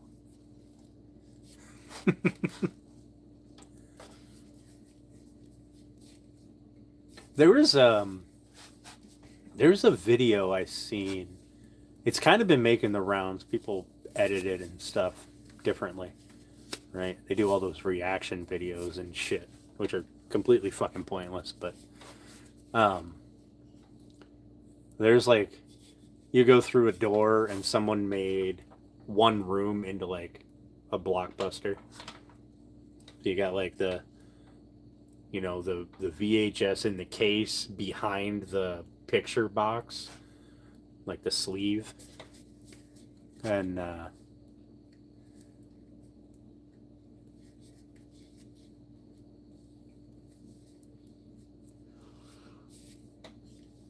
simpler times, simpler times.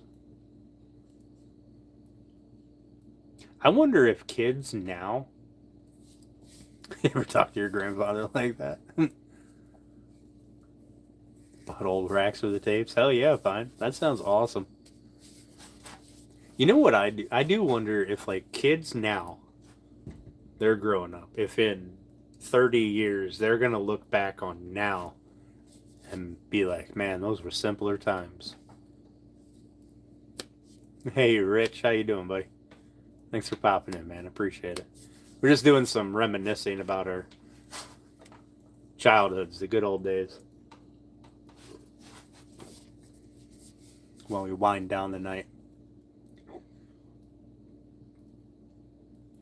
You know, back in the days when we had good thunderstorms. You had Blockbuster.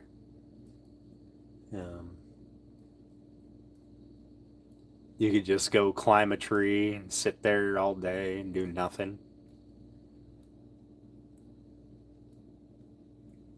Still carry a pan of pastries.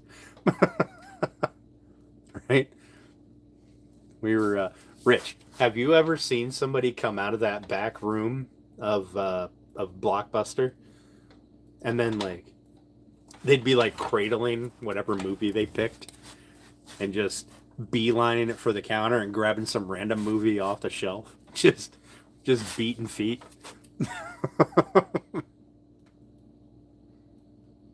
Yeah, that's true, Pine. It's a limp noodle from breaking it. Well, that doesn't sound good. Yeah, that's true, Pine. I don't know. Maybe the good old days are done for every generation. It's kind of a depressing thought, but everything's so stressful now. Even kids are stressed out. I don't know what the hell they have to be stressed out about, but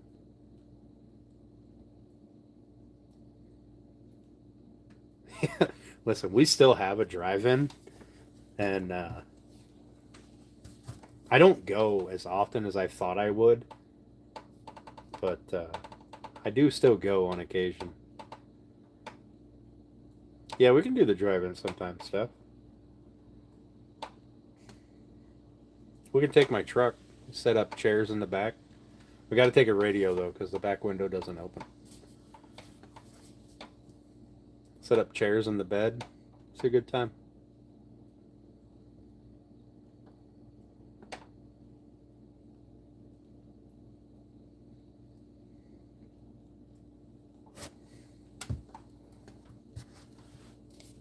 Broke both bones in it.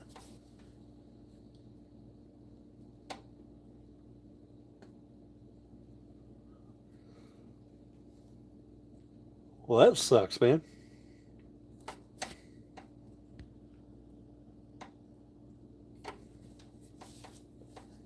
That sucks, Ricky. Or Colby. Ricky. I don't even know where that came from.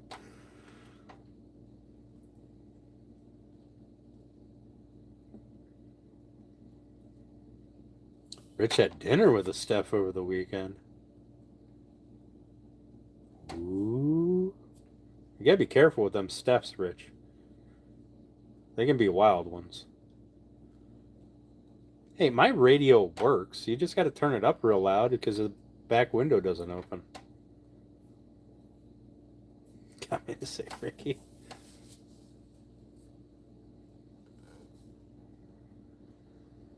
Alright. Alright, Steph. Let me know when you want to go and I'll bring my jump pack just in case. Also, you can make some pretty good money at the drive-in when people's batteries go dead. You, you start charging them $5 or $10 a jump. Man, you can make some change. I used to do that. I used to do that a couple years back when I had the red truck because I had two batteries in that because it had the plow on it. So I'd turn one battery off. One battery would play the radio and stuff. Fire the truck up at the end of the second movie and go drive around and jumpstart people. Get my money back for the movie. As high as Sophie people. Hey Ed, how you doing, buddy? Stephs are okay now. Jades are batshit crazy.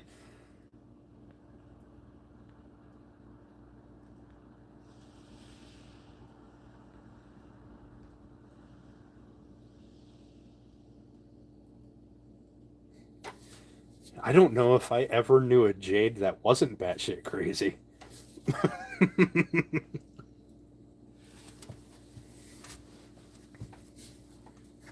think every jade I've ever known has been a little bit nuts.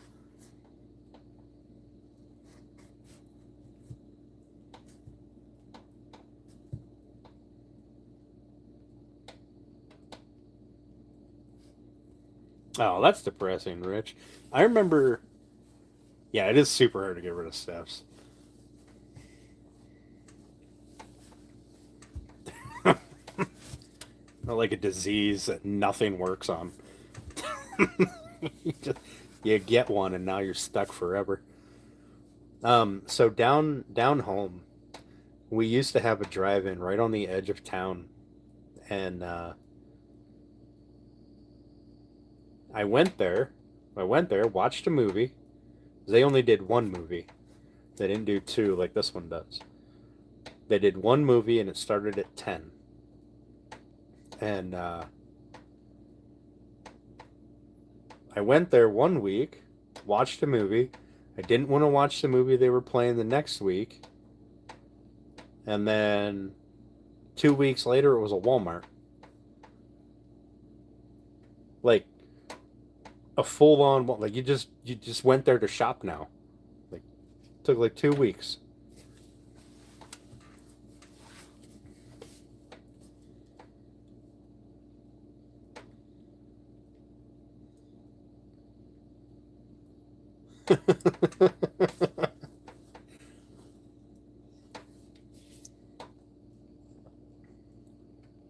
Yeah, they don't fuck around.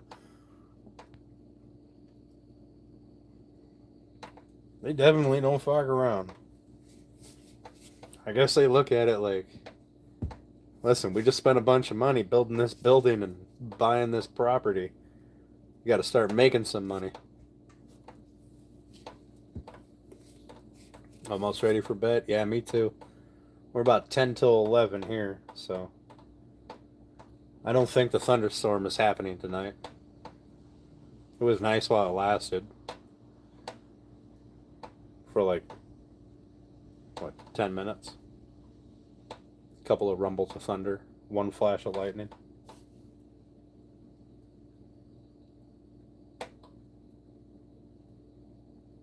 Are we making a bassinet again? Hell no. Hell no. Once my white oak lumber is done, we'll make um, a rocking chair. I ordered 100 board feet of clear white oak, so I should be able to make a couple of different projects. None of them will be a bassinet. I mean, unless my bank account says one of them is going to be a bassinet.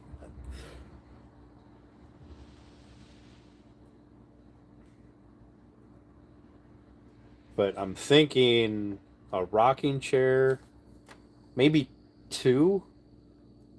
I might make if the first one goes well, I might make a set, and then I'm thinking like a blanket chest coffee table. Yeah, like a his and hers. I'm thinking like a maybe a blanket chest coffee table type thing. Um, but not just out of white oak. I'll have to make that with, different types of wood, but something that kind of goes with the rocking chairs. Like sticks along that theme. Hey OP, how you doing, buddy? Thanks for popping in, man. I appreciate it. And we're going to be making a white oak coffee table. And so we're going to be doing some white oak projects here soon.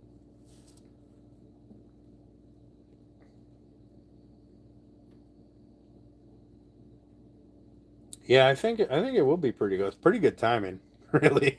I mean,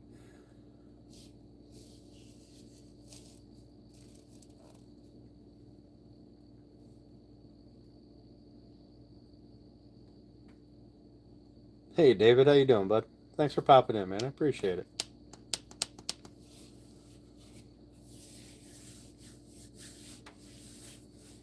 Yeah, I think if the first rocking chair goes well, we'll build a second one. Carpenter making his own casket. It's been done. Hopefully, I don't have to make my own casket for a couple of more years. Also, my casket's going to be a bowl. So, you know.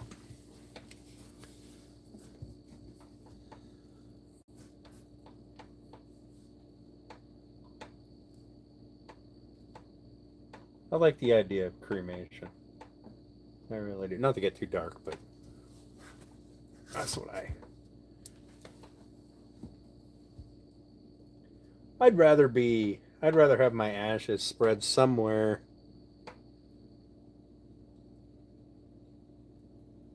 that I enjoyed being, like the woods or the lake or, something,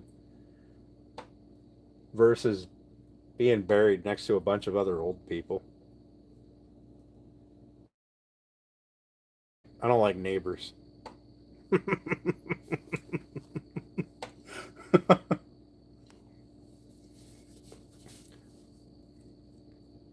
Be a one-stop shop.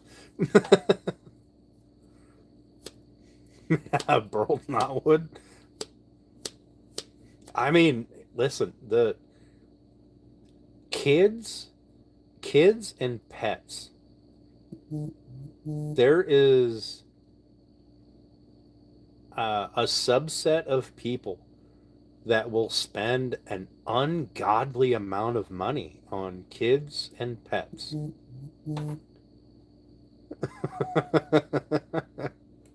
That's funny stuff.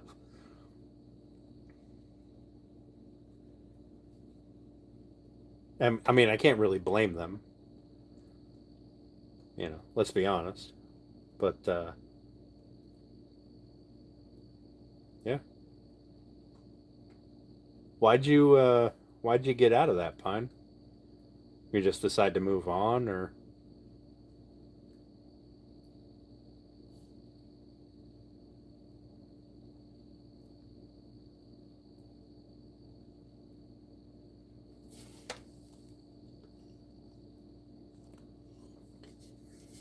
also stuff you're not wrong.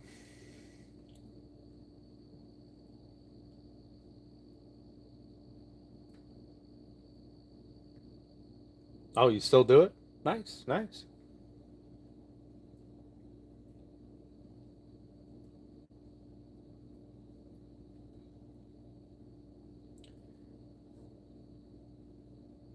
So I would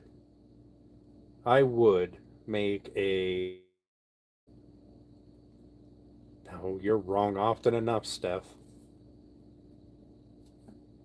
I would make a casket for my dog because I know he's gonna die soon, right?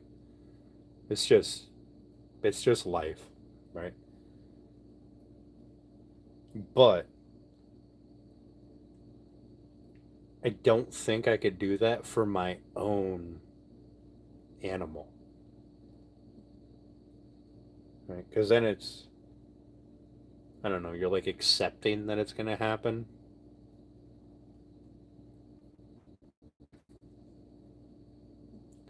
Name 4 times you've been wrong today,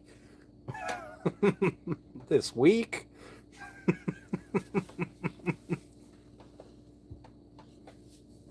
How much would Milner cost if I could have you make it? What, one like I have over there?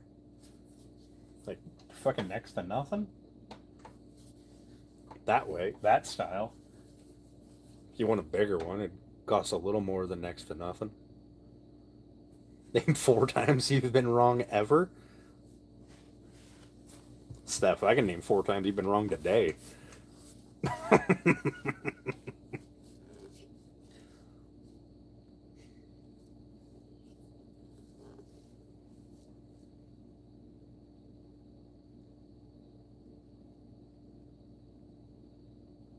Engraved? Meh. a little more than next to nothing. It all depends on what you want it made out of and how big you want it.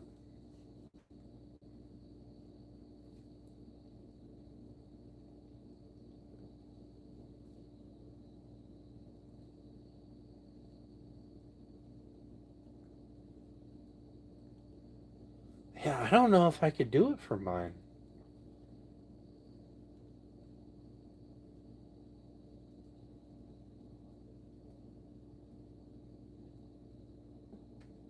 I mean, logically, I should.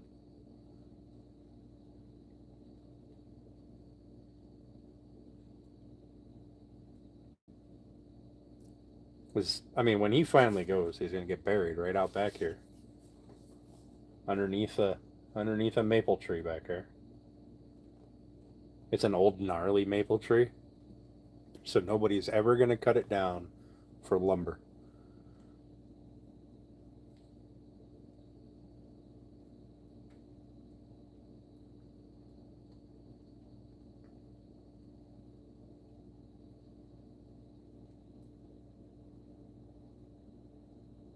I don't know. I still don't think I could do it. I'd probably be It'd probably be easier to buy it from someone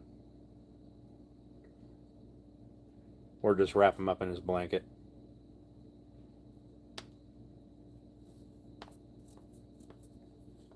You done told the wife? Hell yeah, fine.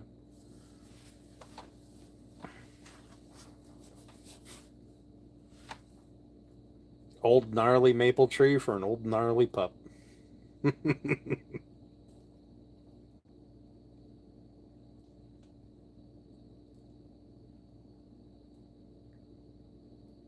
When I first got him and I walked him around the yard, right?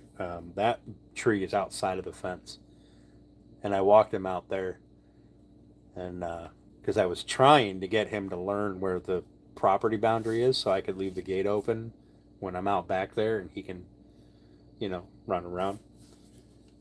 The first place that he peed was on that maple tree. Hey SGO, how you doing? Thanks for popping in. I appreciate it. We were sitting here enjoying a little bit of thunderstorm, but then it blew by real quick.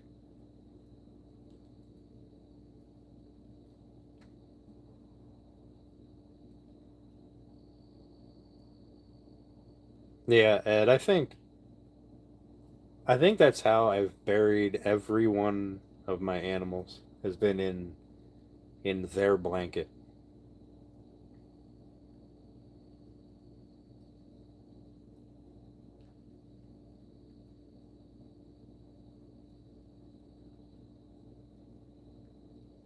But I could definitely see I could definitely see how little pet caskets would make, uh, no pun intended, but an absolute killing. People care a lot about their pets and their kids and grandkids. Those are I think kids and pets are the two biggest places that people will spend obscene amounts of money and not blink an eye.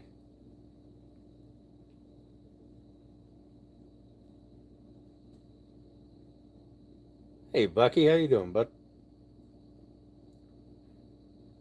To hear you had cremated. We got a vet up in town. They do um, cremations for you.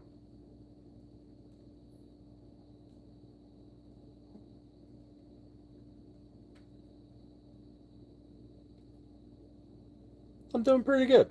Just kind of winding down the night, sitting here hanging out. We were watching lightning and stuff out there, listening to the rain, but that kind of that kind of quit. So now we're just sitting here enjoying the night. Nice cool breeze. Right, Steph? Kids and grandkids Obscene amounts of money and never bat an eye about it.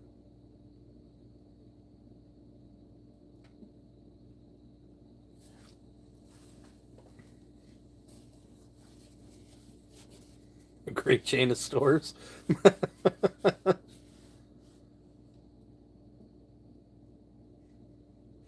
Whew,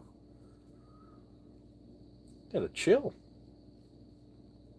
Not used to this cold weather. Here just last week it was like 90 degrees. He's turning 5. Oh, Lord. He's getting so big. Pretty soon she'll be looking back at life, going, damn, childhood was a great time. You got back from a great fishing trip? Hell yeah, Bucky. How'd you do? You make out good? On the 3rd. Oh, shit, I guess next month is September, isn't it? The oldest turns 18 on the 5th. Hell yeah, SGO. Congrats on getting one to adulthood.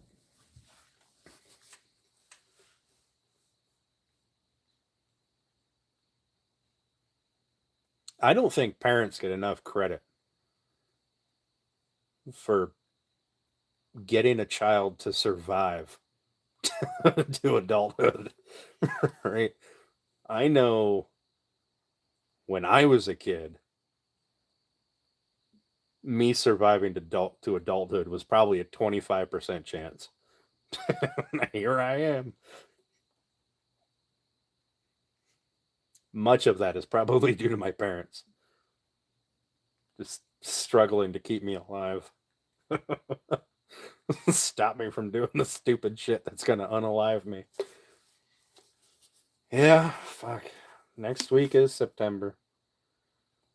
Fall is coming. It's fire pit season, and my fire pit's not done yet. I gotta get cracking on that this weekend. See if I can't get it done in a weekend. 60-pound king salmon. Hell yeah, Bucky. That sounds awesome. I don't care about the crab, but the salmon. Salmon's where it's at.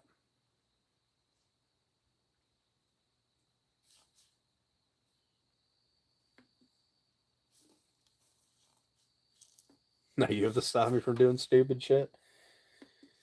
Yeah, but now the stupid shit I do is, running a board through the table saw without a push stick. Climbing on the roof when it's wet.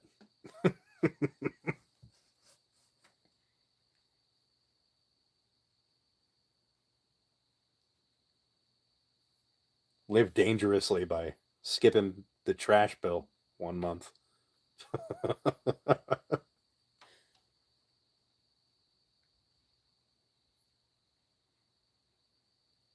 Speeding through Ohio. Like, put up a hell of a fight for 60 pounds. I bet he did. Yeah. The older you get, the more important safety is.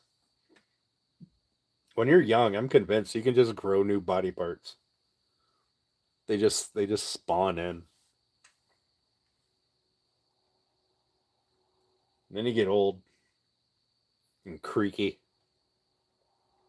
and slow on your reaction time. Did I pay that yet? No, I forgot. I gotta pay it Friday. I gotta call them tomorrow so they can set up a payment. Just take it out of my account. I don't even know if I can do that. You can't pay it online. I've looked and looked and looked and looked. You can't pay it online. And I sure as fuck ain't driving 5 hours to pay a traffic ticket. They can bite me.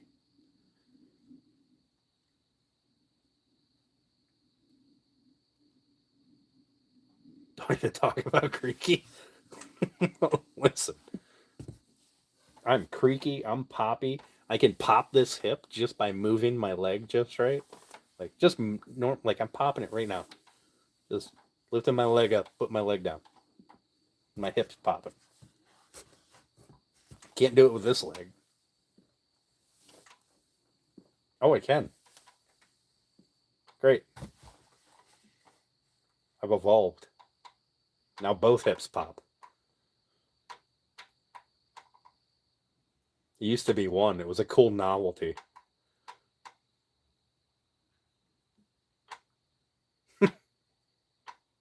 No, no, Ed, it's definitely my hip. Steph felt it. I made her put her hand on my hip one time when I did it. Like you can feel it. It's so weird. I'm gonna have hip arthritis here in 6 months. Your knees, your hips, your ankles. Catholic Sheriff's Station. You feel like you're 60. Yep. I'm 40 and feel like I'm pushing 80.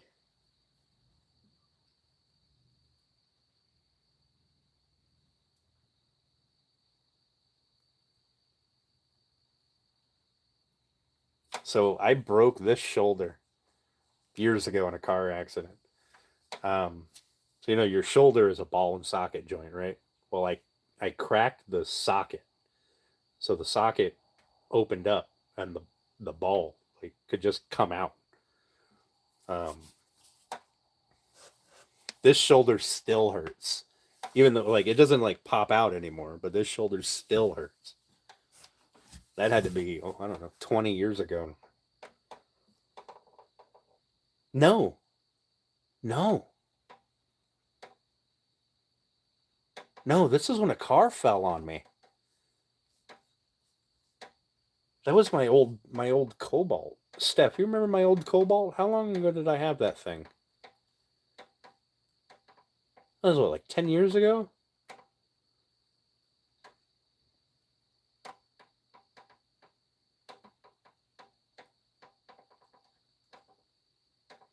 I didn't have any of that like Aflac type insurance.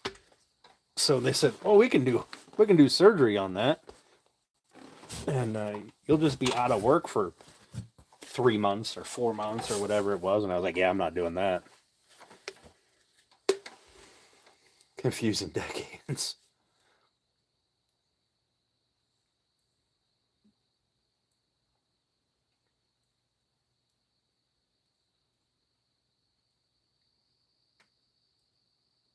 Yeah, that the Cobalt is what fell on me.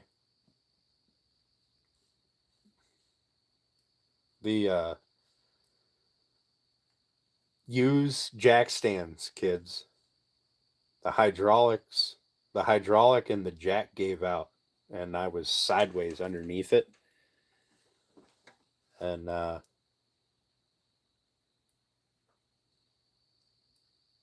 car came down. Came down. Actually, I think it was the other way. This side was down on the concrete.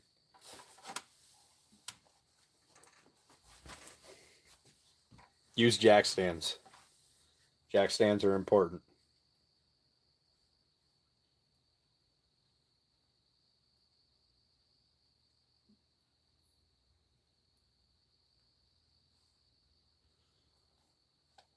Hurts from time to time. Oh, I believe it. I believe it, Becky.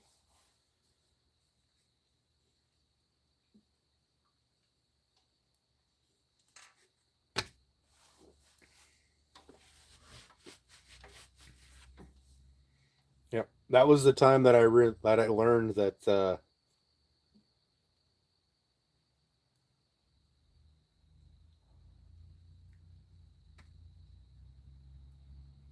making it seem like under the car is the wrong way to use it. Well, the cars have jack points, like where the body or the frame is specifically designed to lift the car up. Yes, yes. Block your wheels, emergency brakes, something. Hey, David, doing pretty good tonight, bud. How are you? We're just sitting here. I'm about to go in, have some dinner, and go to bed. This,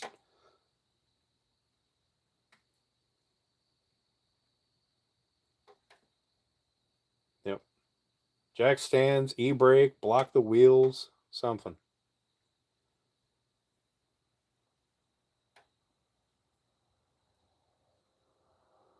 I yeah, I remember up until that one gave out, and it wasn't like a cheap jack. It was a good quality jack. Just I don't know what happened to it. Seals popped or something. Up until then, I didn't think that a jack would, fall. Like, come on, you lift trucks and stuff with this. What are the odds of it? What are the odds of it breaking? Apparently enough. I lucked out because it could have been a lot worse. Like, could you imagine if a car lands on you and you're laying on your back or on your chest, right? So you got all that weight pressing down on you. Like that could be that could be a bad time. But I made it, 30-ish years till it happened.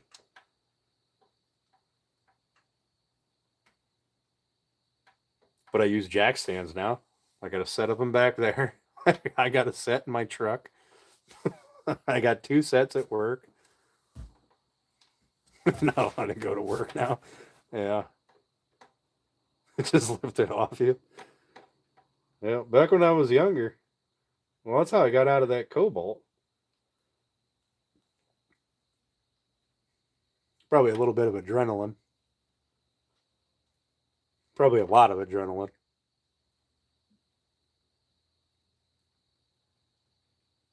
Fell off one of your lifts and wrecked it. Oh man.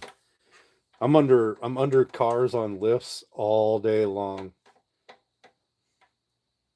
Boy howdy, I tell you, some of them cars are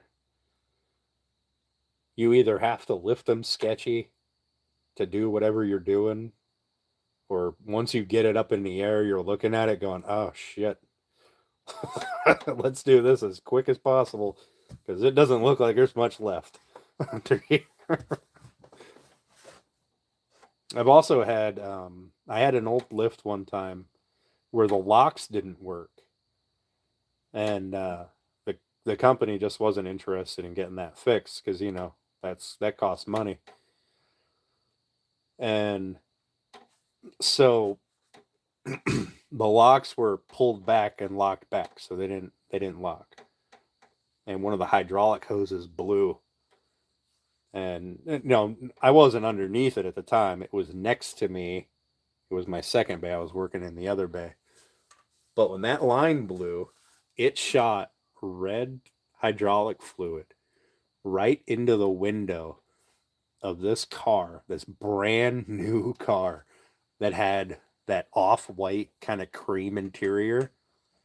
Bright red hydraulic fluid shot up onto the roof and all over the interior of that car. It was so fucking funny.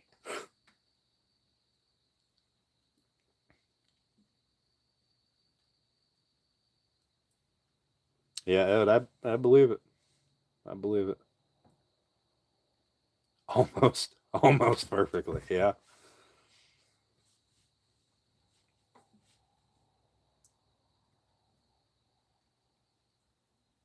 You know what's more expensive? Between fixing the locks on a lift and the hydraulic hose and replacing all of the interior in a cream colored car.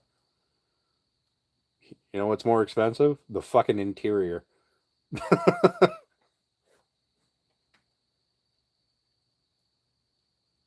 All right, Dan. Have a good night, buddy. We'll talk with you later. It's been a good night. Enjoyed it. I'm going to get ready to go to bed. Well, I'm going to get ready to go eat dinner.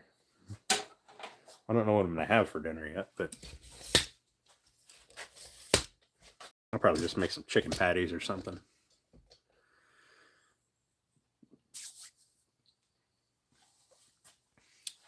But I think I'm going to head off here. It is 20 after 11. I remember about 8:30 I said I wasn't going to keep you guys too late. So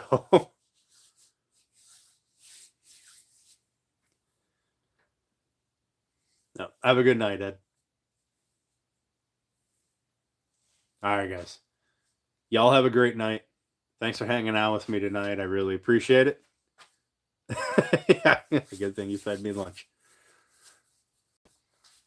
All right, guys. I appreciate it, and we'll talk to you soon. I'll try to post a thing when I'm going to go live again, so that way, we can get a little bit of a heads up. All right. Have a great night, everyone. Thank you.